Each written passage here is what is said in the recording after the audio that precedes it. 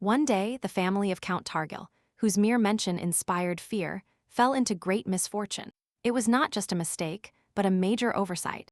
Urgenes, the eldest daughter of Count Targil, married by order of the emperor. A marriage of convenience. In Korea, it was impossible to imagine such a situation. The new man, Urgenes, stated that once a week they would have to try to conceive an heir, and that he would also try to have breakfast with the girl every day. If Targil had the same power as in the old days, no one would have allowed such a situation. And the lady did not understand why this happened in her generation. The young man said that he also hopes they won't cause problems for each other, because he is also against the lady asking him to show her love or express any affection.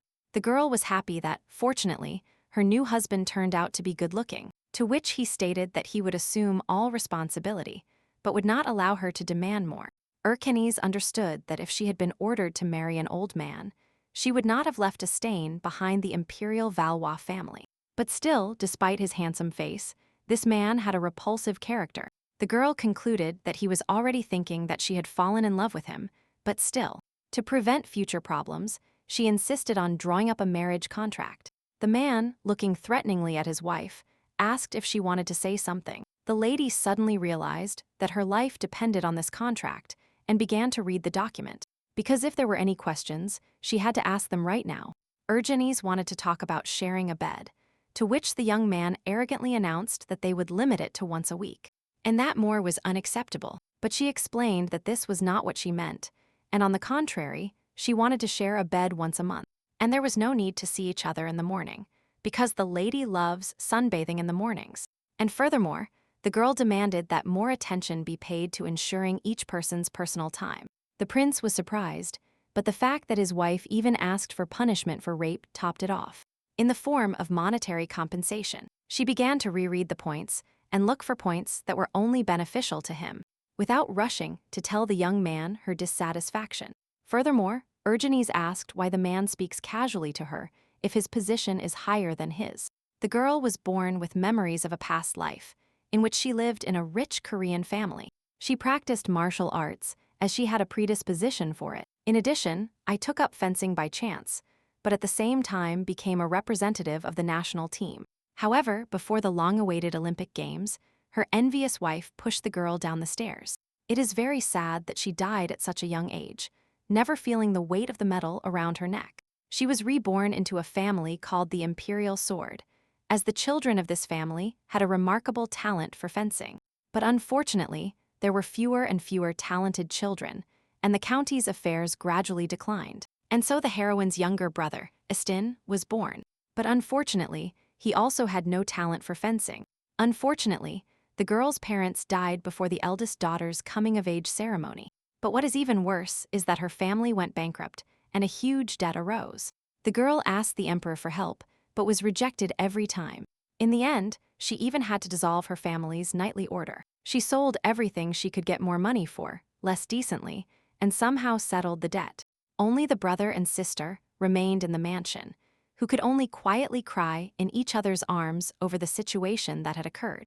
But Urgenes hurried to reassure her brother by telling him that knights do not cry. The girl realized that she had to earn money so that Estin would not starve. And to keep the mansion in their hands, she could simply marry a rich merchant, but she would not accept this even at gunpoint, because none of them meet her requirements, and the girl would not want to give up her usual life so easily. The lady thought that the count's daughter's talents were useless for finding income to cover her basic needs, and perhaps it was worth trying to master the art of fencing using skills from her past life. The moment she was thinking about this, she picked up a training sword. Arianis felt a slight tremor in her fingertips. A familiar sensation arose, as if she had been holding a sword in her hands her whole life. Suddenly, the late count's daughter realized that she was the one with the talent for fencing. The lady could not tell her brother everything, because she believes that due to her lack of talent in fencing, her family found itself in this situation. Since a woman could never become a knight, the girl decided to do what she definitely did. First, cut her hair. She dyed her hair and decided that she would go to war to feed her surviving family. That is, her younger brother. In fact, it was easy to become a mercenary, because there was always a shortage of cannon fodder on the battlefield. The lady became a mercenary without any formalities. They didn't even ask where she was from. This was the place where she was born and raised, and it paid well, so being a mercenary on Baal's side was not so bad. But as the girl thought, such a life was difficult. But Ergenes kept wondering if Astin would eat well with the money she sent.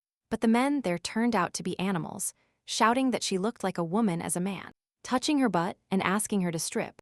But fortunately, those guys did not go unpunished, because the girl managed to defend herself, leaving the guys lying down and spitting blood on the floor. After that, the fake received the nickname Handsome Monster, but she didn't care, because they would stop touching her butt. A man became genuinely interested in the girl and said he would like to see this monster once, even if it was a man. The knights announced that there was already a monster named Shan. The Battle of Kurla took place in the year 994, according to the Anise calendar. In the battle, the girl concluded that no matter how much she fought, the enemies were endless. The mercenaries were at an extreme disadvantage, so at one point they ordered a retreat to save their lives. The girl decided that she could not die in such a miserable place, and that she needed to get out of there at all costs. But suddenly, the girl saw two Balua knights, not understanding why someone like them was on her side. But suddenly, one of them attacked the other, killing him, telling him that he needed to die. The mercenary wanted to flee, but her mercy did not allow her to just leave. The lady looked at him, ran to him, and asked him to look at her. Fortunately, the knight turned out to be alive and seemed to be breathing. She asked the young man to concentrate because she wants to help and save him. The knight lifted the second one onto his shoulder, trying to get him out of the battlefield. After leaving him on the seashore, the girl smiled and said that she had successfully stopped the bleeding. She brought the water flask to the knight's mouth so he could wet his mouth. Delirious, the guy started shaking and shouting that he would kill them and destroy everyone. Ergenes understood the guy because he cursed the partner who betrayed him, but she didn't understand what she had done to end up here. The knight gritted his teeth and whispered that all he had to do was wait, and he would finish everyone. At this, the girl grabbed the young man by the head and ordered him to calm down. As soon as he opened his eyes, the girl told him to cross her off the list when he interrupted everyone. He asked her if she was a man, to which she replied that she was a man, or rather, a mercenary. Then he asked why. If she was a man, her heart beat so much. After that, the girl got up and said that she had done her best, and that now the young man must figure out how to survive on his own. The girl put a piece of bread on him, saying that she would leave bread for him for the first time. But suddenly, the man asked what his wonderful savior's name was, to which he replied that, according to etiquette rules, he should introduce himself first. To this, she whispered in a low voice that her name was Shan. Finally, Shan learned that his savior's name was him. He said that if he was lucky, they would meet on the battlefield. Then, the lady couldn't even imagine that the man she saved would become her husband. In a marriage of convenience, people said that Shan, the knight who rises in rank at lightning speed, is always at the forefront and always takes the initiative into his own hands. Suddenly, a red-haired man entered the bar. He approached him and asked if he was called the Handsome Monster. He decided to challenge the young man, telling him that if he is so strong, then let him fight him. He decided to fight with 2 daggers, adopting a fighting stance. Red asked how he planned to counter his attack using 2 swords. To this, the girl stated that she would have no time to do anything other than collapse from a single blow. But he replied that his sword was longer, which means the blow was much greater. The guy tried to hit the second one, to which he jumped, dodging the attack. Meeting above the young man, the girl brandished her swords and launched into battle. People were surprised that there were still fools who dared to challenge him. After following the girl, he asked to become his subordinate, and after she refused, he decided to do the opposite. But suddenly, one of the knights attacked the guy and put a sword to his throat. The knight could not understand how the girl dodged the arrows. To this, she stated that the archer simply did not shoot accurately enough. The archer bowed and said that, since the guy saved his life, he would become his subordinate, to which he replied that it was not necessary. Ruffin pronounced his name and declared that he had made a firm decision and would not back down from anything. Red began to argue with the new guy, saying that he serves the former, so he is the elder. Suddenly, the girl saw someone being beaten and stripped, with shouts that the mercenary was posing as a boy. But in reality, she was a girl. It was surprising that the girl's face was covered with layers of makeup the whole time, even the beard, and when they saw him, the guys cheerfully called him. The guys said that this guy turned out to be a girl, inviting him to use her together, because he could also fit in. At this, she looked at them threateningly, ordering them to stop this obscene circus. L's subordinates concluded that if L didn't like something, then they were obliged to use physical force. However, that is what they did. The girl burst into tears and thanked the mercenary, calling him brother. But Urgenes hurried to say that she is also a girl. She put her index finger to her mouth and asked him not to tell anyone, because she trusted him. The lady, like everyone else in young L's path, asked to become his subordinate, to which she received a question about whether she could do anything on the battlefield. She said she was an alchemist, to which the mercenary was very surprised by such a skill. He asked what the girl, who has such a valuable profession, forgot on the battlefield, to which she replied that she was at war, looking for the materials she needed. After this, the mercenary formed a mercenary unit called Eleazar and began working with trusted people. His detachment distinguished itself in the 100 Years' War. The members of the detachment continued to simultaneously mock both Valois and Heglatin with the fact that of the low truths. Only one was dearer to them: whoever pays more wins the war. But when Elisar's fame reached its peak, a battle took place between Sean and Elisar. Sean gathered an entire army of knights against a small mercenary company. On the battlefield, the girl avoided Sean because she was afraid he would remember her, because one day she became his savior. Surprisingly, the guy was very strong, because it was not in vain that they compared him to the devil. The girl concluded that the knight seemed to be from another dimension, as all his movements were smooth and beautiful, even in such a terrible place, on the battlefield. The lady did not understand how he does it. Even if he wields someone else's weapon, his power is amazing. He perfectly masters any type of weapon. And at such moments, you begin to doubt his humanity. While he was thinking, the alchemist said that they had fallen into a trap. He explained that all their allies had fled, and they were left completely alone. Sean said that they were surrounded, and that it was better for them to lay down their arms and surrender. He ordered them to move to his side, and then they would save the team's lives. She looked up and pointed at Sean, asking what was wrong with him, to which the knights replied that this demon could not be left alive. The lady began to think because, on the one hand, it would be beneficial for them to join the Heglatin army. The army began to pressure the mercenaries, saying that they did not care about their lives at all. Since they thought for a long time, the entire detachment declared in unison that they would follow the commander and support any of his decisions. Either way, it was beneficial to accept the army's conditions, and furthermore, the girl had to send money to her brother. He knew that he had to think about his comrades, but at the same time, he could not stop thinking about that man. But suddenly, the detachment began to say that they hated that army and considered them rats that could not be trusted. The squad took a fighting stance, protecting that demon in a circle, preparing to fight the entire army. But Sean did not resist. On the contrary, he began to help defend the detachment. The girl did not understand what kind of person he was, because he killed mercilessly with his huge weapon. The girl put the dagger to the blue-eyed man's throat, declaring that if he attacked her thoughtlessly again, then her dagger would pierce his neck. After this declaration, the young man began to try to act in common interests, and it seemed to the lady that they had known each other for a long time, because he acted in the most harmonious way possible. That day, the Heglatin army was almost completely destroyed. With only 5 wars, the news of this incident spread quickly among the survivors, and the Valois soldiers were flying, while the fighting spirit of Heglatin was completely lost. One day, a carrier pigeon arrived to him, and the lady immediately thought that something had happened. Suddenly, the girl discovers that her younger brother, Istin, fell off his horse. She declared that she must return home, bowing her head to the detachment. The squad was worried that they would disband, to which he replied that he would contact them soon. The alchemist threw herself into the lady's arms, to which she replied that she was sure they would see each other again.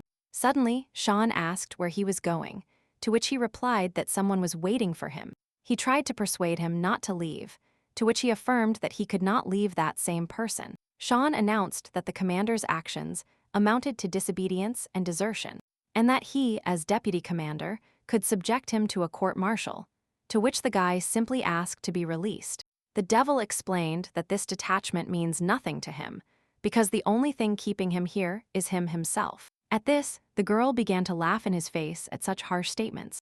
After catching her breath, she called Sean a romantic and wiped away a tear. She said she would come back later to collect payment for saving his life. The guy promised not to die until the commander returned, and then he simply disappeared.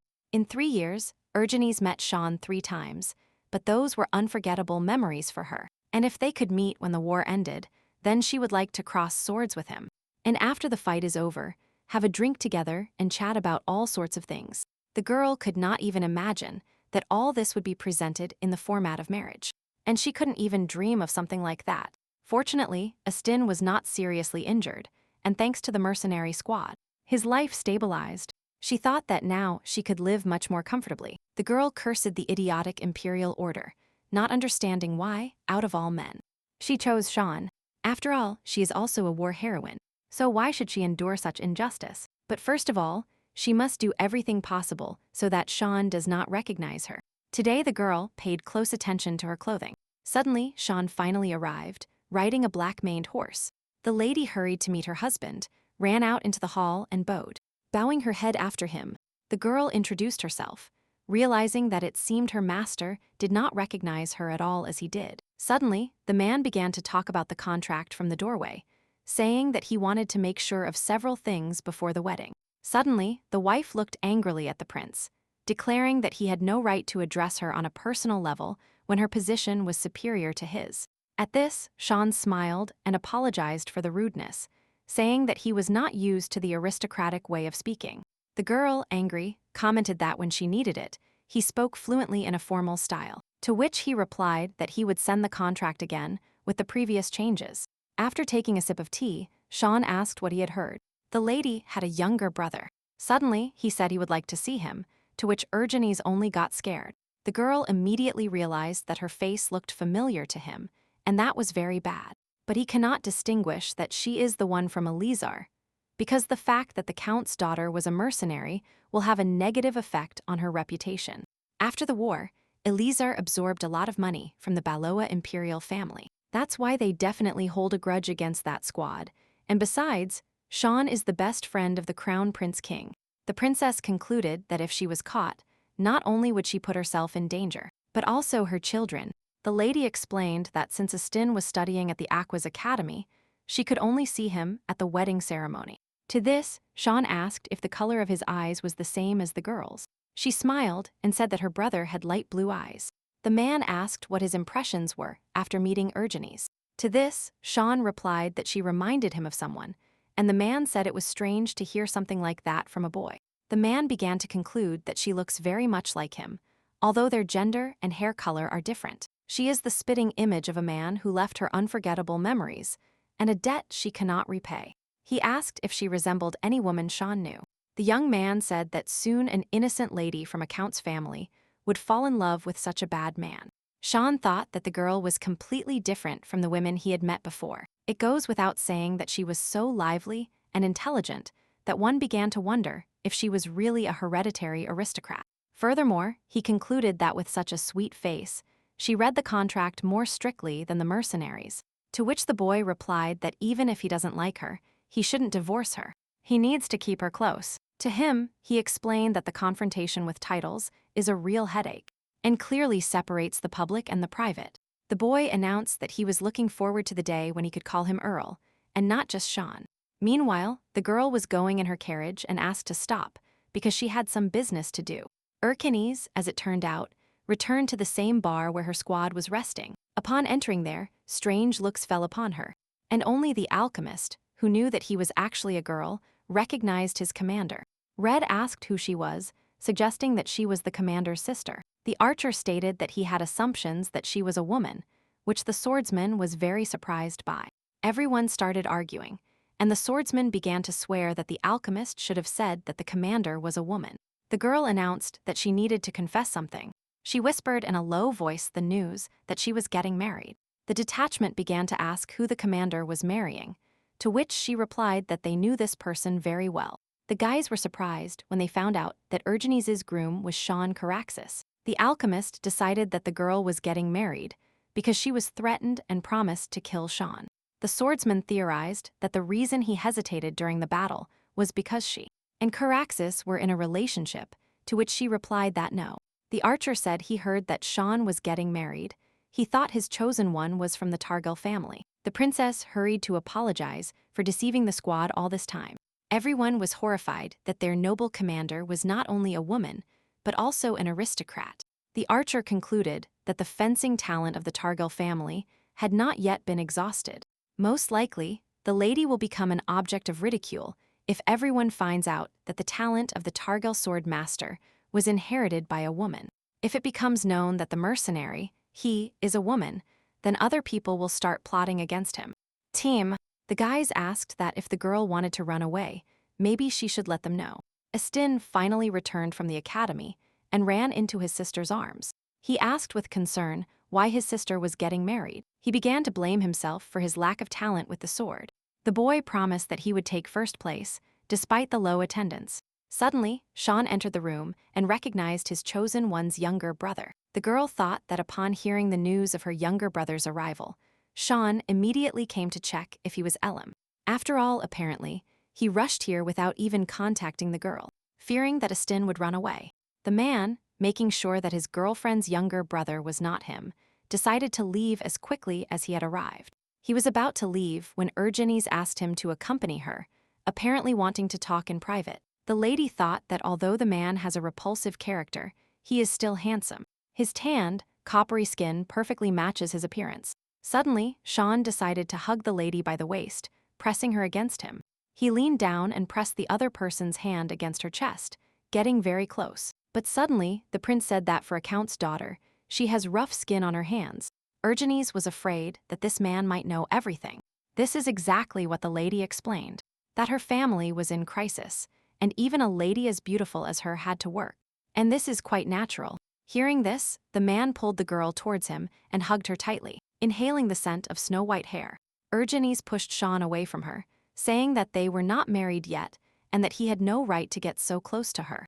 The prince bowed, informing her that she was stronger than he thought. The lady remained insolent, saying that he had no right to treat her as he pleased. A woman ran into the chamber, lifting the hem of her dress, and shouting Sean's name. She shouted that she had recently learned about the boy's upcoming wedding. The girl began to express her displeasure, saying that at that moment the boy was marrying a woman who might have done business with other states, or even sold her body, to which he announced that she was going too far. The man asked since when Lady Selly had the right to decide anything. He explained that patience has a limit, so the girl, angry, ran out of the office. They say that Lady Selly recently quarreled with Count Epernon over rumors and a new wedding. The man urgently needed to meet Reef. The servant reported that Eleazar was still working without a leader, and it seems that some time ago they had a secret meeting, in which he was present. Sean suggested that the tuition fees at the academy, where Urgenes's younger brother studied, were quite high. Currently, all the servants are trying with all their might to find out where he is. The man began to think how everything would have been if he had stayed with the commander at that time. He would have wanted to ask why the hell he saved him in the first place, and then see with what bitter expression he would answer that it is so. Suddenly, the servant asked if Sean thought Lady Urgenes was him. To this, he said that it wouldn't be bad to see how she wields a sword. But suddenly, the man hurried to say that Master Harbin makes rapiers. And Mengoshi. He said that Master Harbin always checks the client's skills before starting to use weapons, and he didn't even listen to him when he tried to place an order. The man from the weapons office said that he was very happy to see Urgenes. He said that he had forged a true masterpiece and asked her to wait until he showed it. He also said that he added decorations to it so that it looked elegant, and also asked a friend to make a case for it. And red belts. A year ago, she also came to this man, not understanding why he ignored her because she was a woman. He literally taught her how to use a staff and other weapons, always shouting about what she was doing wrong. So, Urgenes concluded that this old man was too meticulous. But suddenly, she smiled and placed the club on the old man's forehead, showing true skill. He said that the girl was the second person who could hold the weapon correctly, and the second was Sean. But it turned out that Sean does not order weapons from him, because there is no need to do so. Once it reaches him, the most expensive sword will turn into a cheap iron bar. And conversely, a cheap iron sword will be like an expensive one. The princess decided to order weapons for herself in the name of the county of Targil. The man gave the girl a beautiful sword, which she liked at first sight. But suddenly Sean's voice was heard, the man whom Urgenes was afraid to see here. Although this grandfather was rude to the lady, he covered for her and did not tell him that she was here. The blonde immediately realized that she needed to get out of here as quickly as possible. It turned out that Sean came to place a new order, to which the old man replied that he could not make him a sword. He asked what kind of sword he had forged before, to which he named the one he had just given to the lady. The man looked threateningly at the merchant and asked who had ordered this sword. The old man tried to explain that to use this weapon one needs to have unimaginable fencing skills, because the execution of such a technique is impossible without great skill and some talent. To this, Sean replied that he had seen that art only once. He said that he believed that the old man had obviously heard of this man, or rather of Al. From the home group, the lady swore never to forget the service he rendered her. The girl wanted to wait until he left so she could quickly leave, when suddenly the prince noticed that the back door was open.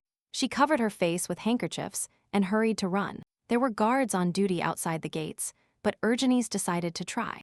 After running out of the merchant's property, the lady launched into battle, knocking down the guards so they wouldn't see her face and stop her.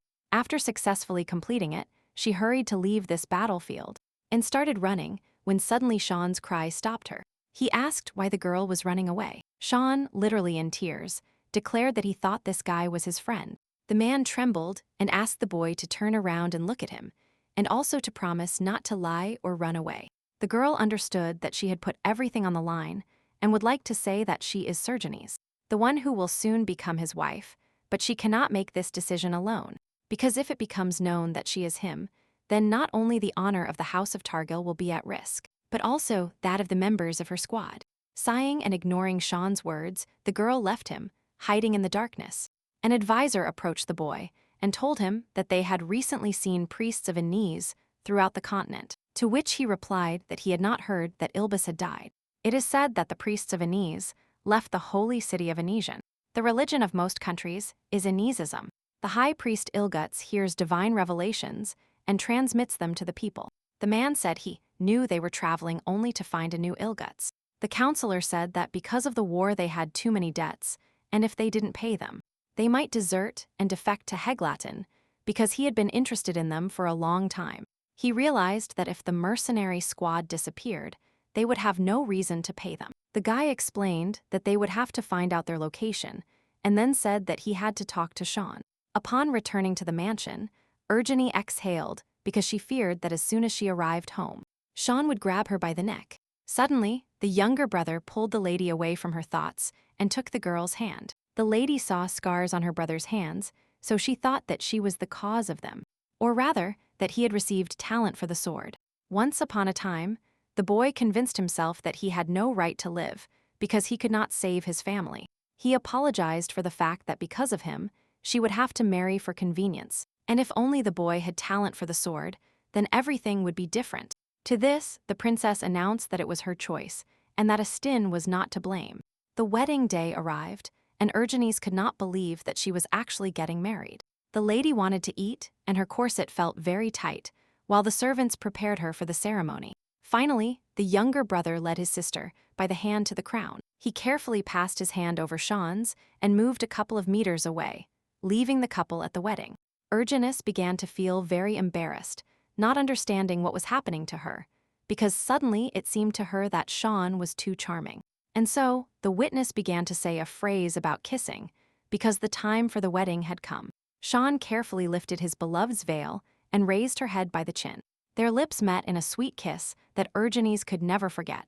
The girl could not understand why the man was using his tongue, because he should have just lightly touched her lips. The newlyweds were blessed, declaring them husband and wife. The bride tried to convince herself that this was just a marriage of convenience, and nothing more and nothing less.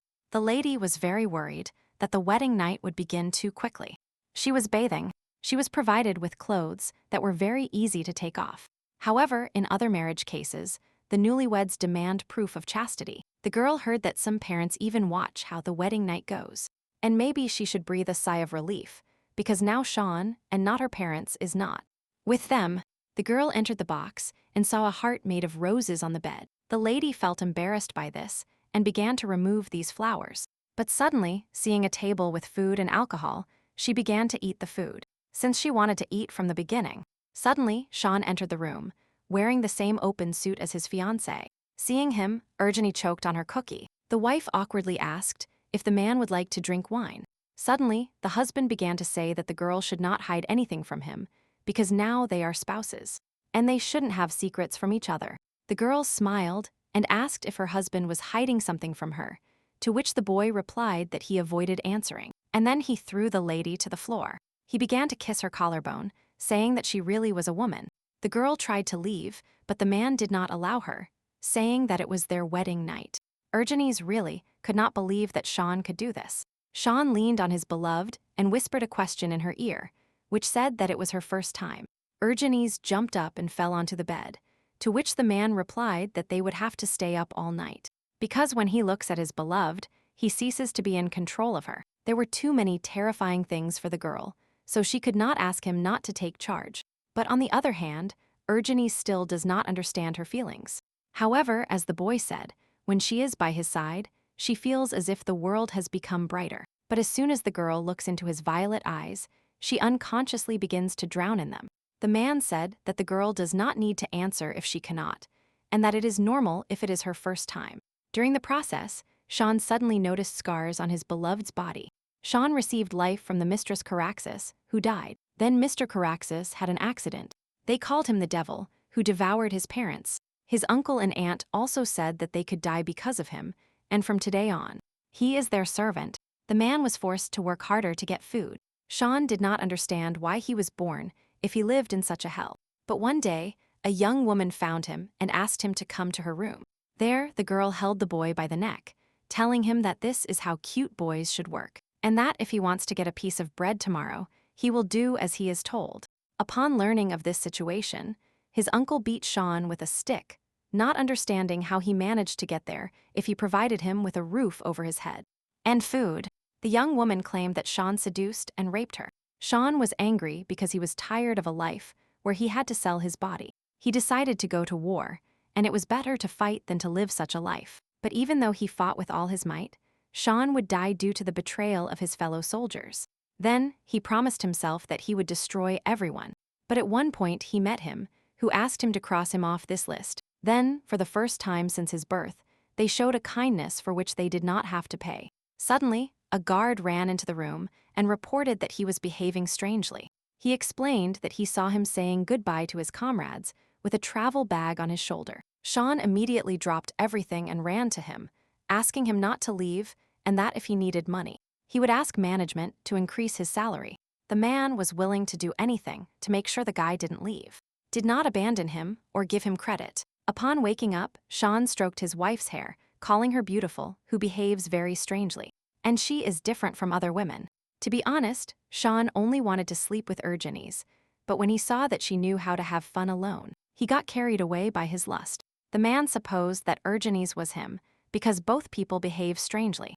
But hugging his wife, he realized that even if that were the case, he didn't care. The husband suddenly realized that when he was with Urgenes, he completely forgot about her. Because he felt good with her, the girl looked at the man, thinking that some unusual charm emanated from him.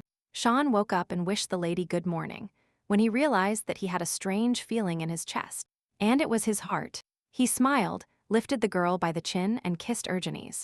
For Urgenes, this was unexpected and embarrassing. She thought that, of course, they were newlyweds who spent their wedding night yesterday. But somehow, he suddenly became affectionate.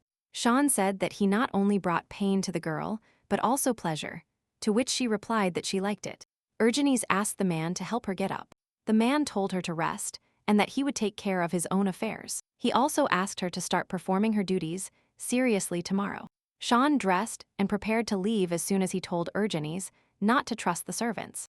And he explained it by the fact that they were all sent by the imperial family. For the convenience of the count's family, the emperor sent servants to the mansion, and all the former maids now do housework. But he does not believe that this action was a gesture of goodwill. And besides, Sean patted the girl on the head and asked her to continue living together. Urgenes received a gift from His Highness, the Crown Prince, who sent her jewelry. The maids brought it, to which the girl replied that she should have expressed her gratitude to His Highness. And the servants were surprised that Urgenes dared to be insolent when looking at such a large diamond. They explained that, after becoming the rightful owner of House Targil, her duties included attending social functions. The girl had already made her debut in secular society in her youth.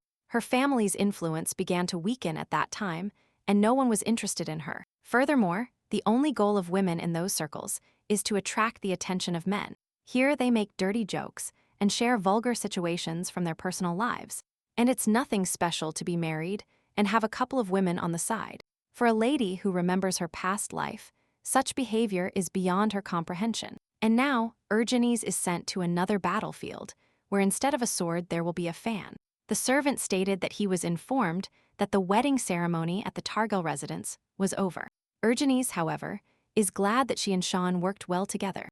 On the one hand, he seems to do what he wants, but it is surprising that he respects the girl's opinion and shares her successes. However, the lady felt lonely. When it was the second day, Sean did not come. After their wedding night, he stayed at the imperial palace the whole time, so Ergenes did not see him at all. And she thought that today she had received news from him that he was going home. On the one hand, she does not want him to return. On the other hand, she is happy about this news, because it was accompanied by a constant feeling. And incomprehensible. Suddenly, the girl realized that she was starting to miss Sean. While Sean is away, his wife decided to warm up by taking out her beautiful daggers. Suddenly, hundreds of people in black suits and weapons appeared in the room. When they saw Ergenes, they realized that Caraxes was not there. The girl tried to understand what she should do, because she could deal with these people without problems. But then difficulties would arise. Suddenly, Sean's hunters decided to attack his wife and launched into battle. Faced with this, the girl smiled and said she was confused by the situation. She said she could turn a blind eye just this once so they could leave. And furthermore, she said she wouldn't even ask who sent them. As the girl thought, diplomacy here is useless because they rushed to attack again. Ergenes successfully defended herself using a new weapon.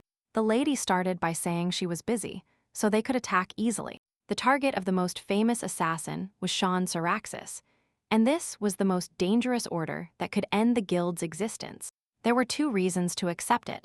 The first was that the reward was an empty cell, meaning an unlimited amount. And the second was that they were curious to test the skills of Caraxes, who is called the Devil. One of the mercenaries broke a rib after a fight with Sean's wife. With such a thin and weak body, she managed to do something like that without even drawing her sword. And furthermore, they told them to attack her at the same time. Once again, after taking a stance, Ergenes supposed they were from Killua. The man was surprised to see that the girl was able to immediately determine who they were. The blonde sighed irritably and asked her to simplify her face. In Balo, assassins of this class only work in Killua. Caraxes's wife declared that if anyone discovered their sword skills, they themselves would know what would happen. The men already thought she was going to use all sorts of torture to find out who hired them. To this, Ergenes only asked the others to come to their senses and leave here. The girl announced that she needed to restore order here as quickly as possible. Tired of waiting, the lady smiled and began throwing the assassins out the window, saying she was in a hurry. But suddenly Sean appeared and asked why his wife was still awake. He quickly closed the window, catching his breath from fear. The girl felt a little dizzy. Sean approached Ergenes and told her he had left her alone for too long. The girl said that apparently he was very busy, because he stayed in the imperial palace for several days in a row. To this, Sean sighed languidly and asked if she really hadn't expected him at all. To this, the wife replied that she was waiting, because there were many things to discuss. Everyone in the palace continued to congratulate Caraxes on his recent wedding. Suddenly, a tall, blonde man entered the palace. Sean smiled and bowed, thanking him for honoring him with his attention. The blonde replied that he had sent a modest gift to the Targil residence as a congratulation. He also asked about Sean's wife and that she was a merchant in another country, to which the man asked what this was for. To this, the prince bowed and ordered him not to insult the person close to him. He said he wanted to believe he didn't have such an intention. Sean explained that he had used a sword in the war, so he was not yet accustomed to the manners of high society, and he hoped his lordship would pay attention to him. The man knew very well that aristocrats despise merchants, but when he saw the smile with which this guy spoke of Ergenes, he couldn't restrain himself, and if they met on the battlefield, he would have finished him off right there. Sean asked the counselor when he could return home, to which he replied that if he said something like that, the sun should rise in the west tomorrow. He said that this item on the agenda was the last one, but Sean was increasingly worried because he had just mentioned Ergenes, but suddenly wondered if Ergenes liked tea. It is unlikely that on their wedding night she drank a bottle of wine alone, and apparently she likes alcohol more than tea. As Sean realized, suddenly, the man said he wanted to entrust Sean with solving the problem with Eleazar. He explained that Sean must get rid of Eleazar.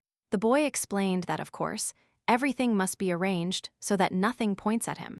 Suddenly, Sean stood up and declared that even an animal has kindness, and then apologized and bowed. The man explained that although he didn't say it, the commander of this detachment is his savior, and if paying for Eleazar's services is his problem, then he will solve it. Sean realized that it would be enough if he received guarantees of eternal devotion to Balwa. To this, the interlocutor stated that he had already tried to finally win them over to his side. But he suffered many failures, and no one could cope with it.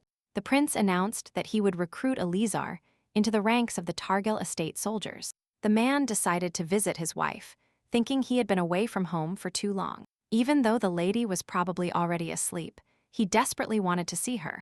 But at that moment, Urgenes was not sleeping, but opened the curtains and saw her husband. He repeated that he left his wife alone for too long, repeating this phrase several times. Sean wanted with all his heart to hear that the girl was bored, but this did not happen, so the man asked to speak with him. They shared the evening with a glass of wine and some pieces of expensive cheese. Suddenly, the husband asked if the girl didn't like him. The man thought that she must not like him because from their first meeting, when he presented her with the contract, it ended with him taking the count's place. Sean asked if he was really such a terrible person. The girl asked in what aspects she should feel hostility, to which he replied that he needed to know in all aspects. To this, Urgenes stated that he actually irritates her terribly. He speaks rudely. He is also harsh and does whatever comes to his head. In fact, the man thought his wife was just holding a grudge against him. It turned out that Astin never wanted to become count, so holding a grudge because Sean took this place would be stupid. In the girl's opinion, Urgenes explained that as long as the man keeps the terms of the contract, she will be satisfied with everything. Although it was only a marriage of convenience, Sean had the money and power Urgenes needed to support her younger brother. And after the war ended, she just wanted to see him a little. The husband took a lock of white hair and said he was worried and feared that the girl would regret the marriage. Suddenly, the blonde began to fear that Sean had actually fallen in love with her. Urgenes hastily remembered that this is a marriage of convenience, and nothing more. To this, Sean hugged the lady by the waist from behind and then completely turned her head towards him, kissing her. But suddenly, the girl put her hand on his arm and declared that, according to the contract, conjugal duty should be performed once a month and no more often. After these words, she wished her husband good night and left the terrace.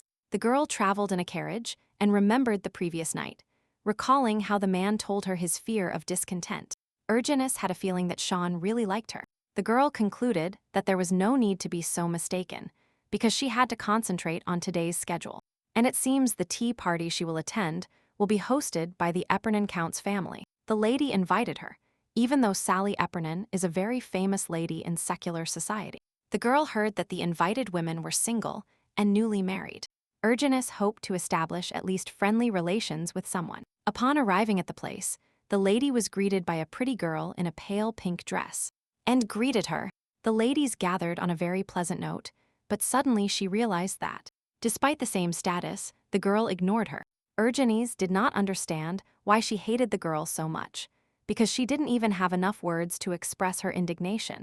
The lady sincerely did not understand why everyone praised the common porcelain service so much, although everyone said that the county of Eppernon was on a completely different level. But suddenly, everyone started complaining to Silly that the tea was too bitter, to which Urgenes replied that it should be prepared when it has cooled down, because boiling water makes tea acquire a bitter taste. Suddenly, Silly did not understand how the lady knew how to drink such tea, since they were the first to bring it to the empire. The blonde did not understand why the atmosphere suddenly became so strange. It seems that Urgenes accidentally hurt this lady's pride, although on the contrary, she wanted to help. She only knew that the Rao kingdom was similar to Korea in ancient times. They must have spent a lot of money to prepare such a tea set. Suddenly, Selly announced that thanks to the girl they had safely enjoyed the tea party, inviting her to talk with her for a while. Sitting at the table, the girl smiled and Selly simply introduced her. The girls felt offended again because the lady had married for convenience, apologizing for hurting her pride and honoring her friend. Suddenly, the girl from the rock discovered that even now, Sean is still dating other women. One could fall into horror at Urgenie's dissatisfied look. The blonde demanded an answer to her question.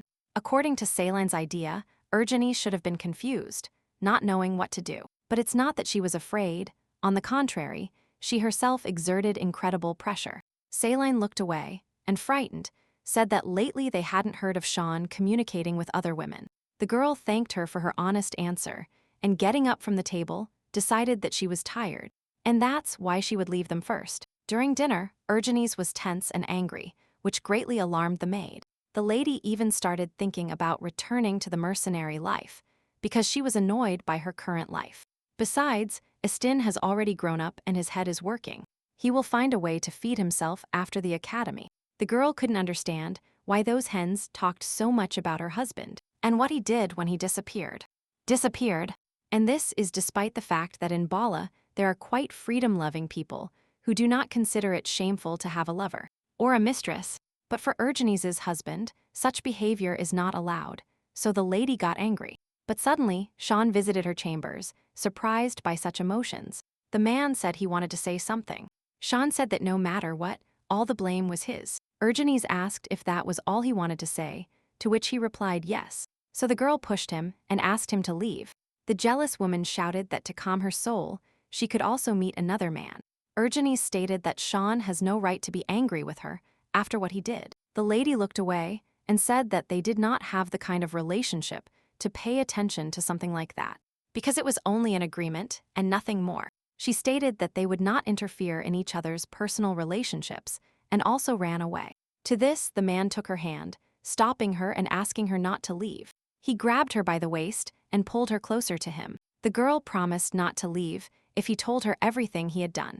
The lady put up a barrier, because if she fell in love with Sean, he would leave her, like other girls. The man swore to God that after the wedding he had done nothing shameful. Then the girl asked what happened before the wedding. To this, Urgenie's asked if he wanted to make changes to their agreement. The lady stated that she wants conjugal duty whenever she wants, and the other condition is removed. But still, for some time they will sleep in different rooms. The lady said they needed to take a break from each other for a while. This is the first time Sean has gone crazy over a woman, and he thinks about it and doesn't understand why he is so desperate to keep her. And he doesn't even know if she is really him. The boy asked when they would join the ranks of the Targil Knights, because everyone was waiting for him. He explained that, in particular, the head of the guild was so fed up with his position that he persistently demanded that he be given the position of butler. To which Sean stated that the guy talks too much. Liv said she would find out Elizar's location, and it's not far from Manhwa Square. They are constantly there, without any movement. He asked when Sean planned to go with them. Although Elizar's members are war heroes, they are still mercenaries. If they started serving in the Targil residence as soldiers, such a move would cause a great outcry from the nobles due to their status. If Ray suddenly stops seeing Sean as an ally, if he has to commit treason, he still has to protect them. The mercenaries asked the master what to do. One of them said that even this time, but what if he refused the order, to which the other replied that it was nonsense, and that then everyone would die. They couldn't even imagine that the Countess would defeat them, and this is true, of course. But she is very generous. They understood that they had been beaten well, but no one died. Moreover, she threw everyone out the window so they could escape, and if they went there again, they would die at the hands of that Countess. And in the current situation, they will die whether they refuse the order or go to fulfill it. But suddenly, a wonderful idea occurred to the boy, and he asked to bring a blank check. He offered to transfer this order to other people. They decided to entrust Sean's head and that same Countess to Elizar's detachment. The swordsman asked since, when do assassins give orders to mercenaries? The boy was ashamed to talk about it, but recently, while fulfilling an order, they failed. They were surprised not to have accomplished the task and asked what their goal was. He handed the squad a blank check and asked them to accept it, as well as the order. The boys started looking at the check, saying that if it is necessary to kill someone, even Raffin can only do it perfectly. They agreed because they could buy themselves some meat. But suddenly, he reported that when they entered the residence, only Countess Targil was not there. They immediately attacked the guy and asked why he was going to attack the Countess. But if you think about it, the Duchess wields a sword and asks what he guessed. The boys wanted to kill him, because he shouldn't tell anyone and use the check correctly. The group noticed someone approaching and ordered the assassin to hide. It turned out that Sean appeared at the meeting place. The assassin looked at Sean from behind the cannon and remembered that he was carrying a dagger. He was thinking that the man had come unarmed, and his attention was completely focused on Eleazar's squad. This was the ideal moment to complete the task that had not yet been transferred. But for some reason, the boy felt that he could not do anything against Caraxes. He concluded that Sean was standing there, and energy was already emanating from him, inspiring extreme fear. But suddenly, the assassin noticed that the squad warmly welcomed Sean, and even with humor, saying that he still had such an annoying face. The alchemist served the man a drink at the establishment's expense, to which the swordsman spilled everything on the floor, saying that he would not drink anything here. Sean decided not to delay and get to the point, inviting the squad to join the Targil County Knights. The boy reported that they say that the priests of Anise have left the holy city. He also shared that he considers such stories complete nonsense, despite the beginning of the millennium being a special event. But noticing that the knight was always thinking about something, he concluded that he and his lady had quarreled. Suddenly, Sean asked a question about what women like, to which he replied jewelry and flowers. In general, many aristocrats were obsessed with the count, but he didn't even give a hint to any of them. Surprisingly, he treated Lady Urgenise completely differently, and everyone saw it. But suddenly, the boy suggested that he get the support of her relatives. It turned out that the girl's younger brother studies at the Akvis Academy, and 2 student festivals are held there every year. And during this time, outsiders are allowed to enter. The servant promised to prepare everything for Sean's trip to that academy. Suddenly, the boys were thrown out of the carriage, saying that the road ahead was too narrow for the carriage. Sean decided to go alone and informed the advisor about it. Standing in front of the gate, Sean wondered what he would do if, upon entering there, he saw him. And if it turned out to be Urgenise, then he would be even more perplexed. In the end, the man concluded that these thoughts did not matter, because Urgenise and he were definitely different people. Caraxes was welcomed by people from the squad. Realizing the boys, Sean almost cried when he saw that his best friend was gone. Sean reported that the prince wants to destroy Eleazar's squad, so they should join his knights to prevent it. The boys said they would refuse the remaining payments, but Eleazar's detachment cannot be under the wing of the Targil family. In this case, the man wanted to ask the last question: what kind of relationship connects Urgenise and Elja? He explained that if they answered his question, he would never bother them again. To this, the archer asked if his words were a threat. Sean explained that since the imperial family is interested in their detachment, leaving the country would be problematic. He is not offering them lifelong service. He simply thinks it would be better for them to hide for a while on the Targil estate and wait for the moment to escape. But seeing the boy hidden behind a barrel, he asked if Eleazar's ranks had been replenished. The detachment had no choice but to go to the Targils. But suddenly, the assassin asked them to help him incorporate Killua into the ranks of the Targil County soldiers. The boy asked to pretend he was a member of his squad. The maids continued to praise Urgenise's doll-like appearance. Today, she paid more attention to her outfit, because the people following Sean will join the ranks of the Targil County soldiers today. Thanks to this, the Targil Knightly Order will be restored, which during the heyday of the county was called the Black Crows. Initially, they commanded respect, but the battlefield feared them. But later, descendants capable of leading the crows stopped appearing. The Black Crows disappeared, and the myth that crows do not cry was forgotten. Sean suggested that before meeting the warriors, they should greet the servants.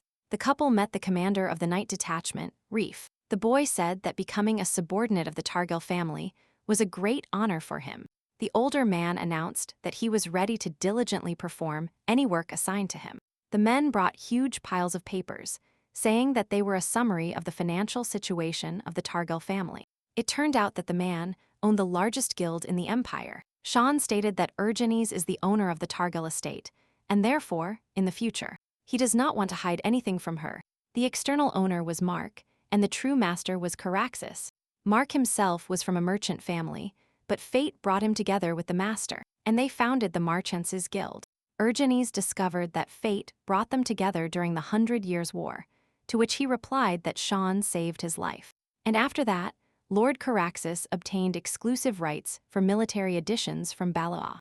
It is surprising that they survived the same war, but Sean is different from the girl. She fled the battlefield a year earlier to settle domestic affairs, refusing the money Eleazar sent. The girl was surprised by the large number of people who were ready to join the ranks of his knights, to which the man began to bless them all. Everyone joyfully began to shout and rejoice in the name of the ruler. But suddenly, the lady saw Eleazar's detachment, surprised that they had come. The girl would have liked to grab them by the chests and interrogate them thoroughly. But she couldn't. She only had to point them from side to side. When night fell, Ergenes saw a detachment approaching her window to give explanations. Effendequilua was also with them, introducing himself. He was so delighted with Lady Targel's use of the sword that he decided to enter her service. The squad hastily told them that Sean had come to them, saying that the imperial family was targeting Eleazar. And to protect them, Caraxes offered to join the Targil Knights. The lady hugged the boys from the squad, praised them, and realized that they could have been stabbed in the back. Moreover, the archer said that Lord Caraxes guessed his true identity, and that the girl should be more careful. In any case, Sean suspected her from the beginning, and perhaps, to some extent, he might have convinced himself of his suspicions. They said that Effen was the guy who visited them before Sean arrived and heard the whole conversation. That guy knew Ergenes' secret, and they would have more trouble if he told anyone. The archer offered to finish him off.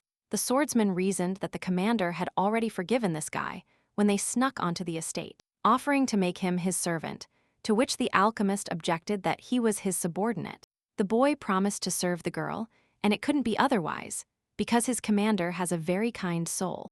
The detachment said goodbye to the commander, promising to see him in dreams, when suddenly someone knocked on the door.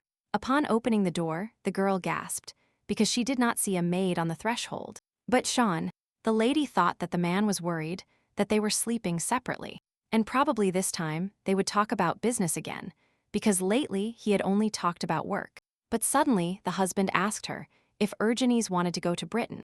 Ergenes heard that the Aquas Academy would soon hold a student festival. Upon learning that the girl could see her younger brother, she covered her mouth with her hand and thanked the man in a whisper. To this, he said that he did not want to see how sad his wife was. Today's meeting agenda was very good. The man asked the prince if he knew that Eleazar's detachment had joined Targil's ranks.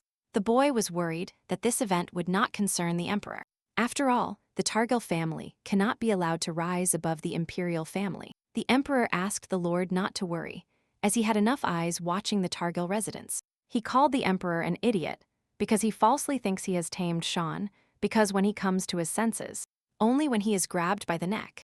But suddenly, the girl discovered that Sean's client was Enoch Seraph. She didn't understand why he did this, because he didn't do his best to make Sean the Count of Targil. But Iffen has no reason to lie to her. But suddenly, the lady remembered Sean's words that he did not want her to be sad.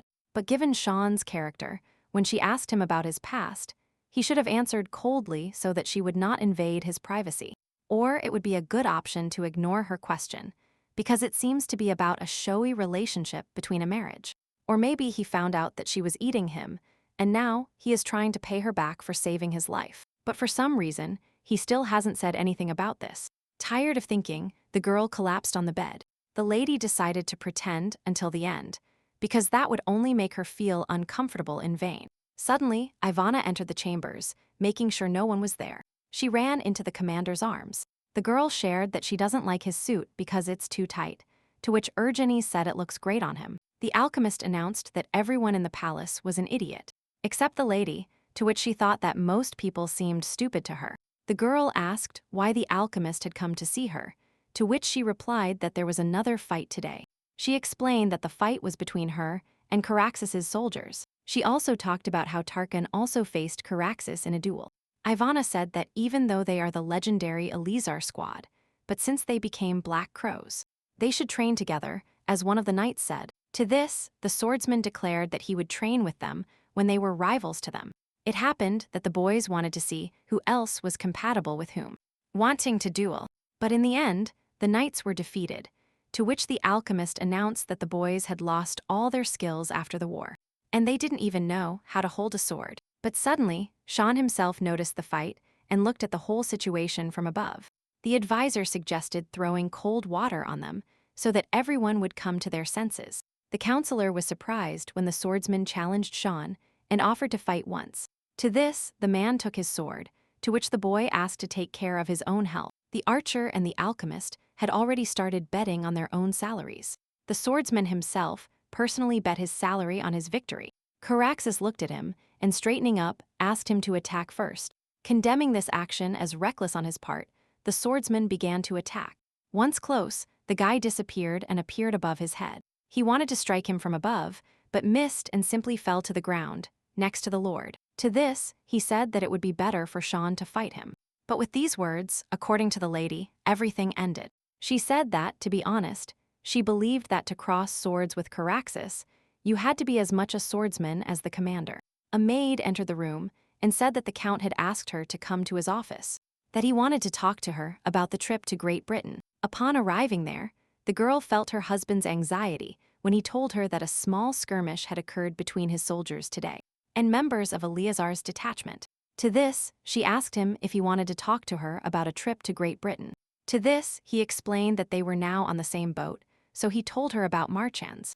The man asked her if she really didn't want to tell him anything. The girl understood that she could not confess everything to him, just as Sean did not trust her, and she did not trust him. Moreover, even if the truth ever came out, she did not want it to be revealed in the form of an interrogation. The girl approached Sean and asked if he had decided on the answer. Caraxus concluded that he had initiated the necessary conversation. Sean approached the girl and kissed her. The man announced that he himself would find the answer to her question. Sean said that he called her to determine the number of people who would go to Great Britain. The girl will be guarded by Eleazar. The maid will go as her personal maid. The man said that, if she felt uncomfortable with the presence of the crown prince's eyes, then he would remove her from the list. To this, Urgenes said that she should not attract the personal attention of the prince. The wife began to point at the map, saying that even if she takes the road with them, she will not fail to reach her destination. At the place, the girl wanted to take a walk, to which her husband offered to accompany her. The man asked her if everything was fine with her, and nothing was causing her any inconvenience, to which she replied that she had been in the carriage the whole time. But suddenly, the girl jumped onto a small cliff, landing on her feet, scared. Sean gave her his hand. Caraxus declared that he did not believe that climbing a cliff in a dress was a good idea. The Lanando Forest is the shortest route to Great Britain. It is known for the fact that many bandits live there, so if members of the Quilua Guild are disguised as thieves, they can get rid of Rosalie's presence and avoid the crown prince's eyes until they return home. She feels sorry for Rosalie, but wants to spend some quiet time with her little brother. Sean said that, in any case, the operation would take some time and suggested that we go deeper into the forest. They wanted to follow the sound of the water to admire the beautiful views, when suddenly they encountered thieves. The thieves surrounded them when they saw the aristocrats. The boys started demanding money, and the girl decided that she needed to protect Sean. But suddenly, Caraxus found himself next to the thieves, attacking more people. The man tried to attack Caraxus's wife, to which he received a good defense. One of the thieves grabbed Urgenes and put a dagger to her throat. He set the condition that Sean should not move, otherwise his wife would die. But the girl understood that the man would be even more suspicious of her if she dealt with the bandits before his eyes. The lady decided to wait until Sean saved her. In an instant, in this forest, among bandits and frightened aristocrats, a swordsman from Eleazar appeared, and in the branches of the trees, there was an archer and an alchemist with the right weapons. Suddenly, when they realized who they had dared to attack, they all immediately fell to their knees. They asked for forgiveness, because they did not suspect that they dared to attack Shunkaraxus himself and his wife. He said that all the bandits, including him, participated in the 100 Years' War. The boys began to cry, saying that after the war they had no other way to feed themselves. Then Urgenes asked if they had money and a roof over their heads and would stop stealing. The lady advised the thieves to go to a mob in the territory of the Targil County. She explained that it was not far from here, and of course, she did not promise them undue wealth, but that they would have food and shelter. The count invited them to become subjects of her county. The thieves knelt again, with their foreheads bowed, to thank the lady. The girl apologized to Sean because she didn't even agree with her husband on this decision. The lady stated that she assumes all responsibility for the additional expenses. To this, he replied that it was not necessary, and that on the way back they would stop in a mob, and they would check if everything was fine for them. The girl thought that if she thought about it, he didn't kill any of these bandits. To this, he replied that the lady would not like this, especially since they were treated without bloodshed. The man decided to leave the tent so as not to embarrass the girl. On the spot, they asked Sean for his ID. The security guard was surprised when he learned that Sean Quirasis himself had rushed to the academy. They started asking him for an autograph. And then, when they saw Eleazar's squad, the boys went completely crazy with surprise and admiration. But when asked where he was, they replied that the commander was currently conducting secret training. The archer explained that he was training very hard to further perfect his swordsmanship. The girl decided that she must be even more careful. On the spot, the man invited Urgenes for a new walk, but through the city. To this, Urgenes stated that they would go wherever she wanted. The lady was thinking where to go, either for coffee with pretty pink desserts, or just to walk around the city. But suddenly, the young family ran into the priests of Anise. Sean didn't understand why he was so far from Anesian. One of them bowed and prayed, saying that the Lord would be with them. They wanted to say something, when suddenly Caraxes took the girl's hand and quickly moved away from this place. No one understood why they were fleeing, if receiving the blessing of the cure Anise was a great success. Urgenes could not understand why he behaved this way, because upon seeing them she froze. Nailed to the spot, and terrible confusion took hold of her. The lady took her husband's hand and invited him to return. As the priests thought, Urgenes was the soul they were looking for. They concluded that they needed to hurry, because there were about 3 years left. The high priest of the church that governs Anesian is Ilwoods.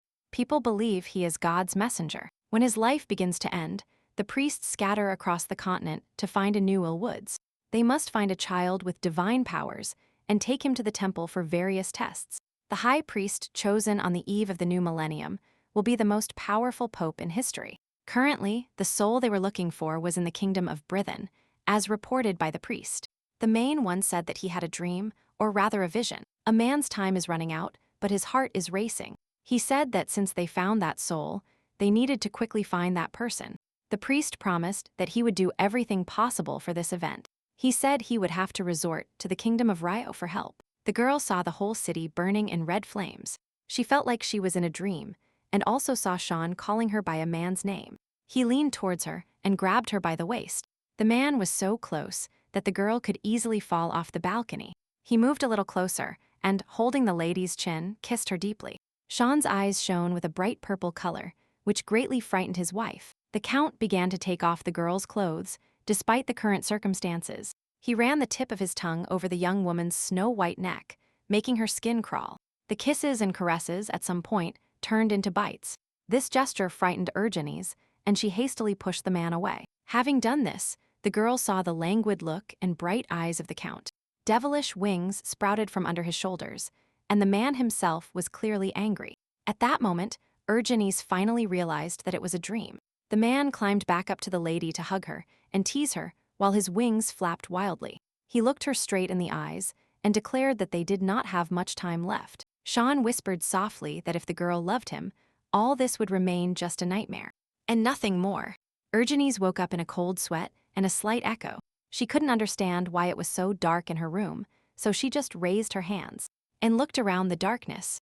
In an instant, Sean's warm arms lifted her up. He silently hugged her, holding her carefully.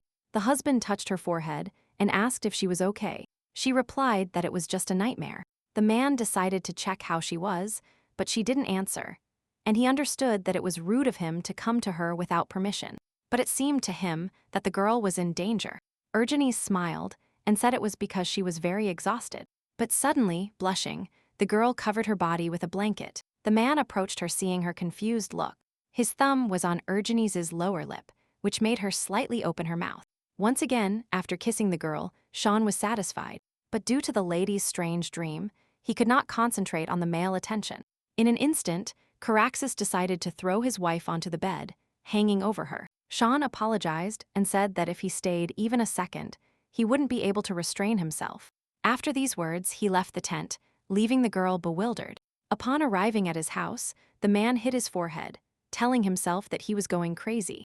Meanwhile, at the academy, the countess's younger brother was gloating, being mocked and beaten. They trampled on his notebook and kicked him in the face. The teenagers mocked, saying that young Lord Astin would never lead the crows. After beatings, humiliation, and laughter, the boys decided to leave. Estin began to collect the scattered things, while a young lady helped him. It turned out to be the kind Lady Hollowade.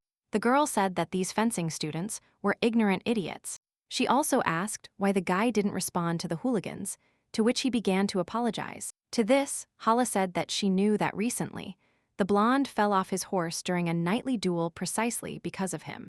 She announced that even if those guys were among the British elite, they had no right to treat people like that.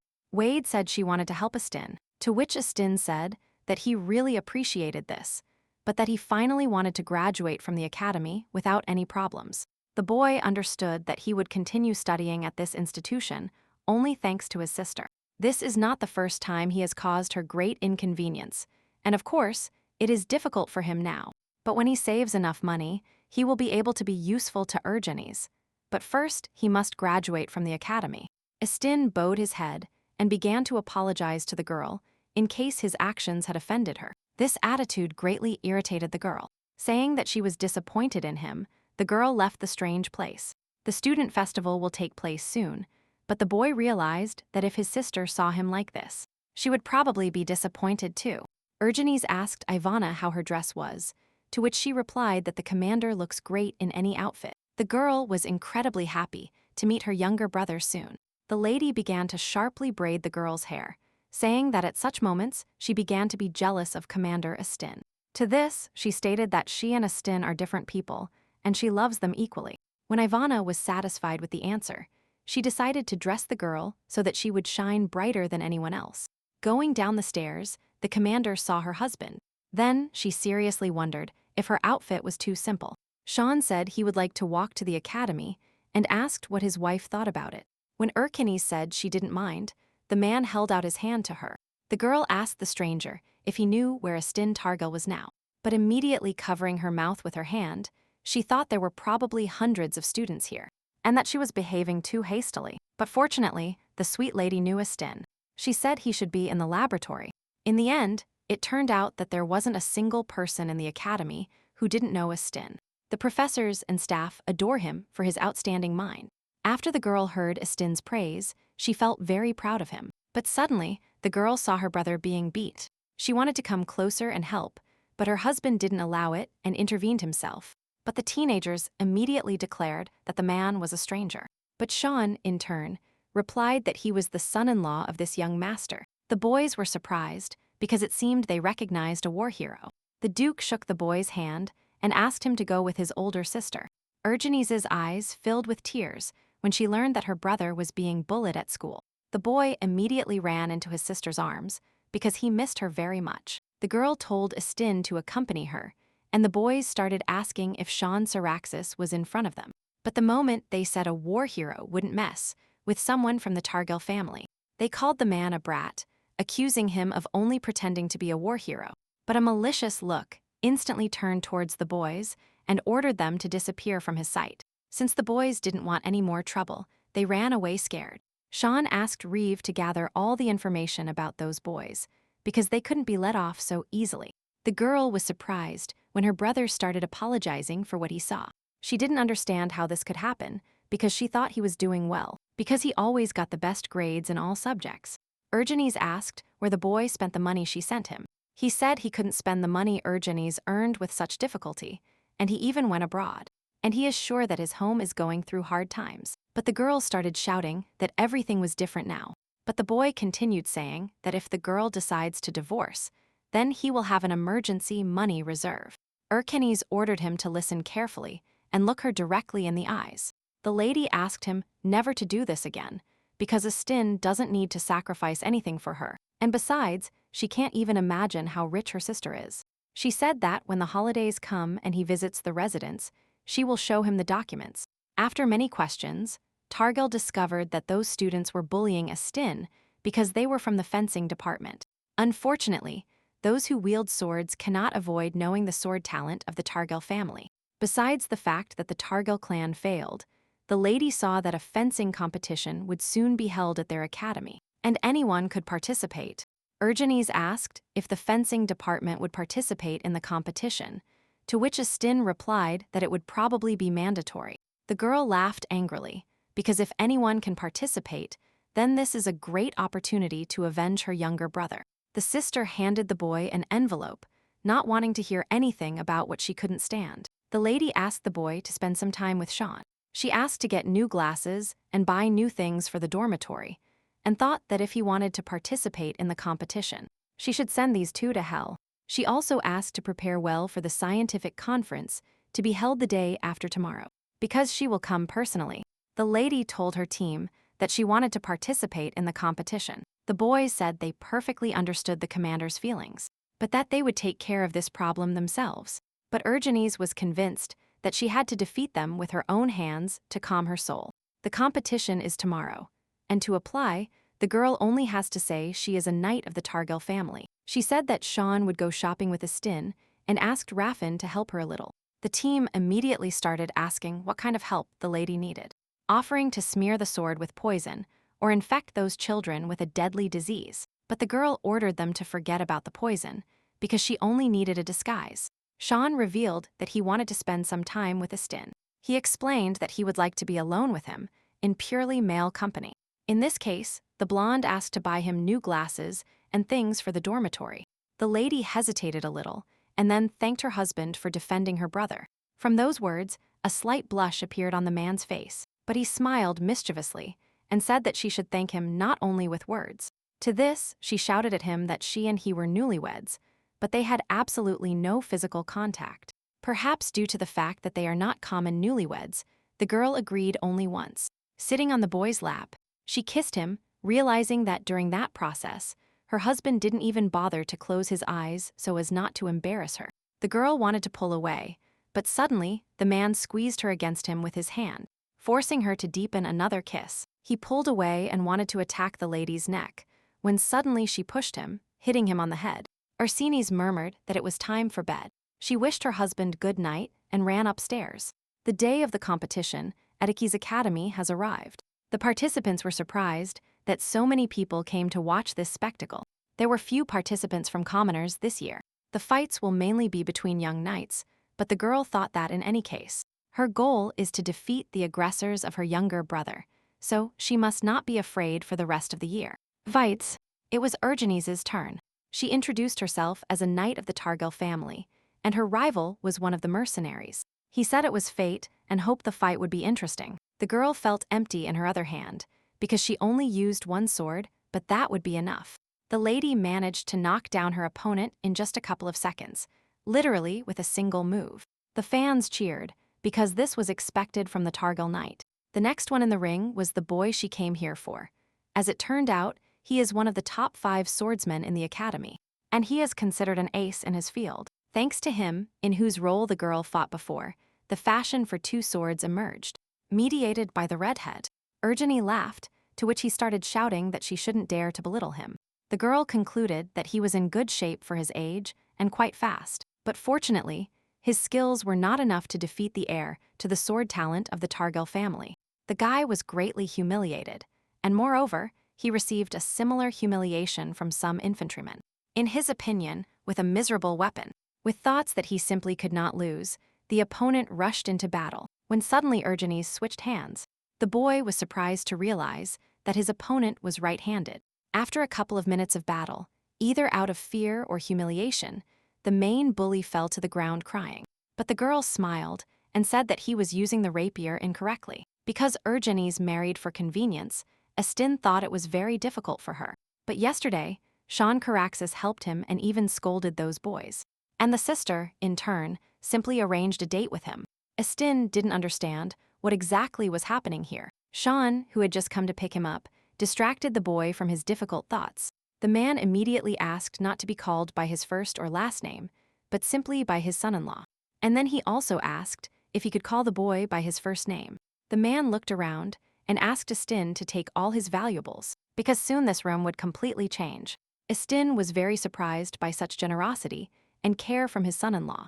He took the box of letters and said that this was the only thing important to him in this room. Sean explained that the boy in front of him cannot be shy and call Urgenese his older sister. The man ordered the box to be left for his bodyguard to keep. Reeve introduced himself and said he was in charge of commanding the Targil Order of Knights. The boy was taken to an expensive place, where a kind woman began taking measurements to find the boy good clothes in the right size. The son-in-law said that to start they would order 5 sets of casual clothes, 1 formal suit, and a formal business suit, but if he liked anything else, they would buy that too. The man gave Astin his clothes until new ones arrived, and then asked him to throw everything away, including his current school uniform. Suddenly, the boy started worrying that all this was too expensive. At a joint dinner, the blonde said that her son-in-law didn't have to do all this for him, but Sean just smiled and replied that all this was not for him at all, but for the approval of his older sister.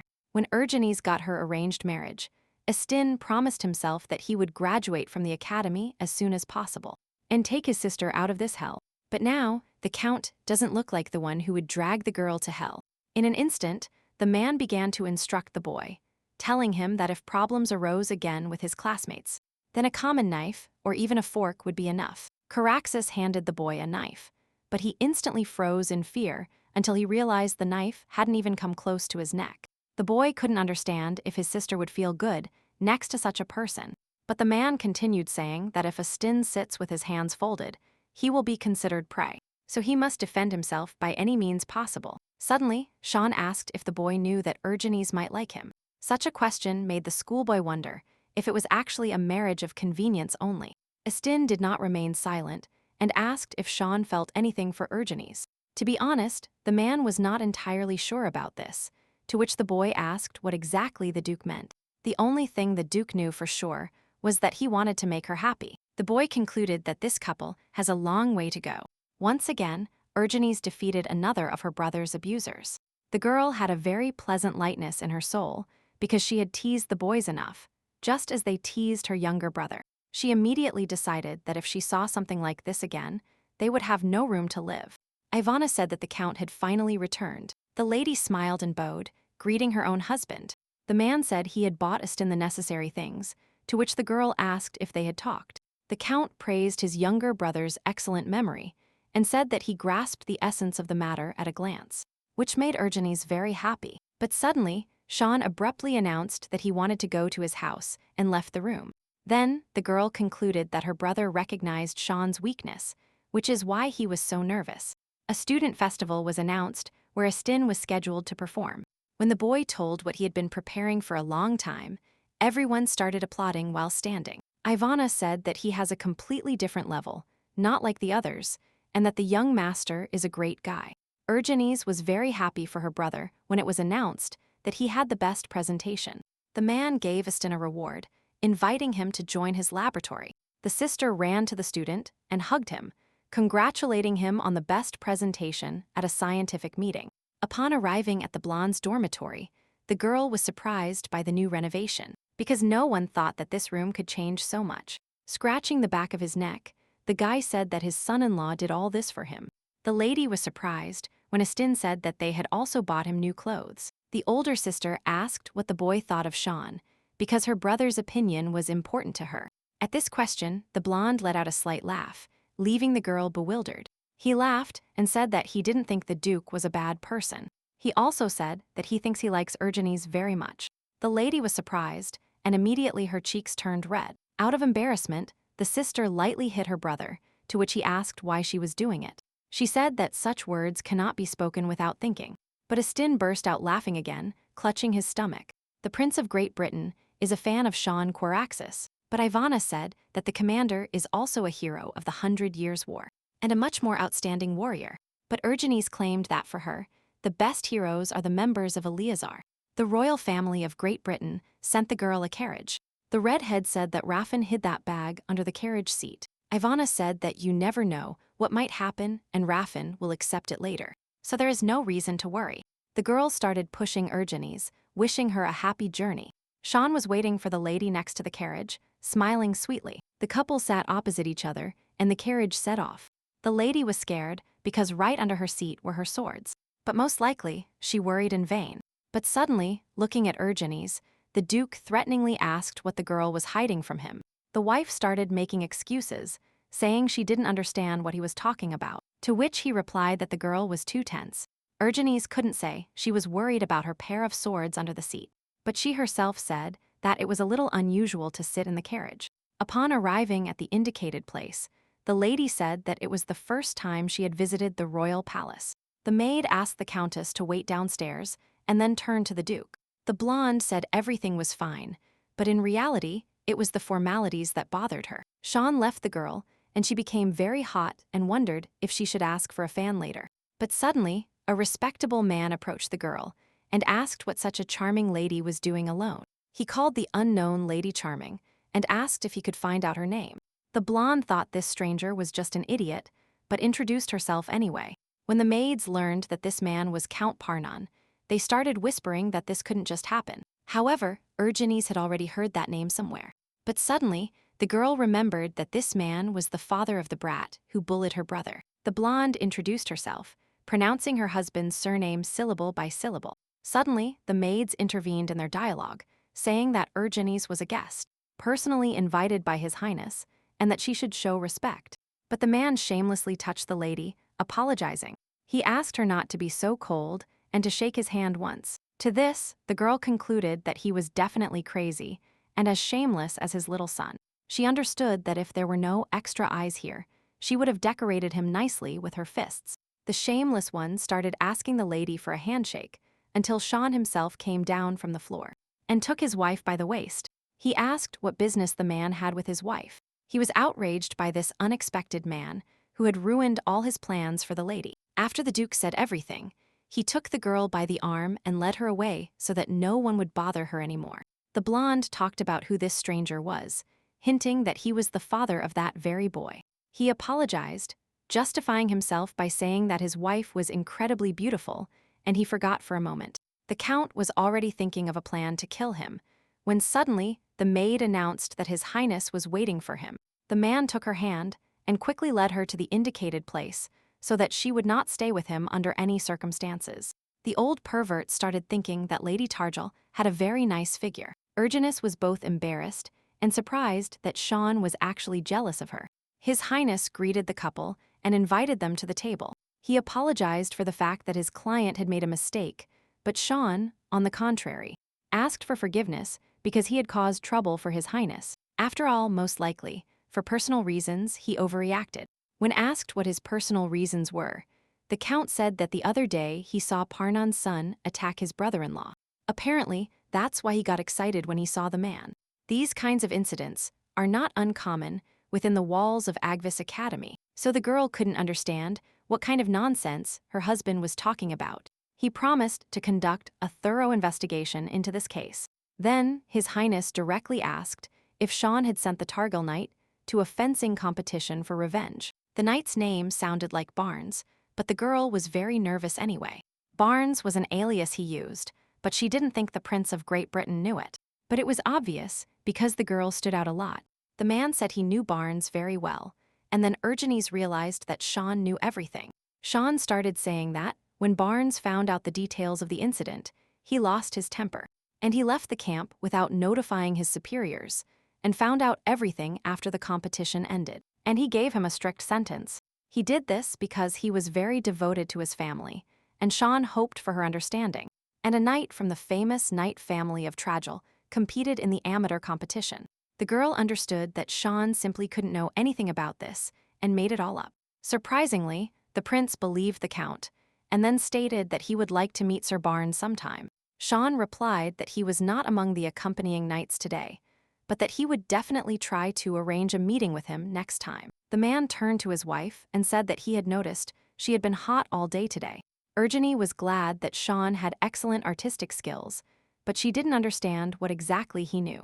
In fact, the Duke's humble servant had already passed him information about the families to which those three belonged. He was informed that a knight from the Targil family had participated in the Aquis Academy fencing competition, to which Sean asked his name.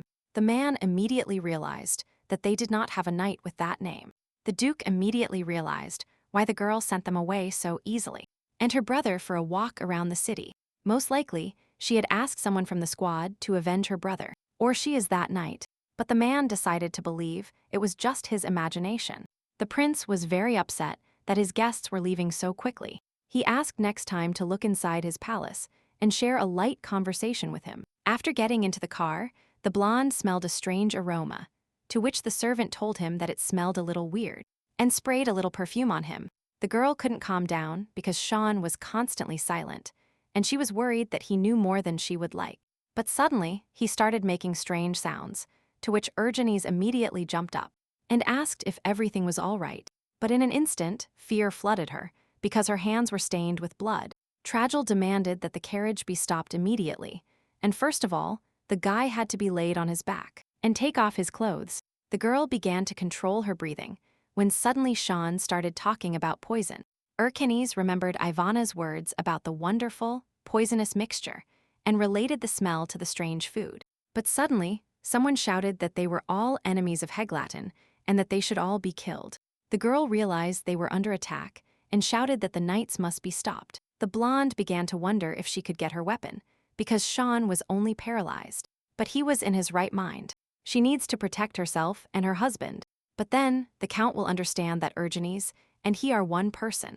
The lady faced the choice of what was better, to die as Urgenise or to die as him, to which she took the sword. The Count was surprised to see that his sword had been under his seat the whole time. A man burst into the carriage and opened the doors with a sword. Urgenise stood up in battle and promised that when this was over, she would answer all his questions. The lady smiled and declared that she must not die until she had paid the third life-saving debt. The girl began to fight, facing all the mercenaries. The Count's wife fought in heels, but this didn't hinder her much in battle, although it was uncomfortable for her. The men were surprised because they didn't know there would be a sword-wielding woman in the carriage. The men looked at each other and jumped to attack the lady in the crowd and kill her. In the couple of seconds the girl had, she thought that her target was Sean, which means he deals with the best assassins. Moreover, due to the poison spreading through Sean's body, he has very little time. Urgenise, after thinking about her moves in advance, began to spin upwards, chasing away the flock of assassins. She didn't want to kill them, but she simply had no other choice. According to the lady's plan, she was supposed to kill the man with one blow. But suddenly, he waved his sword. The mercenary, with skillful movements, wounded the blonde in the leg, causing her severe pain. The next blow from the mercenary hit the head, but thanks to a good reaction, Urgenise managed to dodge it. The girl concluded that they must die like back then. Therefore, as she fell, the lady pierced the attacker from side to side with a chest blow with her sword. The rest of the boys gave the order that we couldn't relax because she was a woman. Hearing these speculations, the lady just looked at them indifferently and hurried into battle so as not to lose extra minutes. The enemy's opponent had to be Sean, because they, the most elite unit, spent a long time preparing for a fight with him. This should have been the perfect opportunity to take revenge on the enemy of Heglatin. But no one even suspected that Countess Targil was so good with a sword. In the battle with Urgenise, it seemed to everyone that she was not only good with a sword, as if a monster from the 100 Years' War was in front of them. After dealing with them, the girl looked at the carriage to help Sean, when suddenly she saw that one of the men was pointing a sword at his throat. The rider began to threaten that if the lady moved, he would kill the Count. One of his demands was to throw the swords aside. The man laughed with disgust and said that he was very excited by the fact that Urgenise obeyed him without question, having thought to himself that now he could do whatever he wanted with this lady. The rider ordered her to approach him slowly.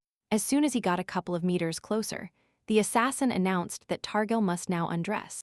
Urgenise asked Sean not to move, but just to wait. She, with complete indifference in her eyes, got to work, exposing her shoulders and legs. The man began to approach to touch the woman's chest, but as soon as he got too close, Urgenise simply smiled and hit him in the face, cutting off his head with a sword. The blonde smiled and said that she was also good at hand-to-hand combat. Covered in dirt and wounds, the girl took the Duke to the bar and asked Ivana for help. She asked the blonde to tell her everything she remembered, to which she only started reciting passages about poison and poisoning. The girl asked the boys to bring her a bag with medicinal herbs, as well as warm water with a heating pad. Ivana stated that the commander also needed to be treated. When the girl woke up, a submissive counselor was next to her husband. Urgenise asked to contact the British royal family instead, and if she intervened, the incident would turn into a diplomatic conflict. From this moment on, for everyone, Urgenise is trying to cope with the shock and recover her health. The Countess understood that Sean now had many questions, but she couldn't say anything. Walking to the bar, the commander began to apologize to her guild. To this, the boys said that this is not something a girl should apologize for. Ivana said that the coachman's way of speaking had a subtle Heglatin accent, so she asked Raffin to put the saber in the carriage. The poison the knight suffered belongs to poisons that react to certain odors, and finding such a poison is like plucking a star from the sky, and Sean would not have been able to deal with such poisoning alone. Fortunately, the girl had an antidote. The Count recovers much faster than an ordinary person and will be back to normal tomorrow. Urgene said that tomorrow she had to decide, before her husband opened his eyes, whether to stay or run away. She revealed that during this incident, she revealed her identity to Sean. The boys said that if Sean had a conscience, he wouldn't harm the lady, since she had already saved his life 3 times. Raffin also said that he believes Caraxes likes the commander. Ivana, seeing her commander's embarrassed face, almost bit the boy with her teeth, saying that he had no right to say such words to a girl. The lady advised Urgenes that before leaving, she should talk to Sean once. The blonde decided to look at him for a second and understand what to do, but it turned out that the man had already regained consciousness, and he was looking at the moonlit night. The Count turned around when he saw the girl, called her by the knight's name. Initially, he noticed that the food was poisoned, so he carefully examined the prince, but he didn't notice any sign that it was his doing. But in any case, he thought that no poison would work on him. But the criminal found enough information about Caraxes. Before, he didn't care about death. He was ready to receive it with open arms, but today he didn't want to die. He was very bothered by the idea that something could happen to Aregnes. The man fearfully recalled the moment his wife went into battle, because then he only assumed she was him. Once again calling her by her precious name, he hugged the girl tightly. Sean guessed his wife's little secret, but was very happy when he was convinced that his guesses were correct. There were many questions, so Sean started with the fact that Urgenes lied to him. To this, she claimed that she simply couldn't say it. Sean was very offended and hurt because Urgenes thought he was on the side of the crown prince. In turn, the girl averted her gaze, not wanting to confirm or deny his words. Sean looked at the lady, placed his warm hands on her cheeks, and also informed her that he was always on her side. Urgenes said that she fully trusts that her husband is on her side. When he was convinced of the truth of her words, the Duke kissed the girl. The man, even holding his own wife in his arms, couldn't shake the feeling that she was about to evaporate. So he decided to throw the girl on the bed, asking her to convince him otherwise. Sean asked her to convince him that she would never run away. He began to undress the other person's body, kissing her again. After tender kisses, he removed her blouse, exposing her torso. The Duke immediately warned that if the lady was going to leave, now was her last chance to say it. This was due to the fact that he could never let her out of his arms again. But Urgenes laughed and said that she would not run away, because the man owed her his life for saving her 3 times. The man began to move down, touching the wound area and the thigh area.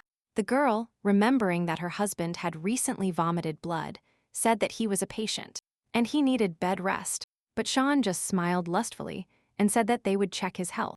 But Urgenes hurried to remind him that they should only share the bed when she wants to. In this case, the man could only make the blonde desire him. To this, the embarrassed girl shouted at him to stop, because she agreed. The Duke said that today, he would give her more pleasure than the first night. But the girl didn't even suspect where exactly her partner would bite his tongue. The man looked at the lady and smiled, asking if she liked his actions. Sean said he saw nothing wrong with this, because it makes the girl feel good.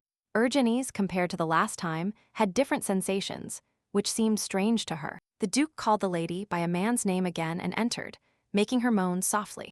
It's strange that every time she is in Sean's arms, the girl feels pleasure and tranquility. The next morning, the girl woke up in her husband's lap.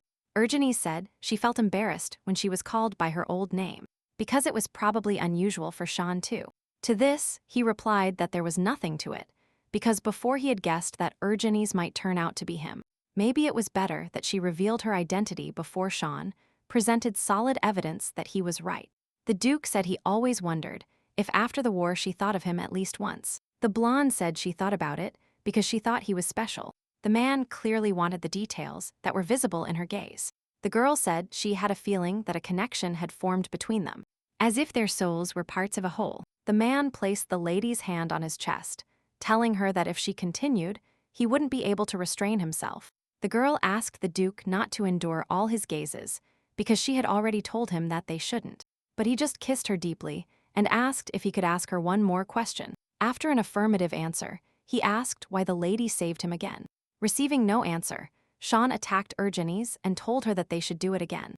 The Elizar team reported that they were glad Urgenes decided not to leave the Targil residence. Ivana, having gotten to know Sean in more detail, declared that she would watch him so that he wouldn't offend her commander. Sean revealed that he had secretly met with the Prince of Brithen about Heglatin's surprise attack. Subsequently, the man said that this incident would only benefit them. Urgenes said that she really hopes no one attacks her husband again, because otherwise she would be indebted for the fourth time. To this, he said that he would only be happy about this, because until the Duke pays his debts, she will be there. Irene is the crown princess, the wife of the crown prince. An urgent message was sent to His Highness. The crown prince said that due to unexpected matters, he was forced to leave the tea party. Tom was informed that the queen wanted to personally visit the empire.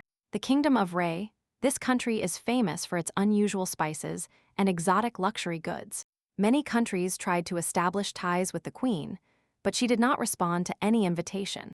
Therefore, the prince proclaimed that after the victory in the 100 Years' War, new horizons had opened up for the empire. He said that he would meet with Ilwood and then come here via the teleportation located in Anesian. It is said that the queen and the Silwoods are very close, which did the empire a great favor. The prince ordered everything to be prepared for the arrival of Her Majesty. The man handed His Majesty a scroll, or rather a response from Balaa. The queen took it and began to study it. She snorted with disgust and threw the letter on the floor, declaring that if it weren't for her old friend, she wouldn't have taken a step towards the empire.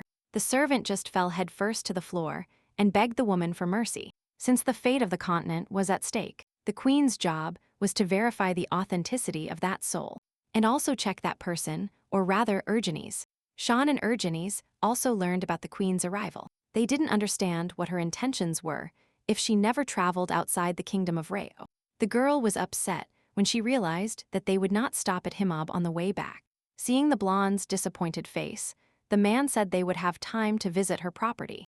The couple set off on horseback, and it seems they even arrived on time. According to recent reports, problems have arisen here due to the large number of thieves. The girl concluded that this is why she sent the thieves here. The men, noticing the silhouettes, started shouting something, but suddenly saw that the lady was standing in front of them.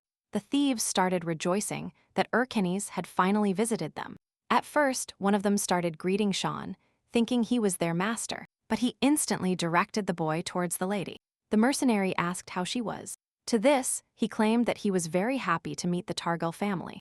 Urgenes asked what happened that they couldn't sleep in the middle of the night. The people said that lately they have been attacked very often by bandits. The reason is that Kibum has become the richest settlement in the area, and the thieves decided that there was something to profit from here. Recently, they fought with the strongest bandit gang, Red Wind. Fortunately, they quickly formed a militia and counterattacked, thanks to the people Urgenes sent. But they cannot be sure that the bandits will not return. The man said that he didn't understand the situation well enough, and also asked him what measures he had taken. Demis, confused, said that the first thing to do is to reinforce the entrance with wooden beams. Sean said threateningly that Demis, as responsible for this agreement, receives a salary. Then, the Duke chuckled and said that his wife was very merciful compared to other lords. When the boy confirmed these words, papers were blown at him with the legend that he should bring reports.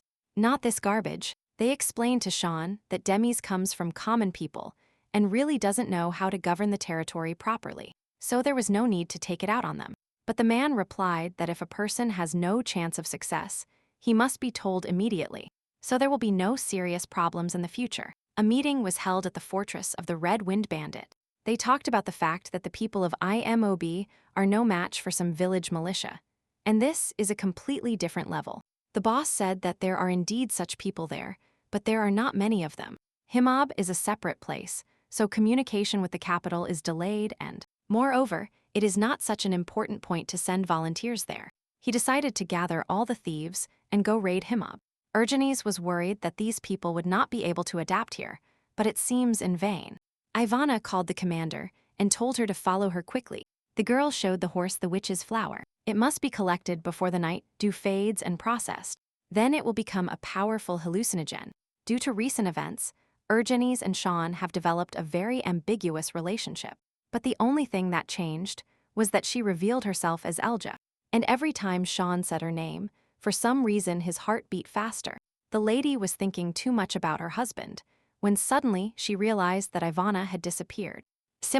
In fact, the thieves dragged her into the bushes and held her by the neck. They covered the girl's mouth with their hand, ordering the others not to move. But the boys just smiled, because the redhead managed to bite their hands, shouting that they smelled terrible. Ruffin laughed out loud and said that there was no point in running away alone. The boys' loud laughter was interrupted by the boss's threatening voice, who asked if they were residents of Mob. He said that meeting such beauty in such a remote place is a pleasure for the eyes. He called her Faude's concubine, appreciating the girl's chiseled figure. Then, the thief got angry when Urgenes rushed to kill him. The blonde smiled and declared that she was the owner of these lands. Her militia is divided into 12 detachments, and orders must be given to each detachment commander separately. Sean ordered the number of detachments to be halved, and if the guy uselessly divided the militia into detachments, difficulties would arise with the transmission of orders. Suddenly the bell rang, because the movement of torches seems organized. The Madame was not in sight, although she had left the stockade with the Eleazar group. Realizing that Milady was in danger, Sean ordered Reef to lead the knights with the militia and protect Himob. He said he would find Urgenes along with Eleazar, and then they would fight their way out. And if suddenly, during the battle, a dangerous situation arises, then it is worth abandoning Himob and direct all your forces to protect the inhabitants of Feud. The thieves said this was complete nonsense, because a woman could not own land. Moreover, the man claimed that Himob would soon belong to him, because their thieves had already launched an attack. Urgenes rushed to look for her weapon, saying that she had to deal with them and return to the Duke. Since they don't know how many of these thieves there are, Urgenes ordered to save strength. Then, she declared that she would rescue Ivana herself. The thief said he would not spare her, not even because she was a woman. But the blonde replied that she was also ruthless with men, or rather. She smiled. Angrily, the commander of the thieves ordered to kill all the men and capture the woman alive. The lady attacked, hitting him in the chest. Scarlet blood gushed from his belly in a huge liquid stream. The thug started crying, either from pain or fear, and shouted to his thieves to retreat. The girl thought he had some kind of trump card, since he handled himself alone. Targil suddenly felt an unusual energy. A man was standing there, and she didn't even understand when he managed to get close. She took a fighting stance when he came out from behind the bushes. Raffin said that, if the thieves want to resist them, then there must be at least 100. Urgenes asked how Sean ended up here, and in an instant she wrapped herself in his arms. The Duke said that he worried in vain, because she was the one from the Eleazar squad. The man offered to solve the problem from the outside, and then return to the camp. But unfortunately, there were more warriors than the detachment expected. But Raffin confidently declared that they simply needed to be finished off, and he also rushed to attack. Ivana used her chemical bombs to blow up most of the bandits. The husband and wife also performed well, cutting their enemies to pieces with their swords. The man turned to him and told him that this hadn't happened in a long time. And then he explained that it had been a long time since he had fought side by side with her. The lady smiled and said she was happy to reunite with him after so long. Their conversation was interrupted by the redhead, who said they had eliminated all the enemies. In this case, the couple only has to deal with a small portion of the robbers. The squad shouted that they first had to destroy the one throwing the explosive mixture at them. But Ivana was faster and threw a solution at them, thanks to which everything was covered in water. The archer said this was too cruel, because if he left everything like this, the thieves would die, turning into a bloody liquid. But suddenly, the man immediately noticed that one of the enemies approached Raffin from behind and shot him precisely in the head. The thieves didn't understand why they were losing, because they were 50 times more numerous. Besides that, Sean never drew his sword, which is why the boys considered him a monster. The boys decided they would win if they all went at once. But one move was enough for the Duke to wipe them off the face of the earth. After all these actions, the man put down his sword and the thieves decided to attack again, because now the monster is vulnerable. But how wrong they were, because in an instant Urgenes flew out from behind the bushes.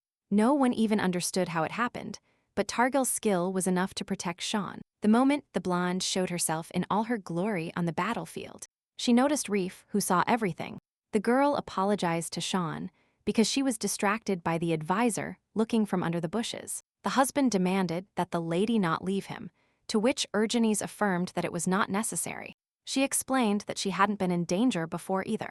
Suddenly, the Count asked why the girl was smiling so radiantly at Sir Collins, and asked if she felt free. The thieves began to give orders to kill the blonde first. Everyone prepared for battle, but only Sean asked who their leader called bitch. Urgenes was surprised how quickly all the enemies died. Not a single sword remained intact, and the rest began to hide in horror behind the treetops. In an instant, Raffin asked the commander if it was worth having such a monster as a spouse. The boy explained that he wants the girl to divorce him because he is dangerous. She covered his mouth with her hand when he said there were many places to run away to. She turned her head towards the malicious Sean, who was coming to the attack, and asked him what he thought would happen if she demanded a divorce. It was dark in the forest, and when they fought, the locals did not see Urgenes. But she was very scared by the fact that Reef now knew everything. The townspeople thanked Targil for killing all the bandits. Sean demanded that every effort be made to restore and develop these territories, and it is necessary to go urgently to the capital. The girl's back literally burned from the gaze of the advisor, who was still in shock. Urgenes asked him to stop, and then Caraxes said that he would fix everything himself. Upon arriving home, the lady decided to go to the bathroom immediately, because she was very tired. But suddenly, Sean decided that he would bathe first and began to undress. Urgenes felt overwhelmed by shame and embarrassment, although it was not the first time she had seen him naked. Since the girl also wanted to bathe, the man suggested they go together. The girl shouted that her subordinates would not understand, to which he said that he would order that there not be a soul in the vicinity of the washing room. He picked up the blonde and told her that they were just bathing and there was no need to complicate things. The lady was absolutely sure that this would not end with a simple wash. Still, they lay down in the hot bath while Sean hugged his beloved. The wife asked, given that the bath was so spacious, why did they have to sit in that particular position?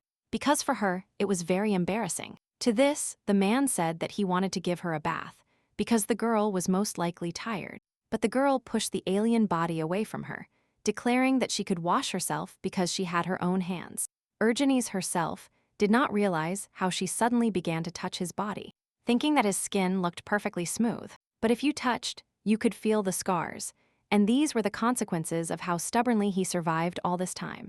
He remembered the wound he received before Urgenes pulled him out of the battlefield. The girl was about to leave the bath when suddenly her husband stopped her and asked her where she was going. He hugged her tightly from behind, not wanting to let her go anymore. The man touched the lady's earlobe, biting and lightly licking it. He looked at her and told her that if she didn't want to, she should just push him away. It's strange. Urgenes can easily fight 10 opponents, but for some reason, kissing this man makes her blush every time. She thinks it would be much easier for her to fight someone with her eyes closed now. Sean began to kiss her, and she in turn wrapped her arms around his neck. The blonde asked if the Duke really wanted to do vulgar things at that moment, but he just moved closer to the lady and told her that he had those thoughts, but that he was worried that she was against it. The blonde said she didn't care, but in her opinion this happens too often. The Count said that he needed to do this at least once a day, which surprised Urgenes. The girl really liked becoming one with Sean, but every day is too frequent. According to the terms of the contract, they were supposed to share a bed once a week so they could have a successor. But for some reason, this situation makes the man think that he has already forgotten the last time he hated a woman. The Count made the decision to love his wife as much as she loves him. The lady sincerely did not understand why she turned into a weak-willed idiot as soon as she looked into his eyes. The man asked the blonde to talk to him because they rarely talk. He asked if there was anything the girl would like to receive. Sean asked not to be stubborn, because if she wanted something, she could share it with him. The Duke's gaze said that he would fulfill any request from his wife, but the girl hurried to laugh, saying that he had an expression on his face as if he were ready to bring the Balua Empire on a silver platter at the mere mention of it. If that was her wish, Sean asked what about the uprising. Urgenes became very tense, hoping that the man was only joking, but his gaze and the whole atmosphere he created made it clear that Caraxes was absolutely serious. They say that if he makes the slightest head movement, the county of Targil will instantly become the center of a rebellion against imperial power. But the lady decided that she needed to find out what he wanted to achieve now. The blonde said that she didn't need an empire, she wanted a bouquet of flowers, because she adores them very much. In fact, the girl blurted out the first thing that came to mind. The man asked what flowers his wife wanted, but Urkenny said he could bring whatever he wanted. Sean, after dressing for the night, prepared to take care of his business, or rather, to fulfill the blonde's wish. He went to see Mark and told him he was a great butler. But the butler said he urgently wanted to talk about his lover. After the Count gave permission to speak, Mark said that the girl's expenses were too small. The money allocated to replenish her wardrobe is not spent at all. He says he sees no need to spend on luxury items, as she does not attend social events. Mark said that such a situation should deserve Caraxes's attention. Sean immediately realized that this was true, because she had barely said she wanted a bouquet of flowers. The man thought about it, because she hadn't even worn the diamond necklace the Empress sent her. Even under penalty of death, the man cannot stand the fact that Urgenes treats his gifts the same way as Raymond's. The Duke decided that since the lady did not specify what kind of flowers she wanted, he should surprise her. Sean ordered the butler to prepare everything he said and not miss a single detail. But Mark also said that a message had arrived from the imperial family, which was not addressed to Caraxes, but to Lady Urgenes. In the morning, the new maid woke up the lady and told her that her ex was sick. But this maid turned out to be Ivana, who selected an outfit for her mistress, paying close attention to highlighting her elegance. When the lady came downstairs, she was handed a letter telling her to read it. The letter said something about a welcome ceremony for the queen. The thing is, the head of the kingdom, Ray, intends to visit the Balwa Empire. Representatives of high-ranking noble houses must attend the welcome ceremony organized by Her Highness Princess Hai. The Crown Prince wrote that he had great confidence in Targil. It is quite natural for the Crown Prince's wife to do this. She speaks the language of the Rao Kingdom fluently and is familiar with its culture, so she will be able to communicate with them on equal terms. But the only thing the blonde knew about the Rao Kingdom was how to use ceramic dishes and prepare local tea. In addition, His Highness invited Urgenes to an official dinner. Upon learning that Miss Cecilia would also be present, the girl concluded that it would be a lot of fun. At a time when Mark was busy with his own affairs, Reef ran up to him and asked him if he was very busy. She hurried to ask if the butler knew that Madame L was from the Elizar squad. But from the man's surprised face, one could tell that he was hearing about this for the first time. The guy said that before his eyes, my lady rose into the air, wielding 2 swords. However, Lord Caraxes was quick to report that day that Reeve's eyes had deceived him, and that none of that had happened. She immediately understood why the knight had just ordered flowers to be prepared for the lady. Since this was a very romantic order, the boys concluded that the Count loved this girl very much. In the morning, Urgenes woke up alone, thinking that Sean had worked late today. She was very angry because he was busy every day. But suddenly, the girl was surprised because Sean approached her instead of the maid.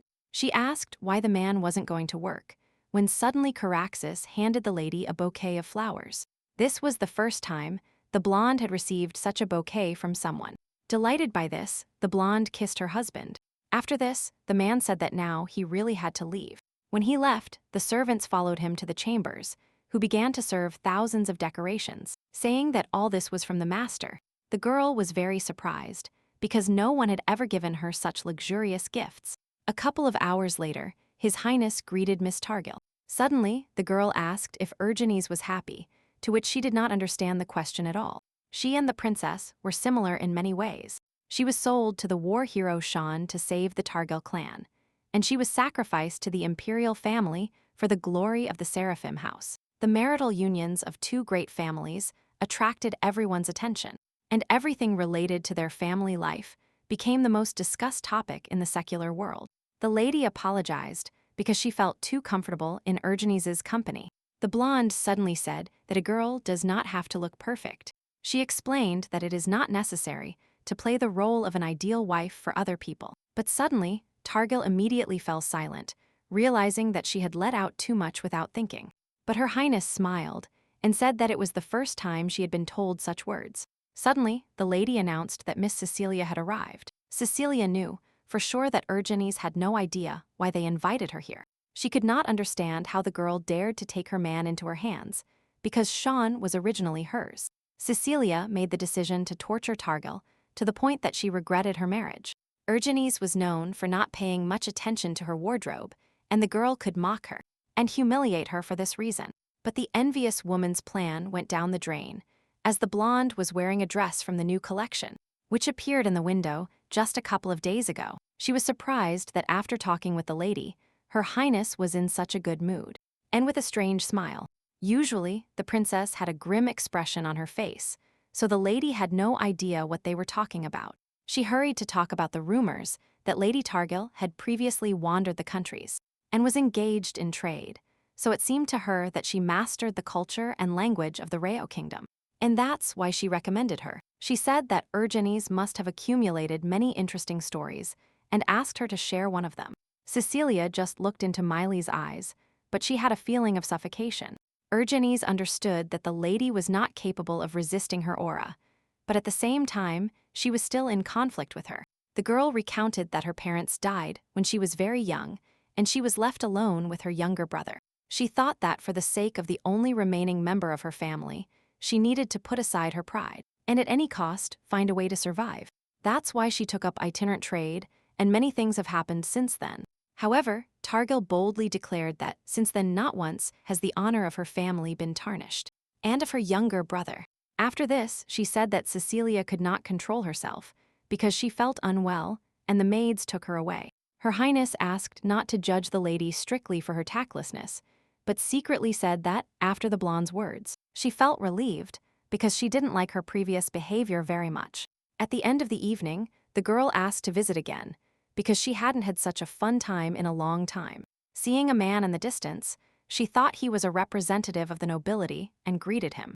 He looked at her and told her that today was a beautiful day for a walk. Urgenes instantly recognized that this man was Enoch Seraph. She knew he was the princess's brother, but for some reason they were too different. The only thing the girl didn't understand was why the man kept looking at her.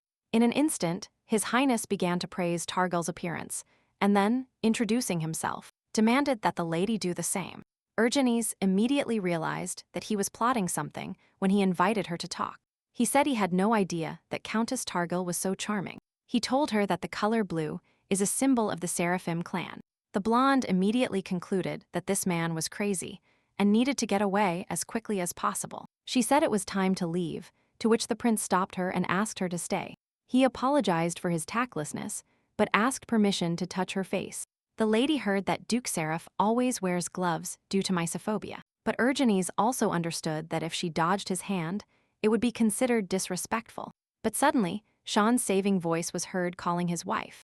The pervert said that the count acted as if he had witnessed a secret meeting, but he just smiled and said that he clearly had a hobby harassing married women. The prince replied that he found it amusing to hear such words from a man who had always been indifferent to representatives of the opposite sex. He smiled and turned to Tragil, telling her that he had a great time. Urgenes was very angry, because she understood that if the man had not been a count, she would definitely have hit him. Sean immediately turned to him and asked if the girl was okay. He asked what happened, because the girl said she would come as soon as the audience was over. She replied that nothing special happened. Only Seraph said he liked the color blue, and all he did was try to touch the lady's face. But the count became furious, and taking the girl by the shoulders, said that in such a situation she should not say that nothing special happened. The man began to shout that the blonde was a crazy pervert clinging to her, to which she asked him to calm down.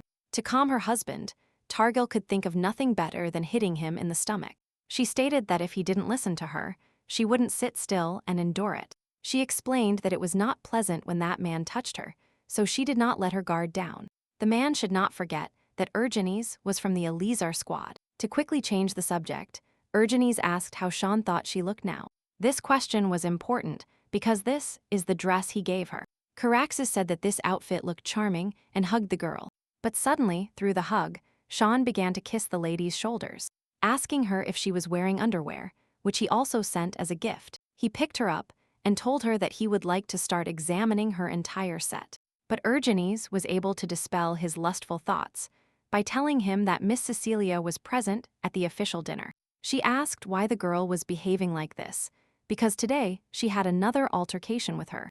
The lady hurried to finally finish off her husband, saying that all that was forbidden today, but she also considered it necessary to take him by the hand and lead him somewhere.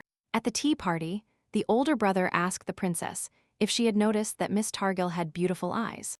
But suddenly, the girl shouted, asking the man not to touch her. She said that Urgenes was her friend, to which the blonde asked if His Highness often had nightmares. She told the girl, who began to tremble and cry after these words, not to worry, because he also considered the blonde special.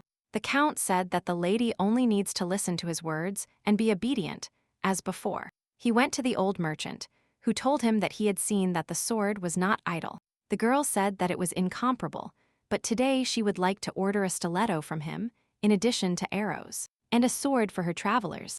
Urgenes also showed approximately the length the sword should be. Suddenly, a man appeared in the room, shouting and asking if his weapon was ready. But the merchant said that he would not make a sword for the guy. He said that Cat simply does not have enough skills to wield a rapier, and a godman at the same time. The guy began to misbehave, shouting that he wanted the same weapon as his. Urgenes really liked the fact that Master Harbin would not forge a sword if the client lacked talent.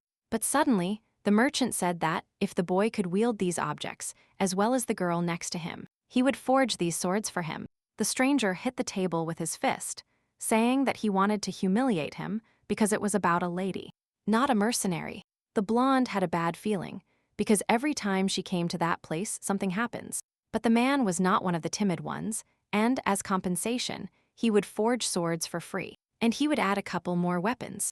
The enemy began to say that, although he was far from the Targil family, famous for its fencing skills, he was the head of the Lovell family, and his people had been considered excellent warriors for many generations. He also asked for the girl's name, but she refused to reveal it. With just a little strength, the lady was able to easily change the trajectory of her opponent's blow. Targil only had a couple of minutes for the guy to lie on the floor, with a sword pointed at his throat. The stranger was neither sad nor angry, but proudly thanked the girl for her instructions during the battle. The boy always remembered this lady and wondered who she was. The queen was in an unusually beautiful place, apparently at the meeting point with Ilwoods. The man asked if the woman had really found the same soul. This soul was Count Targil, the hero who achieved victory in the 100 Years' War. Ilwood said he suspects several personalities. Firstly, there are rumors that Duke Seraph of Valois has angel blood, but they are still verifying this information. Rayo asked if the boy believed in such fairy tales, but he replied, removing his blindfold, that he was willing to cling to every drop and that he had a request for the girl. He asked to touch Duke Seraph, and they would find out if these rumors were true. The blonde also explained that the queen will only have one chance, but if it turns out that the man is not the one they were looking for, they will have to start the search again. Everything is fine because they still have a lot of time. Upon learning everything, Sean concluded that then it was necessary to finish him off. The servant was surprised when Urgenes said that this was unacceptable, because it was necessary to kill him without anyone noticing. He began to select options for painful deaths, such as beheading, poisoning, burning, or burying alive. The Duke asked Effin if he had proof that Seraph was the client.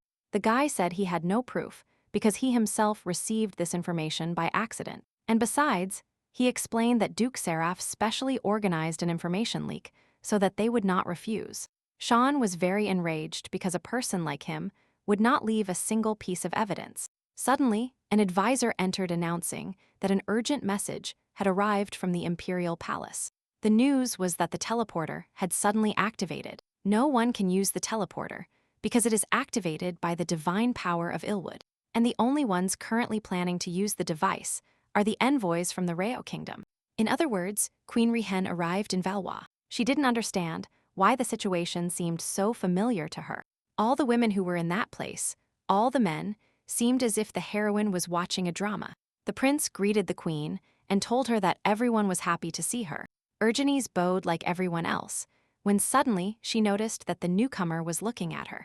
She didn't know the best way to express her feelings, because day after day she saw eyes of different colors. But now, when she saw the black eyes, she felt like she had met a person from her homeland. Your Majesty, in a rude tone in her native language, asked why everyone was staring at her. Urshin was very surprised that the queen had just spoken to her in Korean. The local noblewomen were discussing the fact that Sir Syraxis would attend the reception with his wife today. Targil had never appeared at a social gathering before, and everyone wondered why she deigned to show her face. Many assumed that the issue was that the girl did not look well. But what was their surprise when Sean entered the room with Urgenes, a girl with an unusually beautiful face. The blonde concluded that a place like this requires a strong nervous system. Caraxes, however, smiled and stated that it was the first time he had seen such a nervous lady, and apparently she preferred to stand on the battlefield. To this, the wife replied that it was the first time she had attended such a reception. The Duke, in turn, grabbed the girl by the waist and told her that such techniques were a trifle. In addition, he asked her to remember that he is always next to his beloved. The aristocrats were surprised that Sir, whom they nicknamed an impregnable fortress, and cold-hearted, could smile so much. Urgenes said that the other day she found out that she could be an expert in the Ray Kingdom. Rumors continued to circulate in the palace that no one could have imagined that Urgenes was so beautiful. The girls smiled warmly because she had more or less adapted. But suddenly, one of the girls accidentally spilled 2 glasses of wine right onto Targil's dress. But fortunately, she easily dodged it and the glasses fell. And she, in turn, held the girl in her arms and asked if she was okay. Fira was embarrassed, so she apologized and also introduced herself.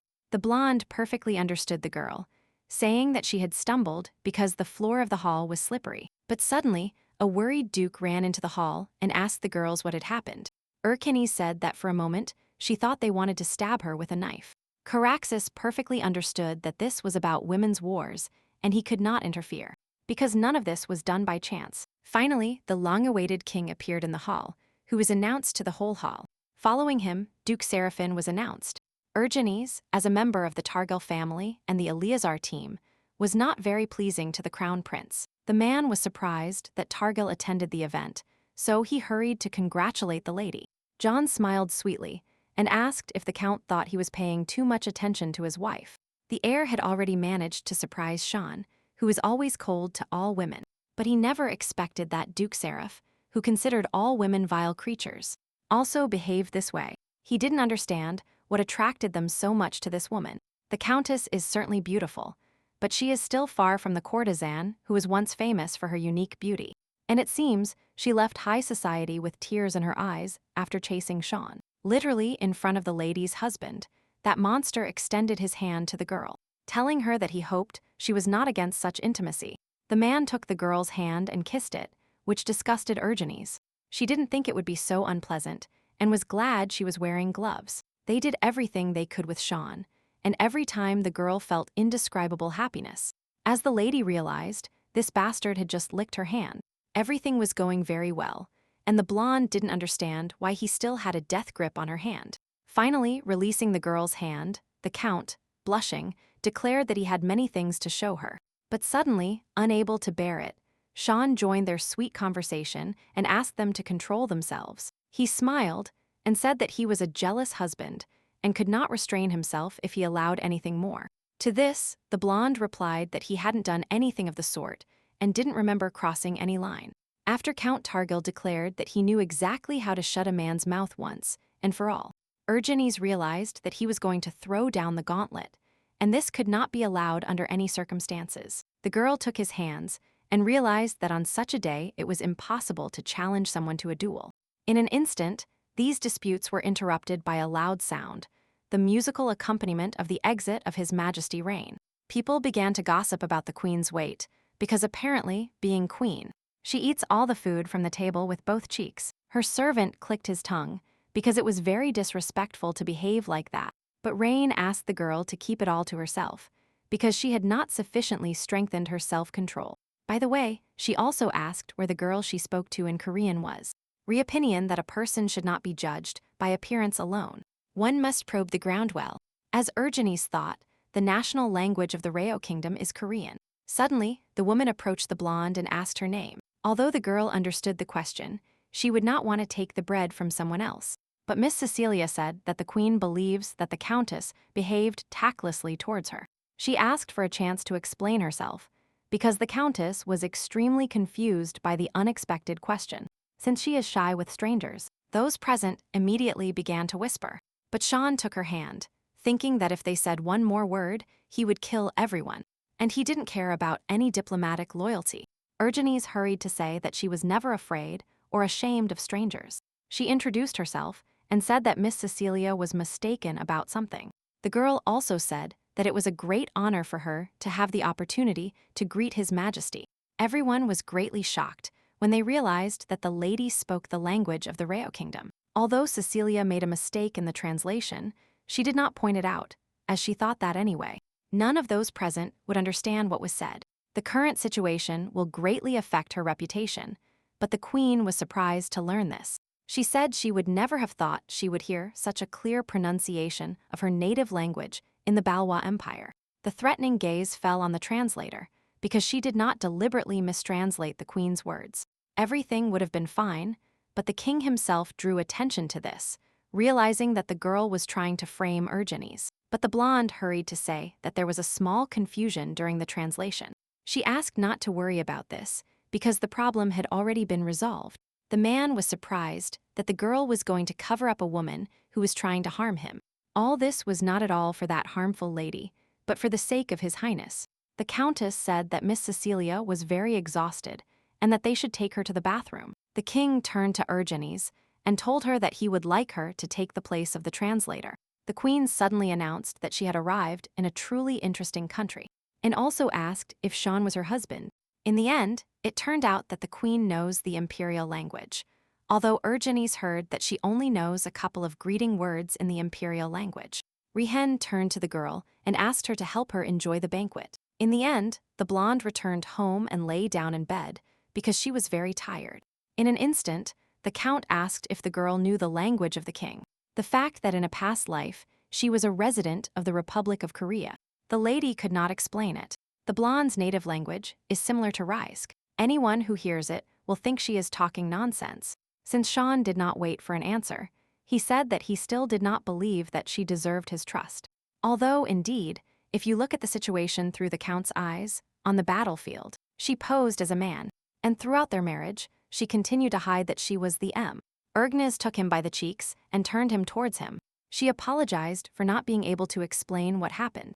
The girl kissed the man and told him that, when she gathered the courage, she would tell him everything. Sean reacted to the kiss in such a way that he threw the lady onto the bed, hanging over her. He told her that today she kissed him first for the first time.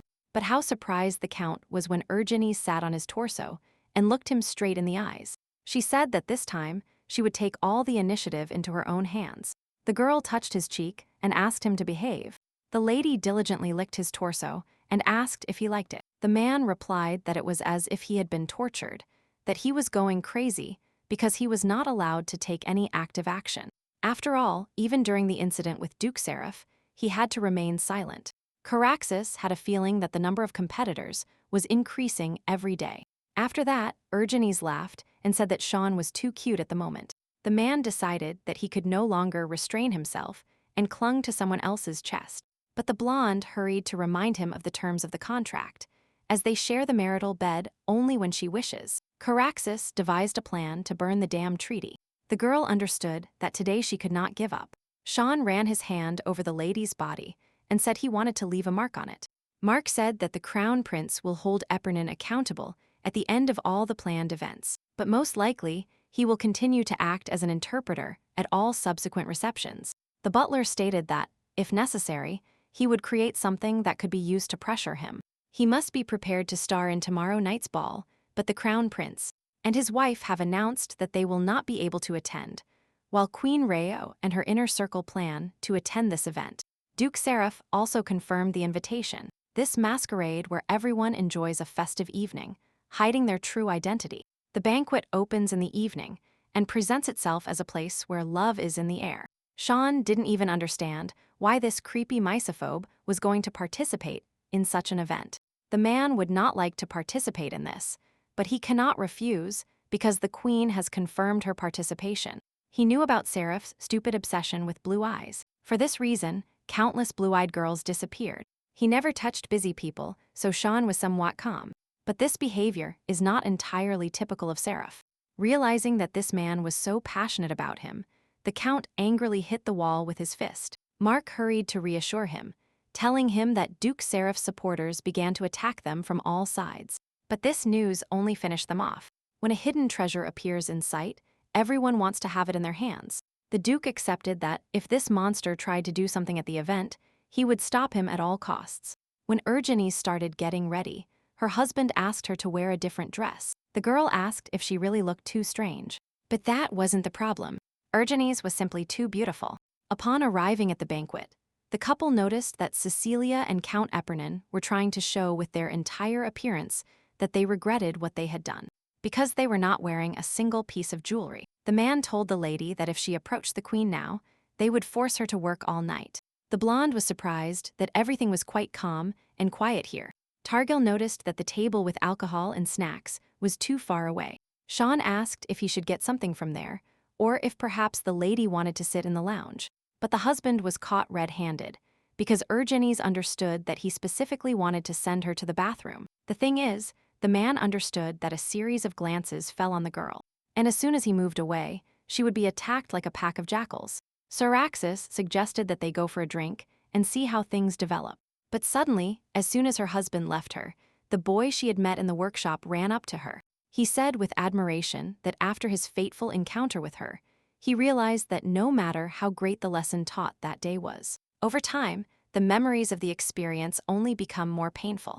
In an instant, Sean appeared from behind and Urgenes asked him to give her glasses. The boy began to talk about how the stranger should immediately let go of the lady's hand, not knowing that this man was her husband.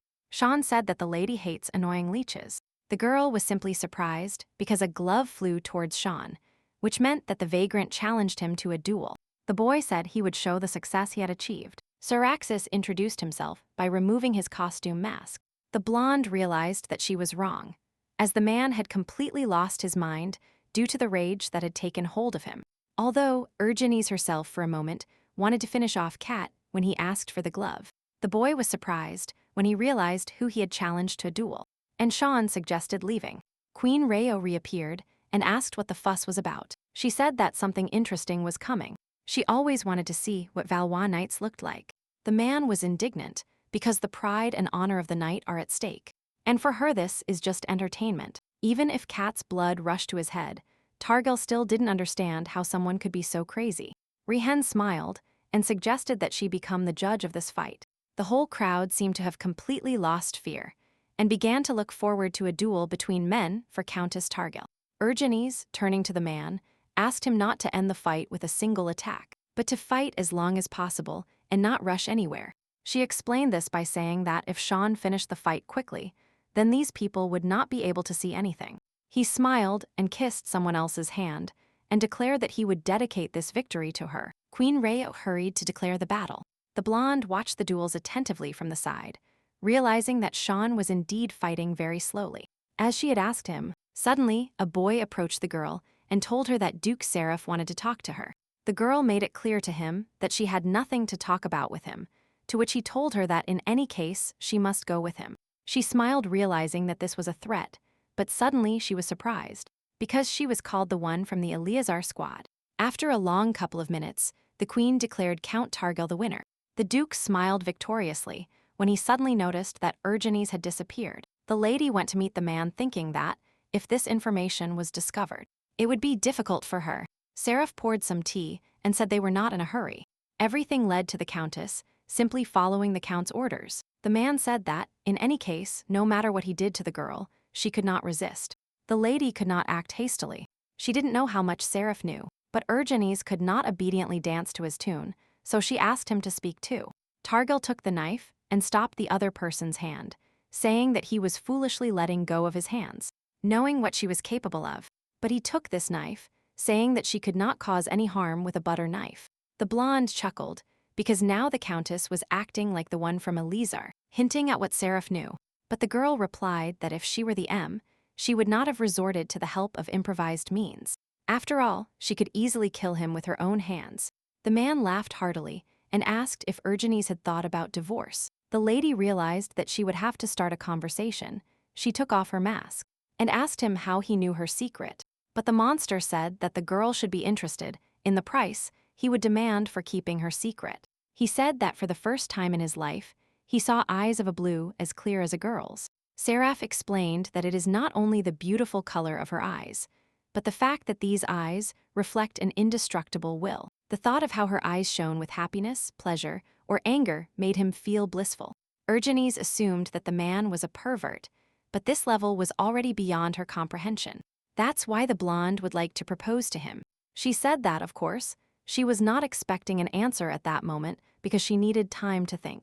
This is exactly what he will prepare and what will help her make the right decision. The girl became very angry, hit the table with her hand and refused. But she was only worried that the blonde would not touch the tea because he had prepared a lot. The lady said that there was no point in beating around the bush because her answer would be the same anyway. The blonde smiled and gave the example that even a cornered mouse can bite a cat. In her hands was a table knife, which she managed to stick into the table, declaring that if he decides to do something, then he should think carefully if it is worth doing. Urgenes was very upset by the fact that she was laughing. Targil understood that if it became known that the Countess served as a mercenary, any contribution she made to the victory, like him, would become a laughing stock. If it only seemed so to Urgenes, then she wouldn't have worried. The only thing that worried the lady was that this information would harm Estin. She returned to the banquet when the queen asked who she was looking for. Ryan spoke of Sean's victory, but the count did not want to enjoy the winner's laurels. As soon as the girl disappeared, he immediately left the dueling ground. The woman reappeared and spoke of her assistant. The queen wanted to ask him for something, but Urgenes said he had unscheduled matters. But she supposed the lady wanted to go look for the count, which she did not hide. The woman asked him if he loved that man. Urgene felt embarrassed and said that she liked Sean. At this, the queen collapsed, saying it was better not to give her heart away. She was about to say the reason, but suddenly got distracted.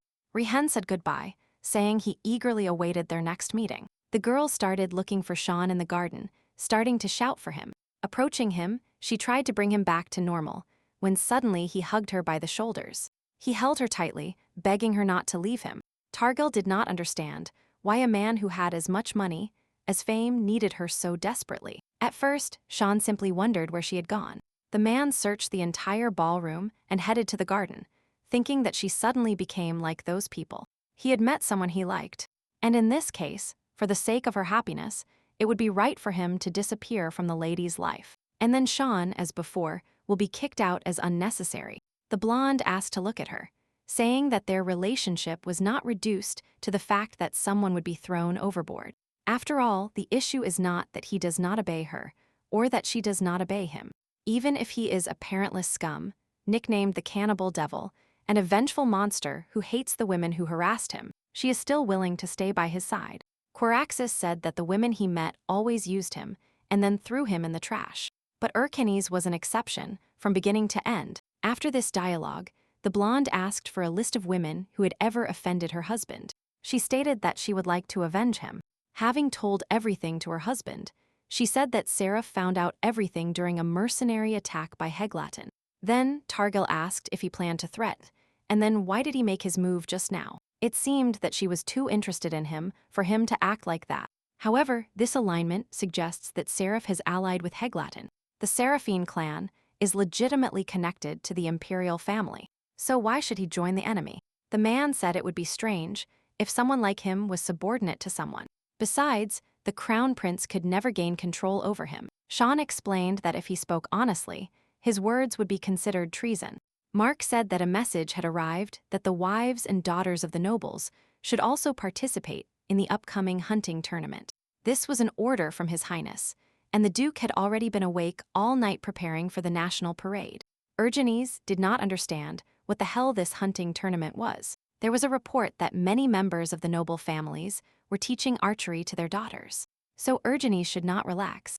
Ivana exclaimed that her commander was magnificent even during archery. Having failed to hit the target more than once, the girl suggested secretly stunning the beast with a sword, or a club and then piercing the carcass with an arrow. In this case, their main archer suggested secretly shooting the prey. The blonde had to witness the parade organized by Sean, but she wished that she was sitting next to Seraph.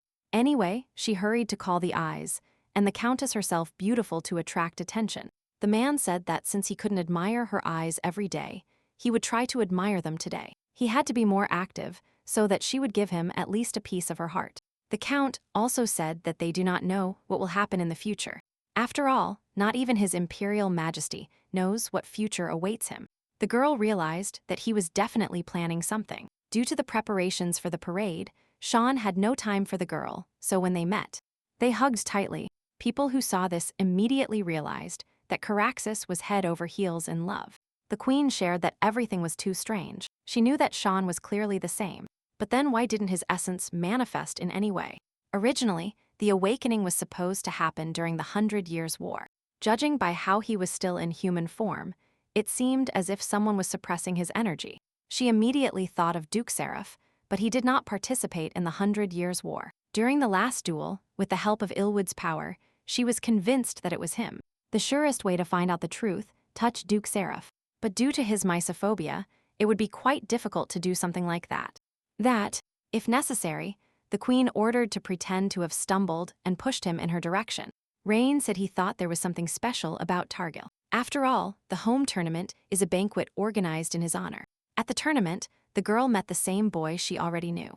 Sean asked if he and Urgenes knew each other, to which she remained silent. The guy said that he and His Excellency were at the masquerade ball, so he had some guesses about it. The lady was not so much scared as irritated by the fact that the number of those who know who she is was growing inexorably. She seriously wondered if she should kill him. Urgenes was already in a difficult position since Seraph revealed it. They were also greeted by a merchant who did not understand how the wind brought Caraxes here. But the Count immediately said that he had come to collect his wife's weapons. The boy said that all this time he really wanted to see her, but he didn't know how to contact the stranger. Urgenes explained that if he didn't shut up, she would attack, to which the stranger stated that the girl took him the first time and disappeared. He bowed and said that, apart from his mentor, Urgenes was the first person he lost to. Sean said that his wife kept her fencing talent a secret, to which he replied that it should be publicly announced that Targil had not abandoned his fencing skills at all. The boy decided once, and for all that he wanted to become a knight of the Targil family. And he was next to them. The Count replied that this was simply unacceptable. He asked why they refused, because he only wanted to faithfully serve the Countess. But the Duke stated that, since he wanted to become a knight of the Targil family, he could easily join the ranks of his warriors, although this was impossible. Urgenes explained that you can show your devotion without becoming a Targil knight. Caraxes offered to start serving in the Imperial Knight Order. It was a great plan, because Sean asked to become the eyes and ears of the Targil family. Seraph, riding next to the Count, said that today is an ideal weather for the hunt. He smiled, because His Highness, of course, expects the victory to be his. But the blonde looks forward to Sean's triumph even more impatiently. And since they touched upon the topic of the hunt, the man said that the other day he had the opportunity to catch a wild animal. This brat did not die even after hitting vital organs, and now he wondered what was the best thing he could do. The blonde hinted that it was worth killing it with one blow, but Sean suggested that they simply watch him catch all the wild animals today and follow his example. But Caraxes is not sure if he can cope with this task. The Count, like the Countess, understood that Seraph was plotting something. As expected of Sean Caraxes, he has the largest animal catch. The man turned to his wife and asked if he had lived up to his lady's expectations. He immediately hinted that for the victory, he deserved at least one kiss. The couple merged into one with the help of their lips. They didn't even care how many people were watching them. The Count said that now it was her turn. She must return with the victory, and at that very moment he would return her handkerchief. Now she has another reason to win. After the hunt, everyone had returned long ago, but Urgenes was still missing. Shania was thinking that something had happened, when suddenly the girl arrived. Everyone started saying that the Countess came empty-handed, and that, although hunting was not her strong suit, she could at least catch a squirrel or a bird for decency. But Targil said that he was not going to disappoint anyone, because carts with loot began to emerge from the forest. It seems the Countess has captured all the animals released in the mountain. The man stated that, as expected, he should take better care of her. The king reported that thanks to the Targil Count family, the honor of the empire was protected. The maids of the Rao kingdom turned out to be skilled hunters, which made him a little nervous. Rihen said that the blonde's skills are admirable. Urgenes was very relieved that nothing happened during the hunt. The princess also congratulated the girl on her victory and offered to take a walk and chat about her secret techniques. She told her that the role of a house dog is very important. The lady also asked what the Countess was wearing on her belt, to which she replied that it was a travel flask. The blonde kindly invited her to take a sip of water. But suddenly, one of the dogs broke free from the chain and rushed to attack His Highness. Targil kicked the animal to save his friend. But there was still a whole pack ahead. The girls did not understand why the house dogs were behaving so aggressively. They attacked them, and Urgenes took her dagger and entered a terrible battle. The countess was seriously injured because the dog grabbed her hands with its teeth. A bright stream of fresh blood gushed out, the smell of which made more animals run. Her dagger was stuck so deeply in the carcass that it was simply impossible to pull it out. And there was no time. The blonde was not sure if she could deal with them with her own hands. But suddenly, as if from the sky, a sword appeared that the girl immediately took. She rushed to the attack to protect His Highness.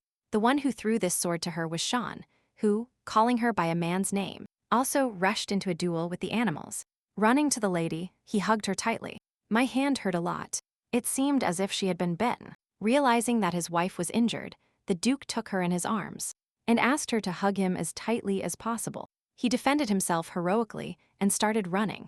The doctor whom Syraxis brought the girl to said that the dog's fangs were smeared with poison. He did not carry any antidote with him. As for first aid, the doctor said that disinfection would be even more painful.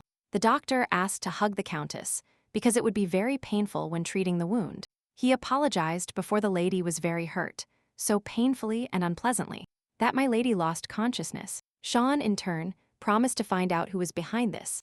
Upon learning everything, Seraph was extremely disappointed. He asked his servant if he realized that he was guilty. The man started kicking him in the head because it was not Sean who suffered as he wanted, but Urgenes. He called Caraxes a weirdo because he gave the vial to his wife, which he should have used himself. The blonde stated that he should be the only one who could hurt her. Elizar's detachment also came to support the commander, saying that Sean had gone to the Empire. Mark said that Her Highness, the princess, almost died. The detachment stated that without him, Elizar would cease to exist. In an instant, the count burst into the room and asked how the lady felt. He asked her never to sacrifice herself for others again. To do this, at least for her sake, because it was due to the girl's heroic kindness that she suffered. Urgenes asked if the culprit had been found, to which Sean replied that Count Epernon had been convicted, but the Duke assumed that he was not the real criminal. He could explain everything, but not that he attacked the princess. The couple assumed that the real criminal was Duke Seraph. All the time he was unconscious, Sean had the feeling that something had broken inside. Given the current situation, the Targil family has no reason to help Epernon. The Count said it was wrong to punish a person for a crime he did not commit. After all, he assumes that this incident is the work of Duke Seraph. Everyone has noticed that Duke Seraph has been acting extremely strangely lately. Sean will help them, but in return, after Count Epernon's life is saved, he will still have to be stripped of his title. The man asked if they were willing, in this situation, to join forces with him. It was like signing a contract with the devil. They shook hands because they agreed, and Sean finally realized that Seraph was cooking something up against him.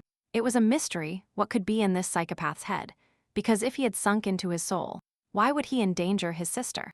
In any case, Caraxes will take the opportunity to permanently remove both Count Epernon and Duke Seraph from Urgenes's entourage. Her Majesty was smoking when the maid asked to check her health. The woman began to think about visiting Lady Targil. After all, to be honest, when the wolves attacked the blonde, she was watching the Duke.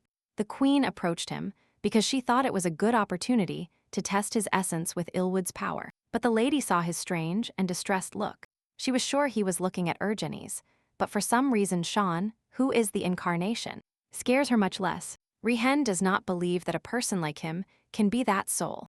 And even if it is confirmed that Count Seraph is him, she will never be able to admit it. The girl said that a person cannot regret the will of God, to which the Queen began to shout that someone like him could not be her.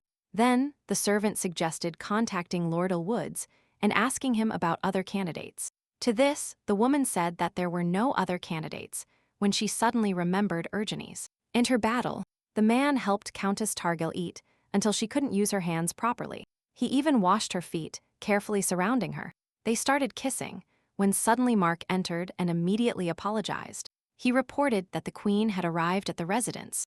The woman asked how Urgenes felt, to which she received a good answer. Moreover, by the way, he said that the girl's husband was not particularly happy with her visit, to which the Inca blonde asked Sean to simplify his face.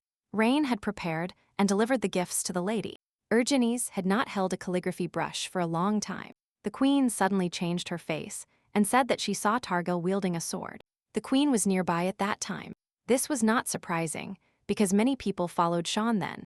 The Korean said that she would not ask about anything anymore. Every person has their own reasons for acting one way or another. Reo had another gift, namely the divine power of Illwoods, which would heal the girl's wounds in the blink of an eye. But suddenly, the Duke grabbed the queen's hand and asked what she was doing. Divine power is hard to obtain even for royal families, because it is too valuable.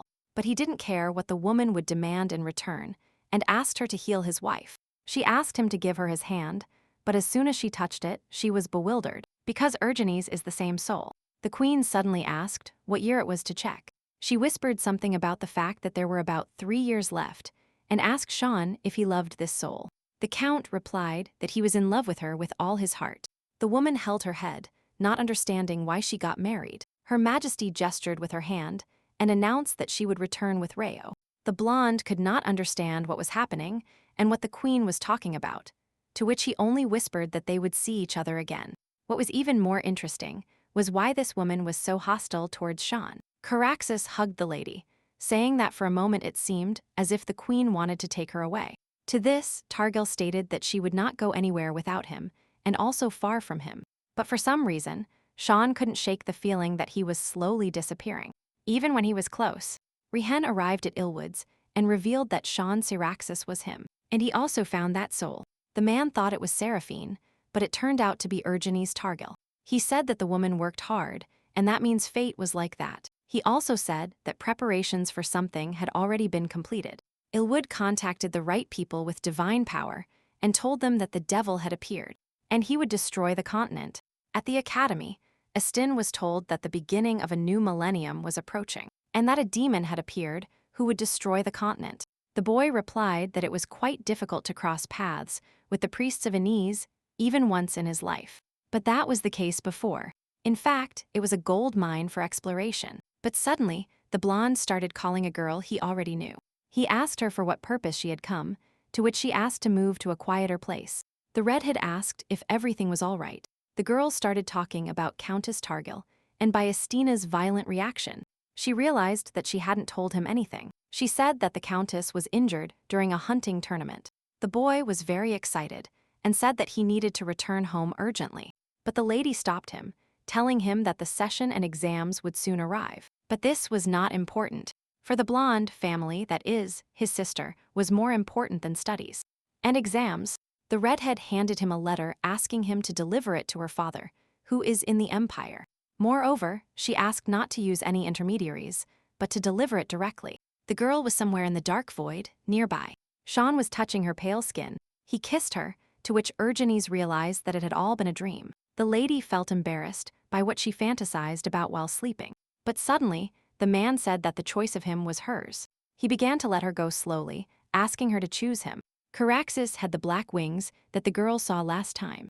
The girl began to hear someone's voice, saying that the devil had appeared, and he would destroy the continent. And his name is Sean Caraxes. The countess woke up in a cold sweat and barely breathing. Sean was not present, so Targil was very worried. The girl ran into his office to see what condition he was in. The man approached her and asked why she had woken up, but the blonde only pressed against his chest, unable to say that she had had a nightmare. There is not much time left before Epernon's trial, and they, along with Duke Wade, are trying to remove the false charges from him, but it is not so easy. The countess wondered why Queen Ray was behaving so strangely. The count also tried to find out what was going on, but it is extremely difficult to search for information in Ray's kingdom. Sean reported that the queen seemed to want to take the girl away. The girl smiled and said that no one would take her away because she wanted to be close to him. At this, the husband threw his wife to the floor. He whispered his man's name and declared that he desired her. He began to directly demand permission to touch the girl like a faithful dog. Sean said that they hadn't had anything like this in a long time and that he missed it. However, the man was glad that he was not the only one who was excited now. Caraxes said that he loved the lady so much that he would go crazy if she wasn't around. A couple of hours later, they were told that Estin had arrived at the residence. He ran to his sister, shouting that he had heard that she had been injured. The boy started crying when he said that he was very worried. His sister also shed tears because she hadn't even thought about her brother's feelings. But what a surprise Estin got when he learned that the queen healed Urgenes with the help of divine power. He didn't understand how this was possible, since only priests could receive and use the divine power of Ilwats. Little was known about the kingdom of Rei, so it is possible that Rain was a monarch. To distract the teenager, the girl suggested going somewhere, but he said he needed to fulfill an order. He needed to send a letter to Duke Wade's residence. The girl wrote that Astin is a man of exceptional mind and great heart. She thinks she could be with this man for the rest of her life. That's why she asked for help to marry him. Her only daughter, who grew up without a mother, had rejected all potential suitors all this time. The man suddenly asked if Lord Astin had thought about marrying his daughter. The Duke Wade family proposes to the Count Targil family to establish a marriage alliance between Hala Wade and Astin Targil. The older sister was surprised when she realized that her brother had received a marriage proposal. Sean promised to go to the Imperial Palace and meet him to discuss this issue personally. Urgenes said that Her Highness, the princess, had summoned him. A couple of minutes later, Ivana knocked on the door and went to the commander. The redhead said that she gave flowers to Efhan Margus and ordered him to arrange everything. This flower has hallucinogenic properties. In moderation, hallucinations and torture are a fantastic combination. The princess said it was a great relief because she looked healthy. Urgenes asked if perhaps something had happened to Her Highness because she was very pale. She said that nightmares had been tormenting her lately, so she really wasn't sleeping. The girl looked down and asked Urgenes to fulfill a request. She asked her to spend at least one night in her palace. Later, the lady told her husband about this. Targil said that it seemed to him that the state of the crown princess was somewhat strange. The girls drank tea, which relaxes and promotes good sleep. But so far the princess has not been able to feel this effect, and Urgenes completely gave up tea. At night, tea was also sent to the girl, and she was asked to try it. Seeing that the tea contained flowers used as sleeping pills, Targil poured the tea from the balcony. At night, the maid even checked whether she drank tea or not. She walked down the hall and then, hearing pitiful moans, appeared in the room, and saw a man strangling a woman. The blonde said that if he didn't stop, she would scream and make noise. The countess asked the princess if she trusted. She asked her to get under the blanket and open it only when she requested it. The girl promised that she would definitely fix everything, but the killer pointed a dagger at the countess, saying that he did not want big problems. The man handed the girl a medicine that helps her dream a little while sleeping. Then, he asked if she would forget what happened here after drinking, but the girl refused to drink it and hid it. Therefore, he guaranteed the safety of the evidence. To this, the man said that she clearly wanted to die and rushed into battle. But the girl recovered from his attacks very easily. She said that his sword was too dangerous, so she took it away. Realizing the essence of the situation, the killer began to beg for mercy. But Urgenes said that she had no intention of killing him. But if he still throws the skates, nothing can be done about it. So she cut his throat. Targil lifted the blanket, indicating that the princess could crawl out. The blonde declared that this nightmare was over. In the end, it turned out that they climbed onto her every night, and she considered it a dream. For a long time, the princess was filled with hallucinogenic drugs, and then they did something similar. And the servants were clearly accomplices in this absurdity. Suddenly, a sound was heard, and the girl skillfully dodged the next attacker. At that moment, Sean approached the man about Astin. The man said that it would be difficult to prove Count Epernon's innocence. He perfectly understood that what happened was Seraph's doing, but the trial was just around the corner.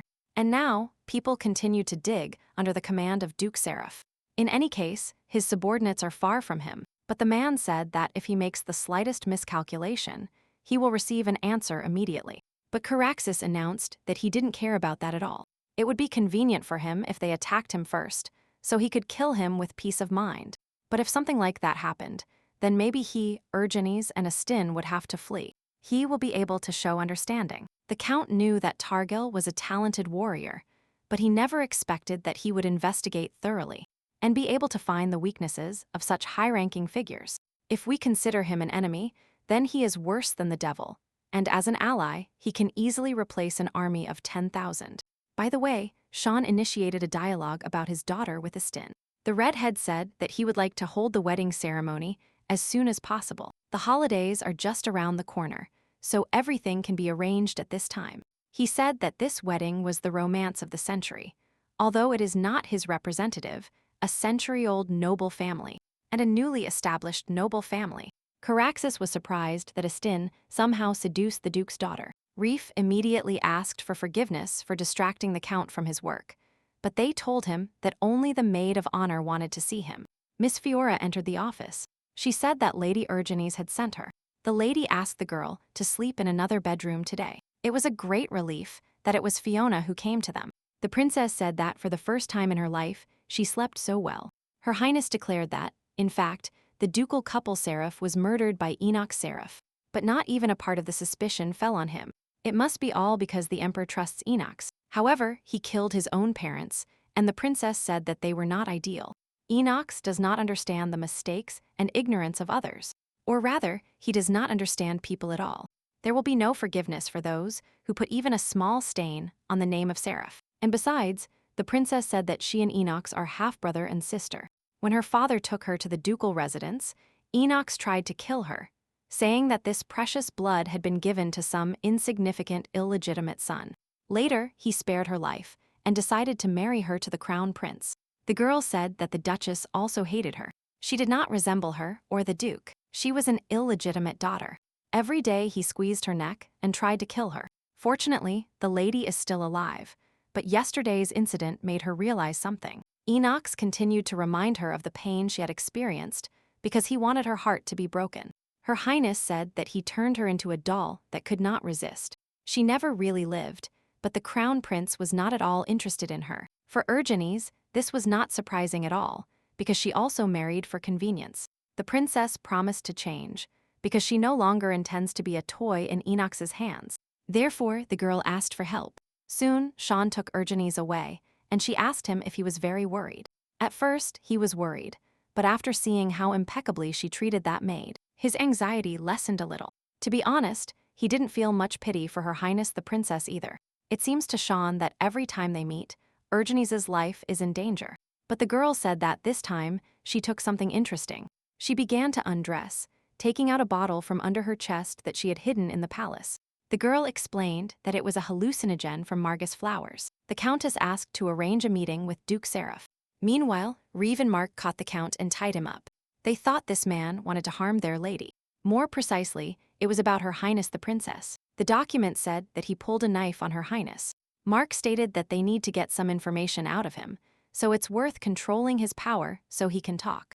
The boys thought that a couple of blows, and he would tell everything. Count Caraxes and Duke Saren have not seen each other for a long time. Sean asked me to say something and give him some time. Seraph continued to irritate the man by asking how the countess was, because every night he dreams of her sky-blue eyes. But he also decided to prick the blonde, saying that while he indulges in his fantasies, he spends passionate nights with his wife. Targil said that he received information that in the imperial palace, some kind of perverted servant was wandering at night and strangling a person. Seraph never thought that he would decide to stay in the princess's chambers. Urgenes' decision allowed them to set a trap for this phenomenon. Sean offered to share dinner with him. The girl dressed conservatively and said that she would be away for a while. She explained that she would go with Elizar's squad. It is rumored that Duke Seraph tried all blue-eyed prostitutes. He was going to visit the brothel and make inquiries. To be honest, Urgenes planned to deal with her past. She said that the woman who became her first torturer is now in a brothel. She is the cause of Sean's injuries. The girl wants to decide once and for all whether to face what happened or turn a blind eye to what happened. The blonde asked not to try too hard because she was the first to get there. In that case, Caraxes asked to accompany her. The lady asked how the interrogation was going. The count said that he had entrusted this matter to Reef. But Sean said that he really doesn't care about her past. He knew she was there, but he did nothing, even knowing her location. But not at all because he forgave or forgot what happened. It's just that those facts mean nothing to him. But when the lady said she would go there for him, the situation changed completely. The man compared the lady to a rope and asked her to tighten a tight knot around his neck so he couldn't take a single step. He began to bite her hands, begging her to let him feel her hugging him tightly. Caraxes declared that he wanted to be in his wife's clutches for eternity. Therefore, she will have to hug him tighter. But suddenly, Mark opened the carriage and informed us that we would have to proceed on foot. The man told Urgenes that this woman was incapable of having children. The husband tried to accept this, but due to his wife's constant affairs, he finally requested a divorce. And she, accustomed to a rich life, needed money. She decided to sell her body and ended up here. A man greeted them and suddenly saw who had approached them. It immediately became clear that they were aristocrats. He concluded that, since those people came to such a miserable place, it means they have strange sexual inclinations. He asked which women their guests preferred. He stated that he needed rage, to which he was surprised that they chose an old prostitute for a threesome. But when he saw the bag of gold coins, the owner said he would bring her soon. The room was simple, or rather a bed and tools for fun. That woman came out, stating that it was a great pleasure for her to serve such honorable guests. But suddenly, lifting her head, the prostitute saw Sean. The woman tried to hug him and asked if he had come to save her from this hell. But Urgenise pushed her to the floor, saying that she had been restraining herself for so long. She screamed that she didn't dare to be someone else's husband. The eyes of that child drove the lady crazy, so something connected them. The prostitute said that after that incident, no matter who she slept with, all her thoughts were only about him. For some reason, she thought that he had come because he was also thinking about her, and missed her hugs. The blonde was annoyed because this woman acted as if she had met her lifelong lover. The girl noticed that Sean could barely contain his anger. The old woman was surprised that Caraxes married someone who didn't even look like a woman. She screamed, asking him to say that this was a lie, because most likely they simply forced him to do it. The psychopath started laughing nervously, begging her to tell him that Sean loved her.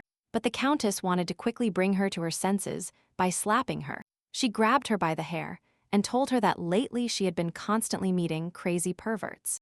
And she had realized something. She said that for people like this woman, the stick cries. The lady laughed because she herself wanted to whip Caraxes, but she herself did not like to be hit. But the prostitute started screaming that it was for educational purposes. Seeing how Urgenise beat her attacker, she laughed. A man's soul is filled with joy thinking that behind him, there is a lady like a wall. The psychic said that Sean could not do this to her.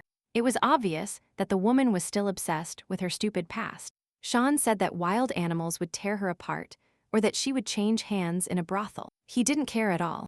And all because this nullity is an empty place for Count Targil. He kissed his girlfriend's hand, because one should not dirty one's hands with such insignificant trash.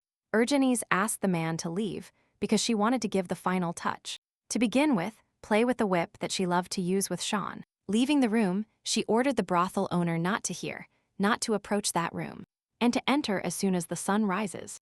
Moreover, the Count gave money to clean up the corpse. Having finished, the blonde went outside, seeing her squad, which began to wait for instructions. She said that she and Sean would leave first, and that they would deal with the woman together with the Killua Guild.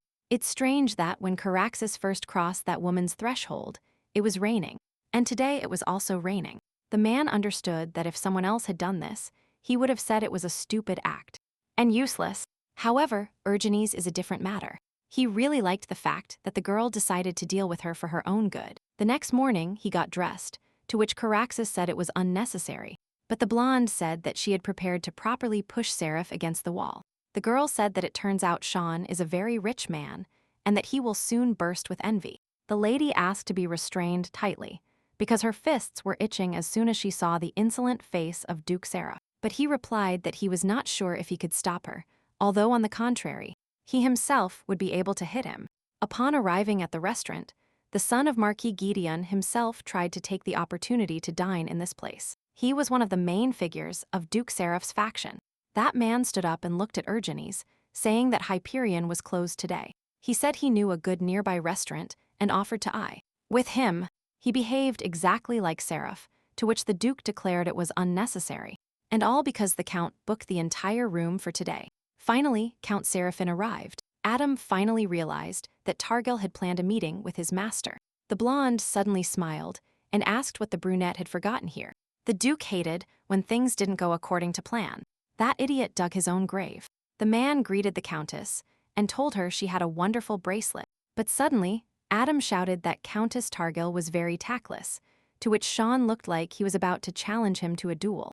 Caraxes demanded an apology, because he was ready to kill him even for this sentence. Seraph suddenly declared that only the boy was behaving tactlessly, because he had interfered in his conversation with the Countess. He asked that next time she come with her father, but the devil said again that he had long remembered the insult to his wife. Finally, according to Seraph, They have eliminated all the small errors and can move on to the main thing. The man asked what they wanted, as they already had a meeting prepared with him. First, there is something they would like to draw attention to. He was talking about an accident during a house tournament. The blonde said it was Seraph who stupidly organized it.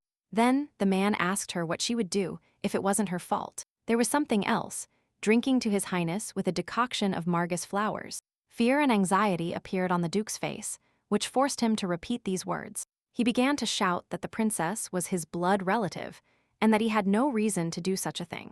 She was surprised that the Count decided to play the role of a caring brother. The lady hit the table with her hand, saying that whatever she had done so far, and what she was going to do in the future, she was not interested in the slightest. After all, it's none of her business, so she won't worry about something like that. But Urgenes will not tolerate Seraph touching his people. In any case, she cannot be called a good person. Throughout this time, he has killed countless people on the battlefield. The lady will not say that she fought for justice. She is simply willing to do anything to protect the people close to her heart. Baffled, the man asked if His Highness was one of his people. Then he wondered why he likes that boy. But to protect something, you need strength. And even if she has some strength, it is absolutely useless in front of him. The Count directly declared that he wants to destroy her very essence. A pleading look with tears welling up from those stern eyes. He goes crazy with the desire to see such an image. But suddenly, Sean said they had proof in their hands, or rather a promise, that Seraph would not want it to become public. He began to make demands. Firstly, a man should not approach them and interfere in the great affairs of Targil. Secondly, in Count Eperin's trial, he must prevent the death penalty from being imposed. And finally, the man must withdraw his hands from His Highness. To this, the blonde said that these were impossible conditions. Seraphine got angry and shouted that then he would have to make it public that Countess Targil was a Lizars. Not only that, he will tell it in front of those they defended so desperately. The man smiled, because Targil would be in an extremely difficult position when her identity was revealed. His Highness, the Crown Prince, will also be disappointed. The Count, in whom he trusted so much until now, hid such an important secret from him. Sean could endure anything, but he would not tolerate his wife getting hurt. Seraph began to mock, asking what this couple would do now, but Urgenes understood that she could at least kill him.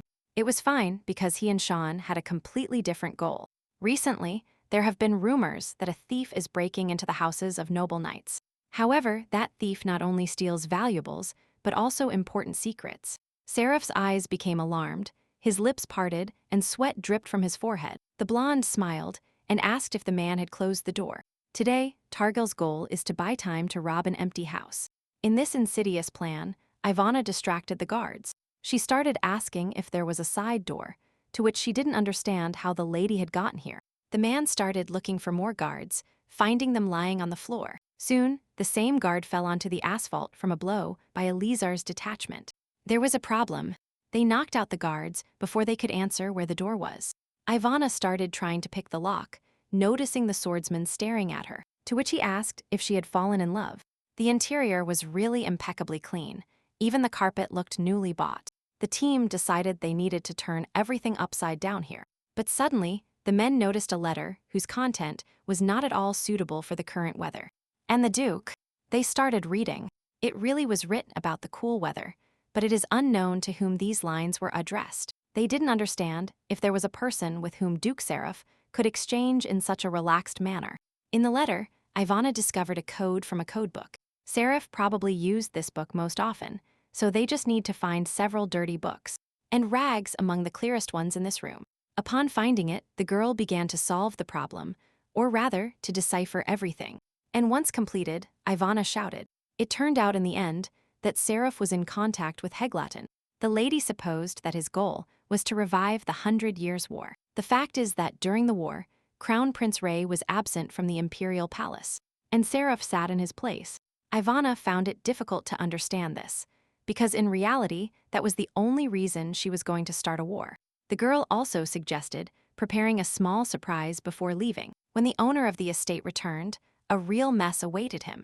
Upon arriving there, he was immediately surprised when he suddenly noticed that the codebook had disappeared. The blonde wondered how the same thief, according to rumors, realized what exactly needed to be stolen.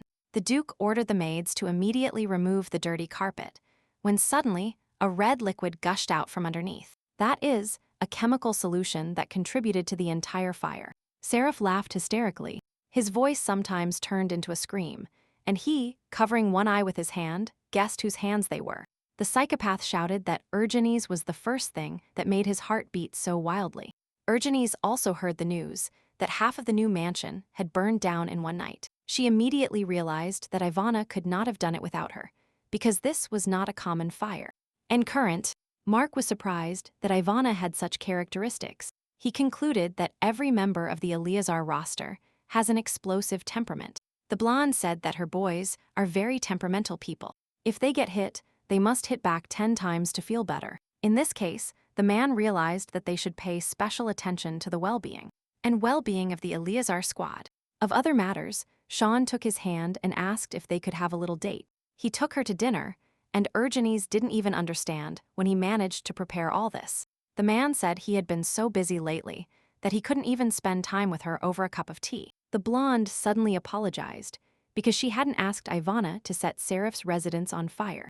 At this, he just laughed because he was incredibly interested in how furious Seraph had become.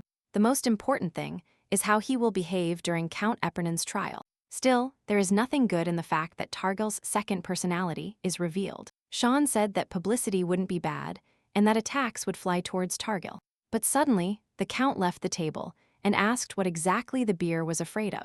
The blonde said it was just fear of the unknown.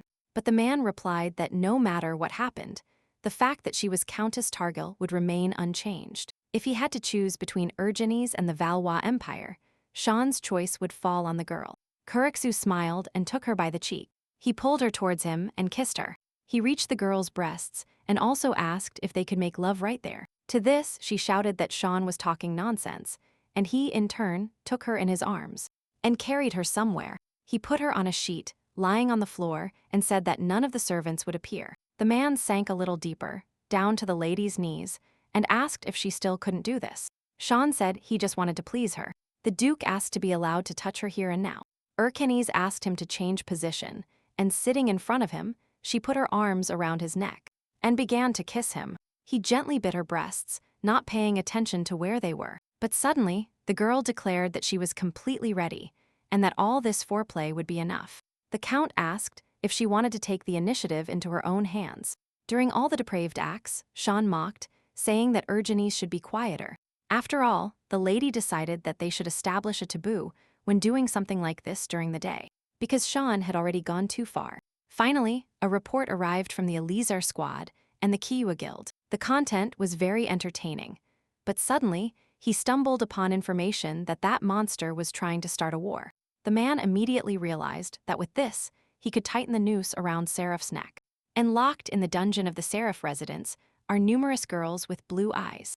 Most of them worked in provincial brothels. They all have their faces made up and dress like dolls. To begin with, everyone will receive treatment at the Targel estate. As soon as they can speak, they will be able to become important witnesses. The same goes for the servant who was involved in the incident with Her Highness the Princess. Most likely, this will be enough to defeat Seraph. Although everything seems perfect, his opponent is not that simple, so Sean has a feeling that they are missing something. Count Epernon's trial began. Count Epernon has lost a lot of weight. His Highness, the Crown Prince, and his wife arrived at the event. Seeing the girl, the blonde exhaled, because the lady no longer had to hide her neck. The trial began. Firstly, Count Epernon committed a terrible crime, daring to murder Her Highness the Princess during a hunting tournament.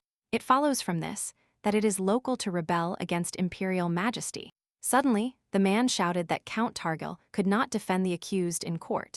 The reason he is ineligible is because he deceived the Valois imperial family. Everyone was surprised when the Count called Sean a sinner. She also sat in court and felt no anxiety. But suddenly, in front of everyone, it was announced that Sean Targel's wife, Urgenes Targel, was the commander of the notorious Eleazar detachment.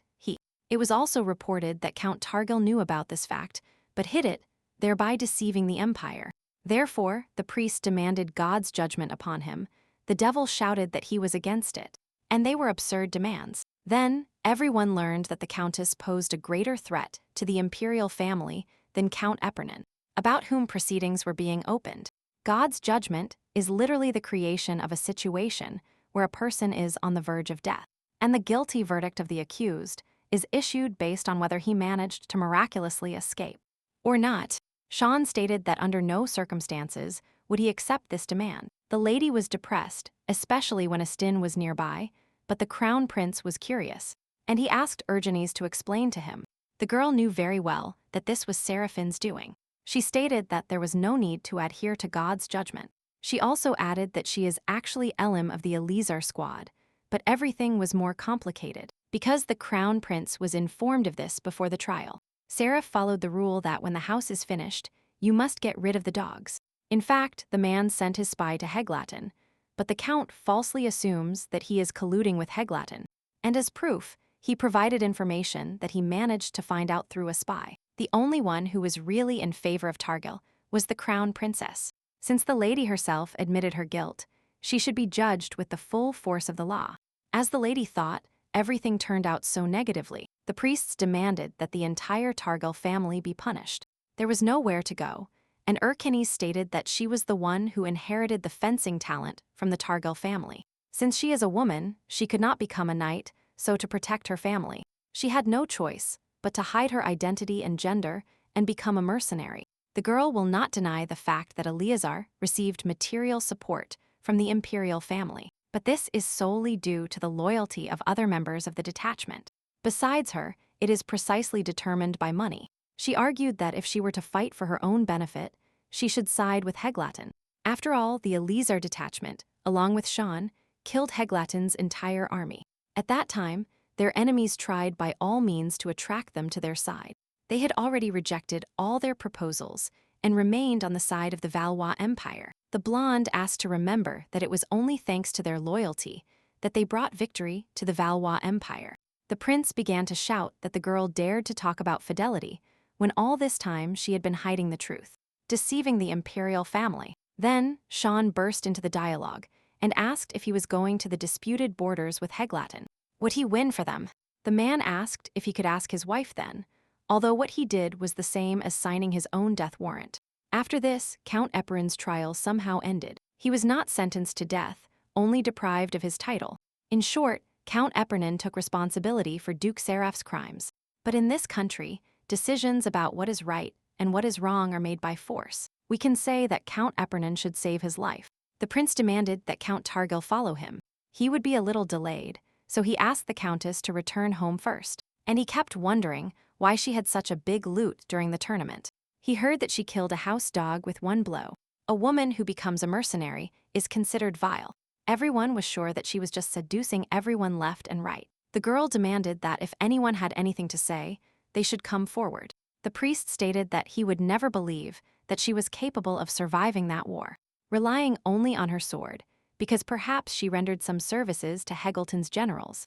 Urgene got angry and suggested that if they didn't believe her word, they should arrange a duel here. And now, but it would be worth risking their lives in this fight. But suddenly, Astin stood next to her and told her that if his sister continues to aggravate the situation, nothing good will come of it. The sister realized that, without even blinking, her brother had grown so big. The boy turned to her and suggested that she go home. He took her hand to lead her out of the building of shame and ridicule. The last thing the lady saw was Seraph's evil, victorious smile. The prince wanted to talk about the matter related to Heglatin. It seems to him that Sean had some misunderstanding regarding the role of Duke Seraphin, although Seraph was sure that Urgenes's identity had been revealed in a blink of an eye. The initiative was intercepted. The man had already discussed with whom he would not mention the case of blackmailing His Highness, because she was clear that he was too worried about the princess. Sean immediately realized that this monster was not interested in anything other than saving face and imperial power. It turns out that in the current situation, those women are the only weapon they can use to attack Duke Seraph. But as a result of such an attack, the damage caused will be insignificant. The prince declared that Targil disappointed him greatly and treated him like his own brother. And this was said by a man who was ready to hit him as soon as that creature said a word. The man continued to say that Sean was the only one he could trust his back on the battlefield. After this, he whispered that it seemed His Majesty would soon return to Agnes's arms. Most likely, he would not survive this year. After the coronation ceremony, he had big plans for Caraxes. The crown prince asked to honestly confess why Sean asked to be sent abroad. But he expressed it earlier, because this is redemption. The man suddenly shouted that when he took the throne, he would give the duke another title. Therefore, he demanded to divorce Ergenes and wipe the Elizar detachment off the face of the earth. The count naturally refused such a request. He was informed that if he continued at this rate, he would be on the road to death. But Sean said that as long as there is beer by his side, his path is life. Leaving the office, he saw Seraph in the doorway, clearly satisfied with his victory.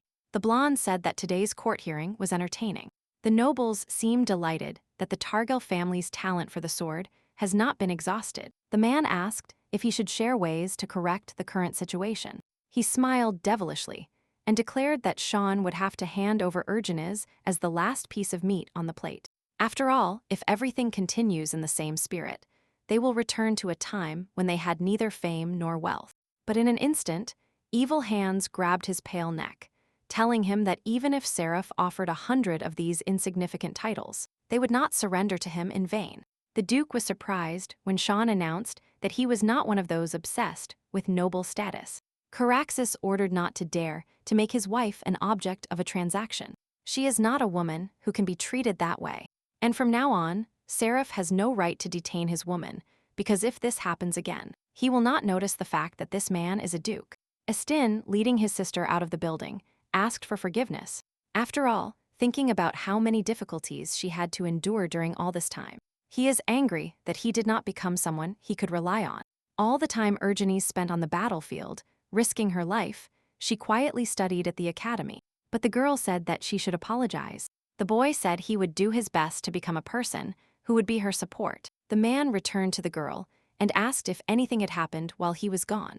Caraxes ordered everything to be prepared for the council. From today, the Targil families and the crown prince are at odds. Duke Seraph takes the initiative in his conspiracy with Hegladen.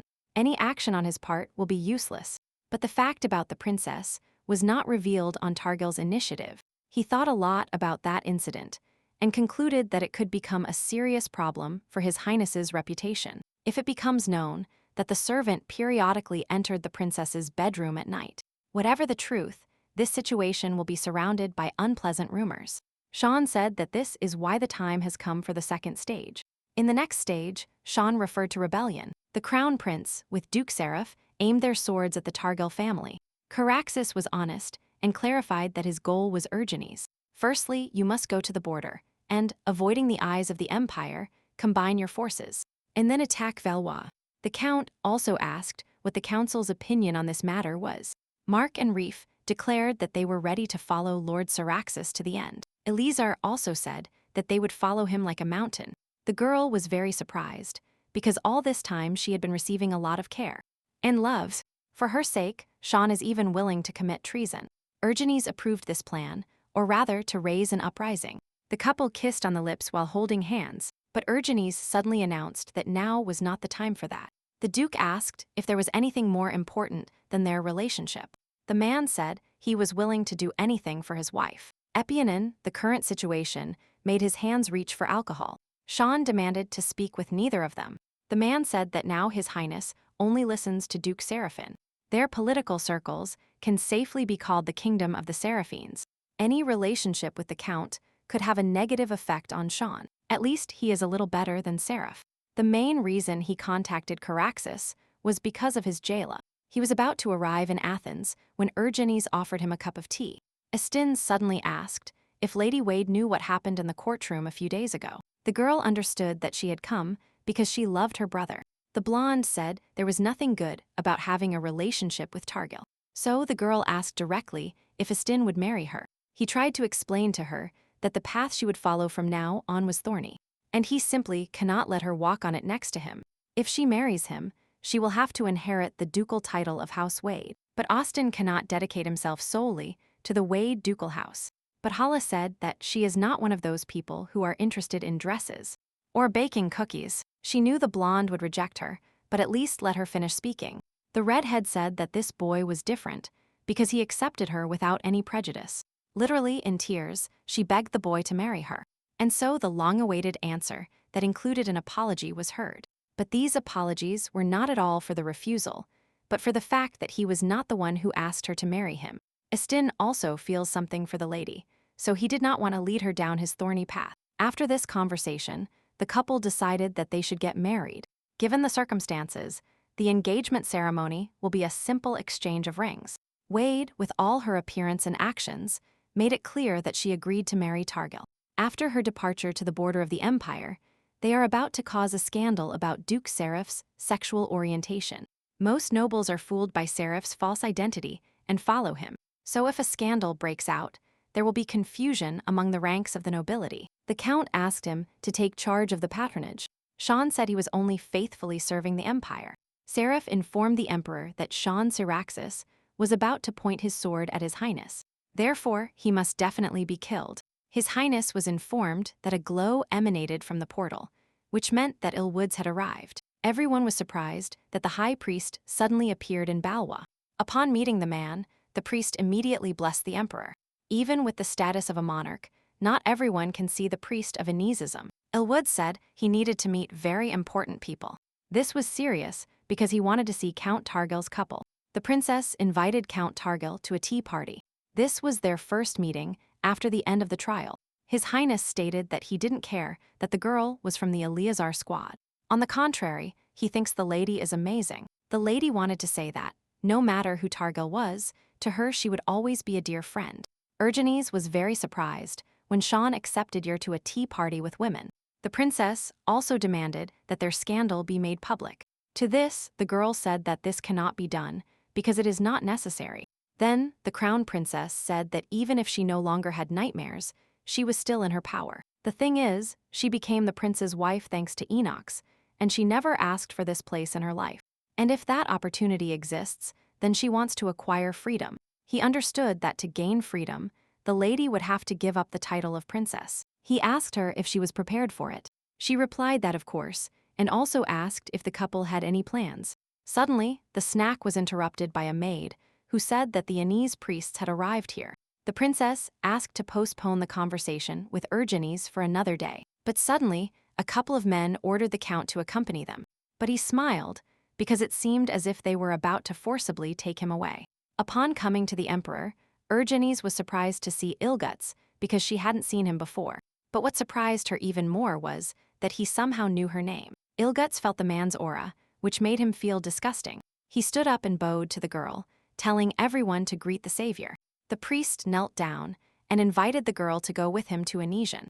The emperor began to shout and explain that this woman was just a countess. But the lady suddenly became curious and asked why she should go with him.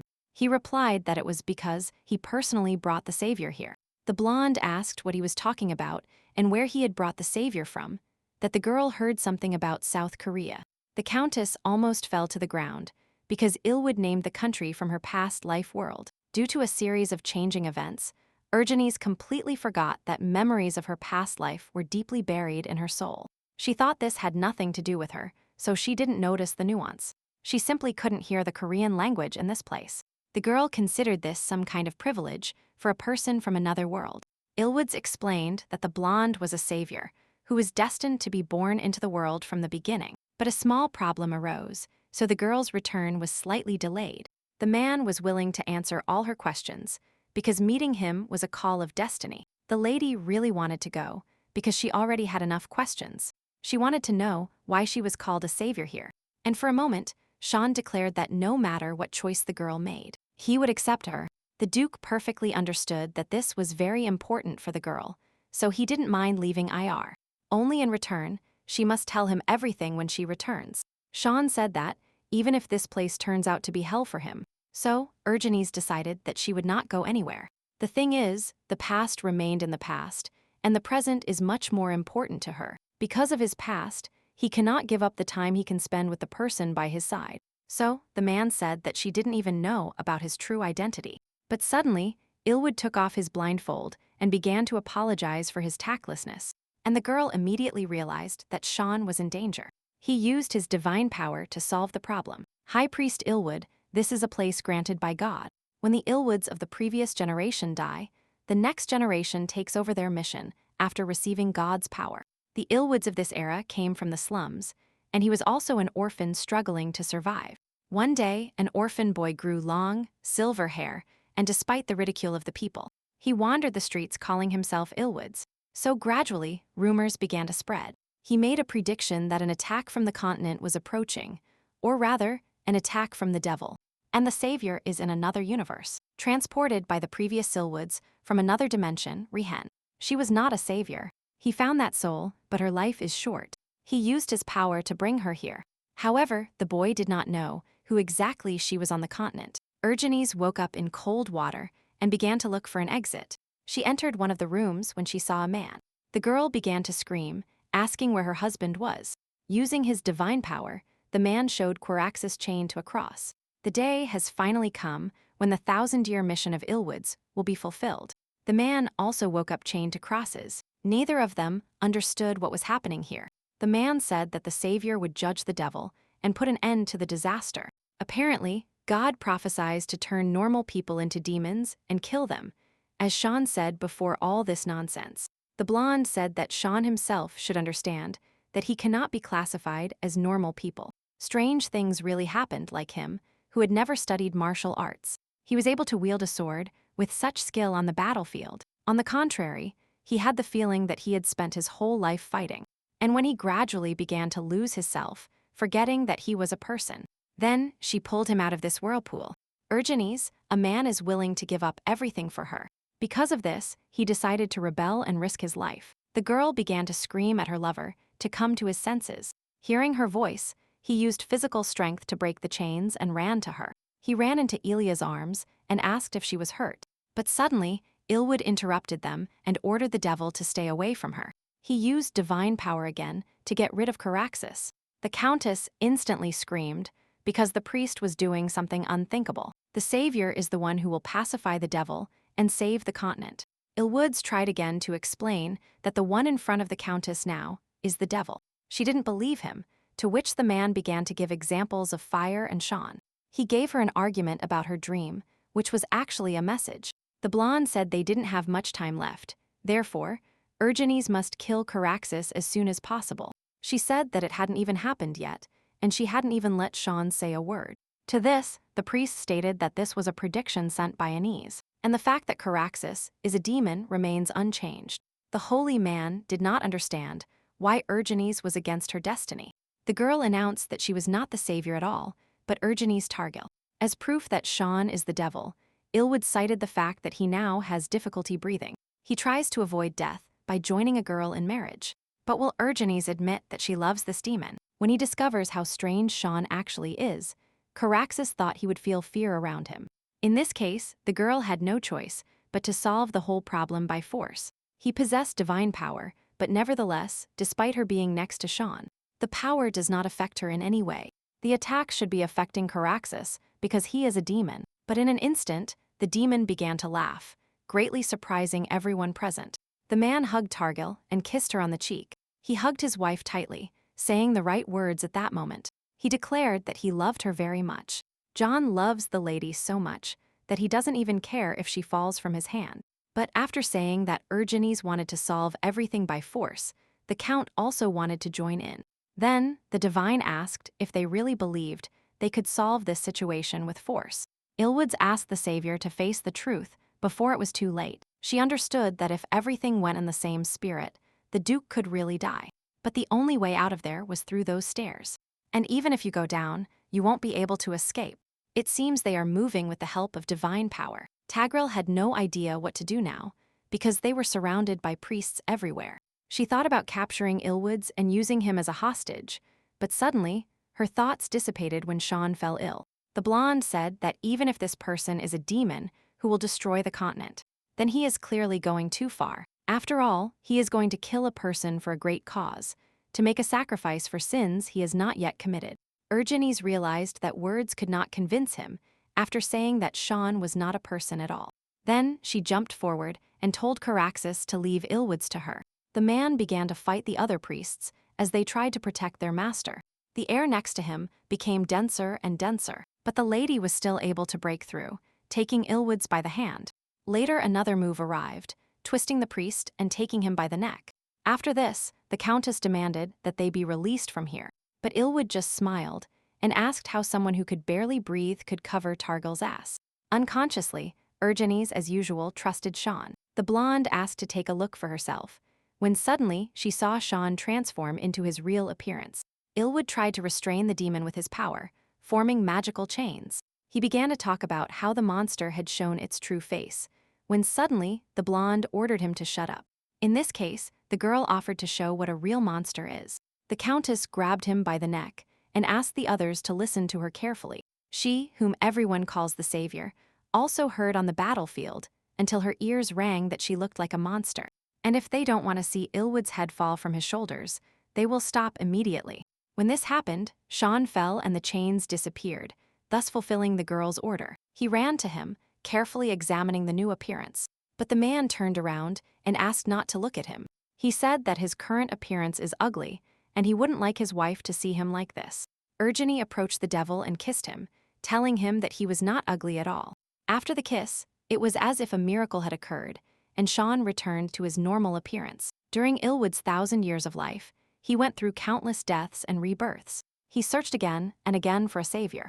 And while this process was repeated, he fully believed in the idea that his savior would be a perfect saint. And moral, that's why he believed that, when the savior saw the devil's true face, of course, he would hate him with all his heart, and he would not hesitate to take his own life for the sake of peace. But the savior he saw was different, the mission of a man that has lasted for 1,000 years. If the savior chooses the devil and watches the destruction of the continent, then what should he do? Ilwood approached the couple thinking that it seemed they had rescued him. Perhaps the fact that they got married was destiny itself. The saint seriously thought that he might be wrong. The girl said that the savior he wanted to see was not here. That night, the blonde concluded that perhaps murder was not the answer. The lady asked what kind of place that was, to which he said that he comes here when he wants to be at peace and tranquility. Suddenly, the priest asked if they knew the last verse of the prophecy. He thinks that the Ilwoods, on the contrary, continued to add and subtract, thus interpreting the prophecy as they wished. Initially, by becoming a demon, Sean lost the opportunity to become human. Sean Kirksis, even if partially, has truly become the devil. But the Savior returned his former appearance, with the help of love and tenderness. This is a true miracle, which is called the salvation of the continent. It turns out that as long as Urgenes is by her husband's side, there will be no problems, but Anese's priests will continue to look after them. Ilwood's promised that if Sean suddenly turns into a devil again, he will reveal his true essence to the whole world. Suddenly, the man put his blindfold back on, and the air changed. Urgenes was very surprised when Ilwood said they would see each other again. That's exactly what she thought, but she didn't believe it. He was the priest who would watch over the Targil family, so he was sent back to their estate. Seraph handed a bouquet of flowers to Miss Targil and told her that his heart longed for her. The man said they were just roses, and then bowed and said he would wait for her. In the carriage, Sean stomped on these flowers with his foot, saying that black roses ruined the whole atmosphere. The girl arrived at a snowy place where Ilwood's was next to the horse. The lady allowed herself to introduce her companions, or rather, Eleazar's squad. They said they had been together since the 100 Years' War and had become family, so he told them everything. Ivana thought she had serious problems because the priests did not favor alchemists. When Urgenes introduced the girl, he said he couldn't believe what he was seeing. He approached her and told her it was amazing to know such a truth at such an early age. Ilwoods called the lady wonderful, which made Ivana feel more at ease. The redhead invited the man to try the anti-fatigue potion she had prepared. This town seemed to bring doubts into my soul. The boy even gave a couple of coins to a child, but the blonde didn't allow it, saying the child's hands were too clean for someone begging for mercy. And there were no signs that he was exhausted from work, and his face was completely chubby for someone starving. The girl asked if money was really what he needed, when suddenly the boy ran away. Mark noticed that this place is really strange. Although the town is on the outskirts, the buildings are terrible and there are no people. In an instant, Griff reported that a message had arrived from the mansion, saying that food would be provided to them, and a place to spend the night. Sean asked the boy to keep an eye on the situation while they went to check the mansion. Targil decided he would carry a weapon just in case. The Duke also thought this mansion looked suspicious. There are no adults, and all the servants, without exception, are children, and the owner of the mansion wears a strange mask. Upon entering the room, the children were greeted by the owner, who wore the same strange mask. He introduced himself as Rayon and said he was forced to wear a mask due to scars on his face. As they were his first guests, he did his best to give them a warm welcome.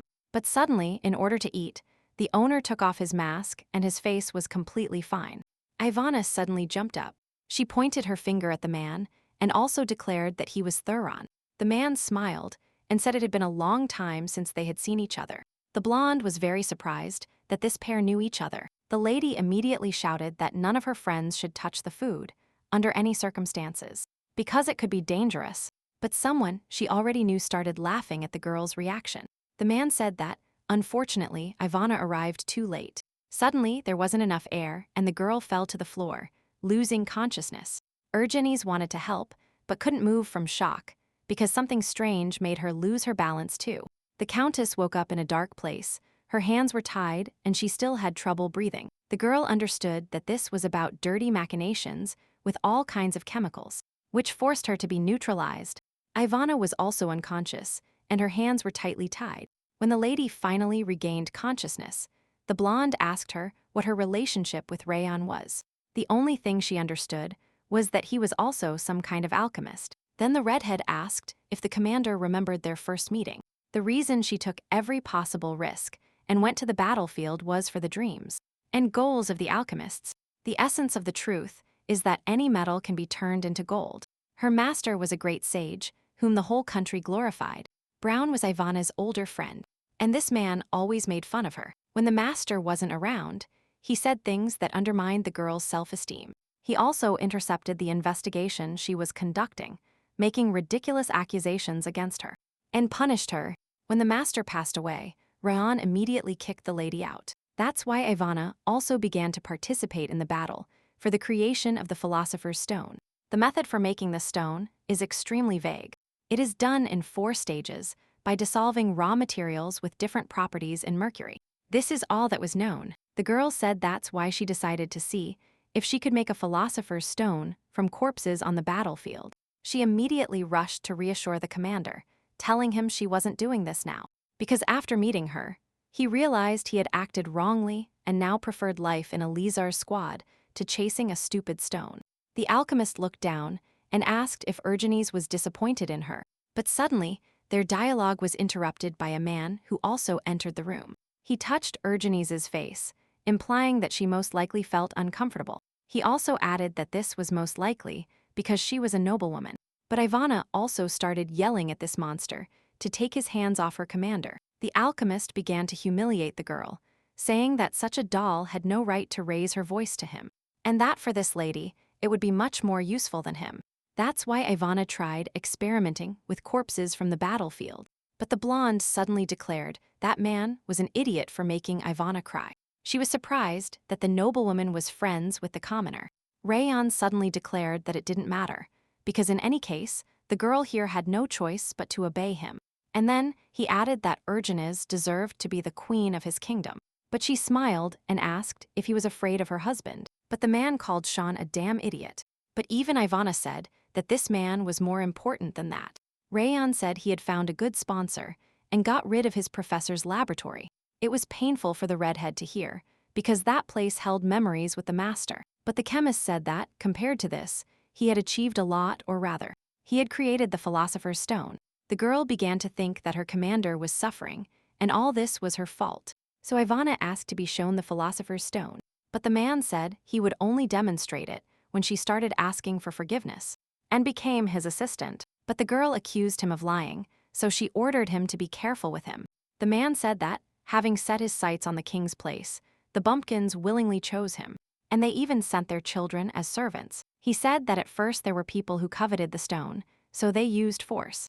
But Rayon decided to take advantage of the fact that Ivana is very close to that noblewoman. He removed the floor from under Urgenes, saying that even if she lost a leg, he would join her back.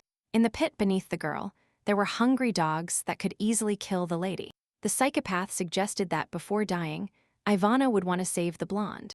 With such manipulation, the man wanted to obtain an oath from Ivana that she would obey him. Targil asked to wait 5 minutes and suddenly untied his hands and jumped towards the hungry dogs. The girl said that the chemist would lose only because of his ignorance. They also asked if the blonde knew who Eleazar was.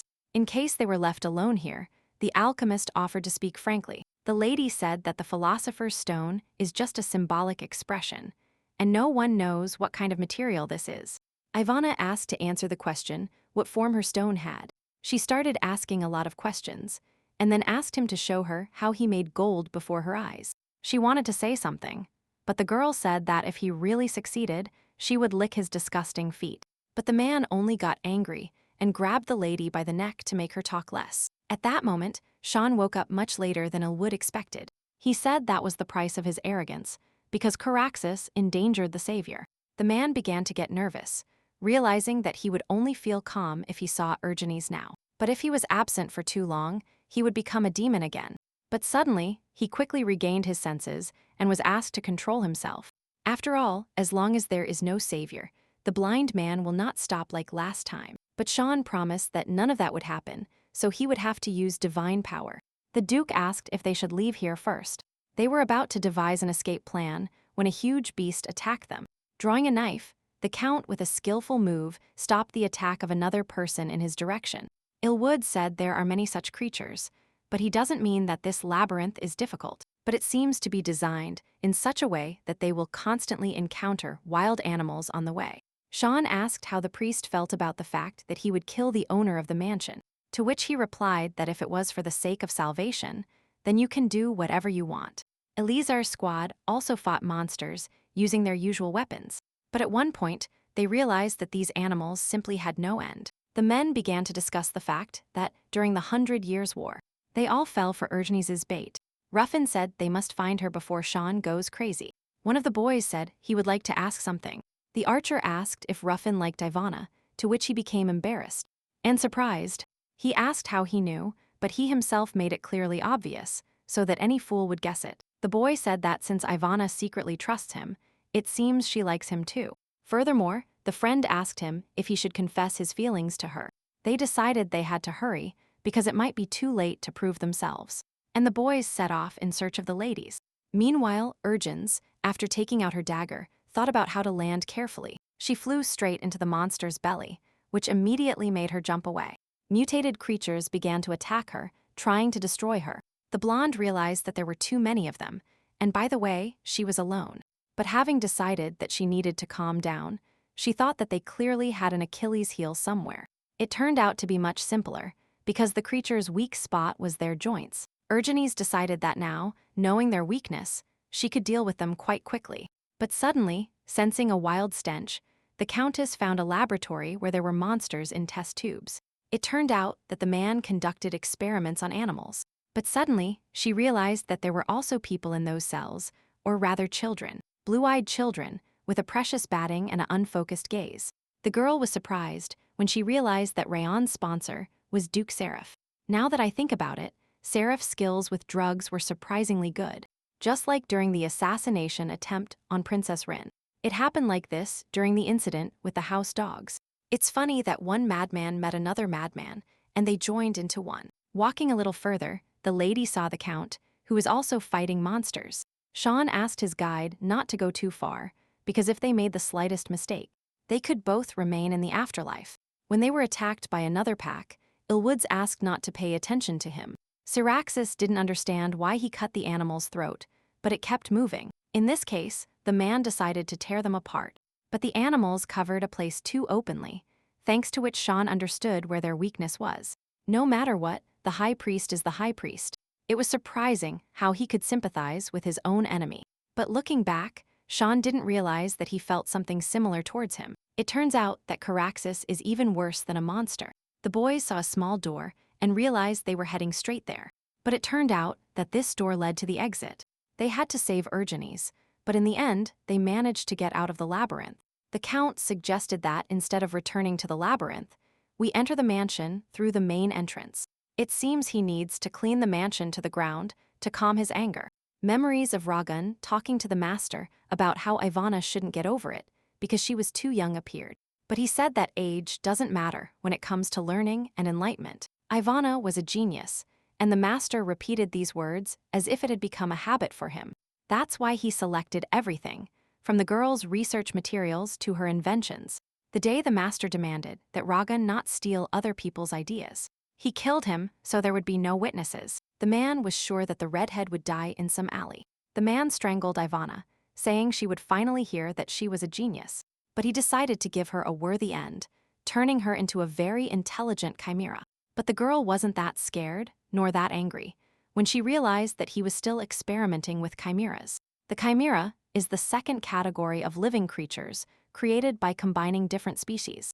Therefore, for the sake of the experiment, it is necessary to sacrifice dozens of animals. And even if the synthesis process, although with little probability, is successful, the subject will begin to suffer severe stress and eventually go crazy.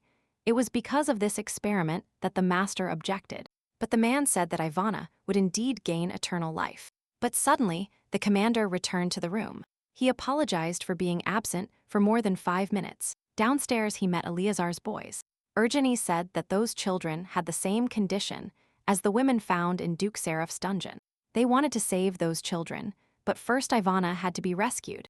Raffin began to untie the girl's hands. The lady said that the man failed to get away with it and even strangled her.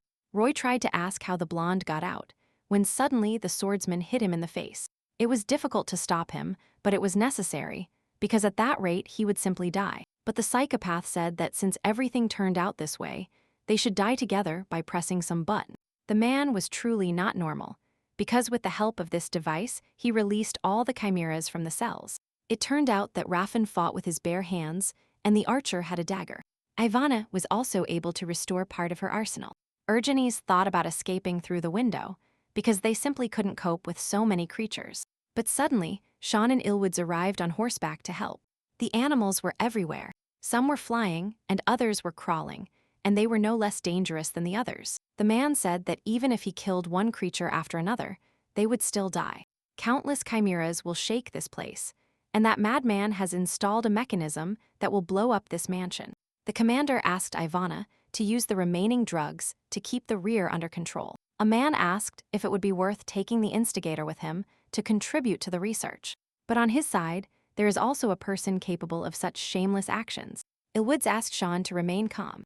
The man clearly arrived late, because the fight was almost over. Sean kissed the blonde, and she, thanking him by giving him the gift, promised to continue later, as soon as they left the mansion. Seeing how his wife fought, the count said she was like a fish caught in her element. He seriously thought about why Urgenes was so beautiful. Realizing that the man wanted a deeper kiss, he pulled the lady away from the fight, and did what he wanted, but in an instant, by her own reflex, the girl hit him in the stomach. Sean told Reef that the mansion would explode at any moment, and that he should warn everyone to retreat. Urgenes shouted that she would fix everything herself, and that everyone could leave. Suddenly, the girl saw that Ilwood was not going to leave, but he took off the bandage and wrapped the mansion with magic chains. After that, he put it back on and asked if everyone was safe. He was glad to be able to make at least some contribution with the help of his powers. The blonde concluded that he really has truly powerful abilities. Ilwoods began to heal with the help of divine power the wounds that Eleazar received in battle. A man cannot kill living beings with divine power, because those monsters are also life generated by God. He only has one target he can attack. This target is only the devil himself. When the blonde touched the countess, she had the feeling that she was being healed with special care, and also the feeling that, despite the bandage, their gazes had met. Ivana approached the girl and asked for forgiveness for lying, and also added that she was a bad alchemist. But after her first meeting with the commander, she felt happy, so she forgot everything, and pretended not to know anything. So Urgeni offered, as atonement, to help other people with the help of her knowledge. In this case, the countess turned to the others and asked them what they were hiding from her. In the tent at night, the lady asked her husband why Ivana was hiding her past from him. Sean replied that she was probably afraid that he would leave her. He explained that if the person you like moves away from you, when you show your dark side, you feel like your whole world has collapsed. That's why a person tries harder and harder to hide the truth. Targil said that no matter what happened in the past, she believes in Ivana, with whom she has come a long way. In return, Urgenes made him promise that this would never happen again. To this, Caraxes declared that as long as the lady is by his side, he will be a quiet boy who obediently wears a leash. By the way, the man asked if the girl was thinking about what they would do after the uprising. After all, neither she nor he are very suited for the role of Emperor-Empress. He doesn't have the kind of temperament that allows him to sit quietly on the throne and observe government affairs. The devil said that the blonde looks better when she holds her sword in her hands.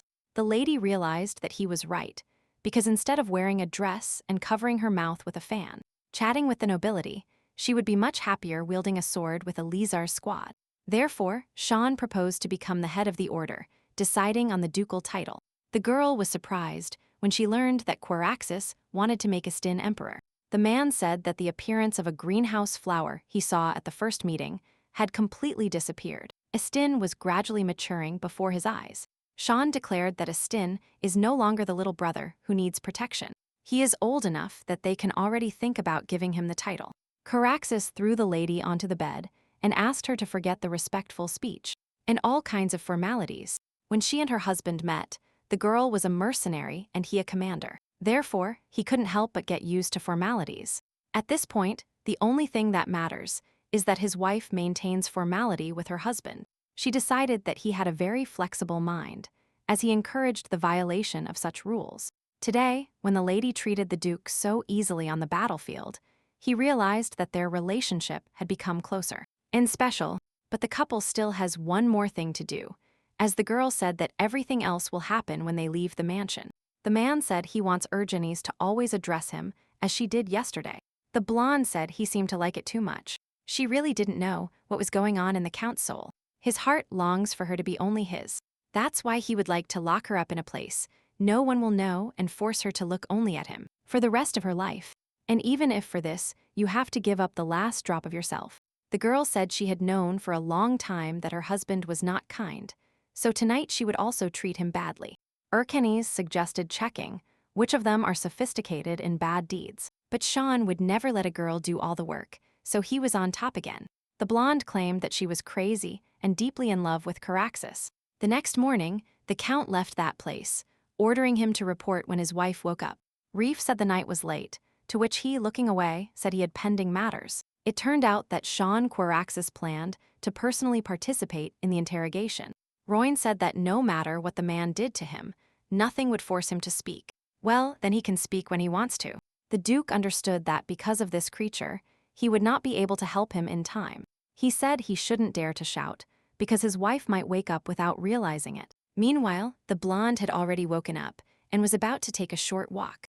One of the guards immediately shouted that thanks to my lady, having seen how she wielded a sword, he had learned a lot. It was the first time Urgenes heard that she was respected here. Having walked a little further from the camp, the lady saw Ilwoods again. He stood on the cliff and served silently. The girl told the priest that there were children in the basement. She had to make a decision, save the children or Ivana. Of course, she chose her friend and then decided to save the children. But in the end, everything turned out differently. The girl asked what would be the right thing to do in her situation. Ilwoods said he had seen life born and how it disappeared many times. However, it's like a numbers game. No matter how much you charge, it's natural to choose what makes you feel a little lighter. Therefore, the priest does not believe that anyone can blame the lady for what happened. She began to say that she had a stone in her heart because she had committed a sin when suddenly Sean arrived.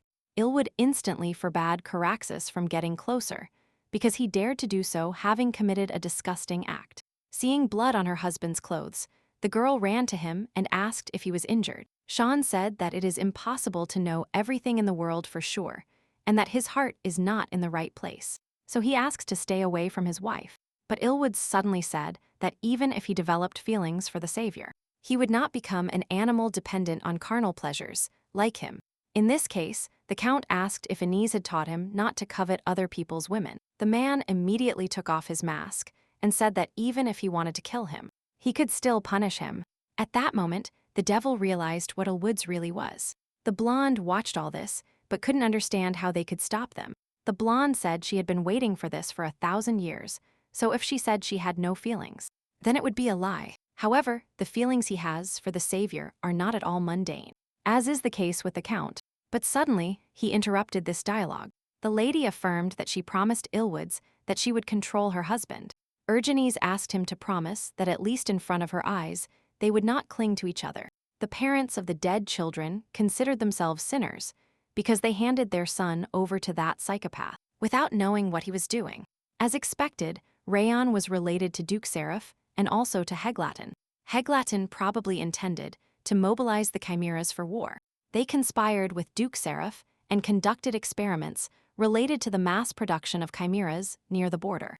They had already gone too far and were not in the prince's sight. Suddenly, Lord Caraxes was handed a package containing a gift for Lord Seraph. The blonde said that Sean Caraxes surely had to be killed. The prince understood that if they left him alone, he would surpass the imperial family. The man began to ask for permission because he needed an excuse to kill Sean. But he didn't expect the process to begin. He believed that such stupid people should find a use for themselves, and he would handle them. But upon entering the palace, Seraph felt a strange atmosphere. Tom was also handed a package, which simply surprised him. There was a scandal related to Duke Seraph's sexual addictions, as he imprisoned blue-eyed prostitutes to satisfy his sexual desires. Due to the Duke's noble and honest image, this news will become the hottest gossip topic, and people will talk about it for a long time. From now on, the war will begin, because Caraxes has changed. He, who used to be a fool and didn't think twice, now cares about his family, and he fights with cunning tricks instead of brute force. And most likely, love changed him like this, or rather the woman he loved so much. An invitation was received from Marquez. The man said that from now on, it is worth accepting all proposals from the nobility. Count Targil initiated the grand party, so they must contribute. Suddenly, Jayla appeared and asked if her father had packed his bags. The father said that the girl would help him if she was completely safe with a stint at the academy, because the holidays were over. In the council, they were told that the enemy adapts to everyone's mood, as if something was holding him back, so that conflict situations do not arise at the border. Sean sent several members of the Kilwa Guild to Heglatin for information, but contact with them was lost. Contact with the first group was lost, so he sent a second group after him, but there was no contact either. This does not look like betrayal, but if you send another spy, there is a risk that he will also disappear. But Ivana said she would go there. The professor's laboratory was located in Heglatin, right next to the border. The girl said she would go with Tarkan. If Eleazar fails, whoever you send will suffer the same fate. This time, Urgenes regretted her decision, because Ivana and Tarkan, who had gone to Heglatin, did not make contact either. In fact, the Heglatins almost won the 100 Years' War. But unexpectedly, Sean and Eleazar appeared, heroes who made the impossible possible, as a result of which Heglatin was defeated in this long war. Their way of taking revenge is to force them to leave Valois, and this plan is coming true without problems. The man demanded that the advisor pay special attention to Urgenes Targil. Even during the 100 Years' War, she was famous for her attractive appearance. Rayon's report will be on the table in the near future. But all that remains is to launch mass production, which is what strange people were talking about. They are unpleasant people. They only do what prevents their suicide attempts. Tom was informed that in a few days, Targil's companions would arrive at the border. During the 100 Years' War, His Majesty was present during the battle, and he could have made the outcome different.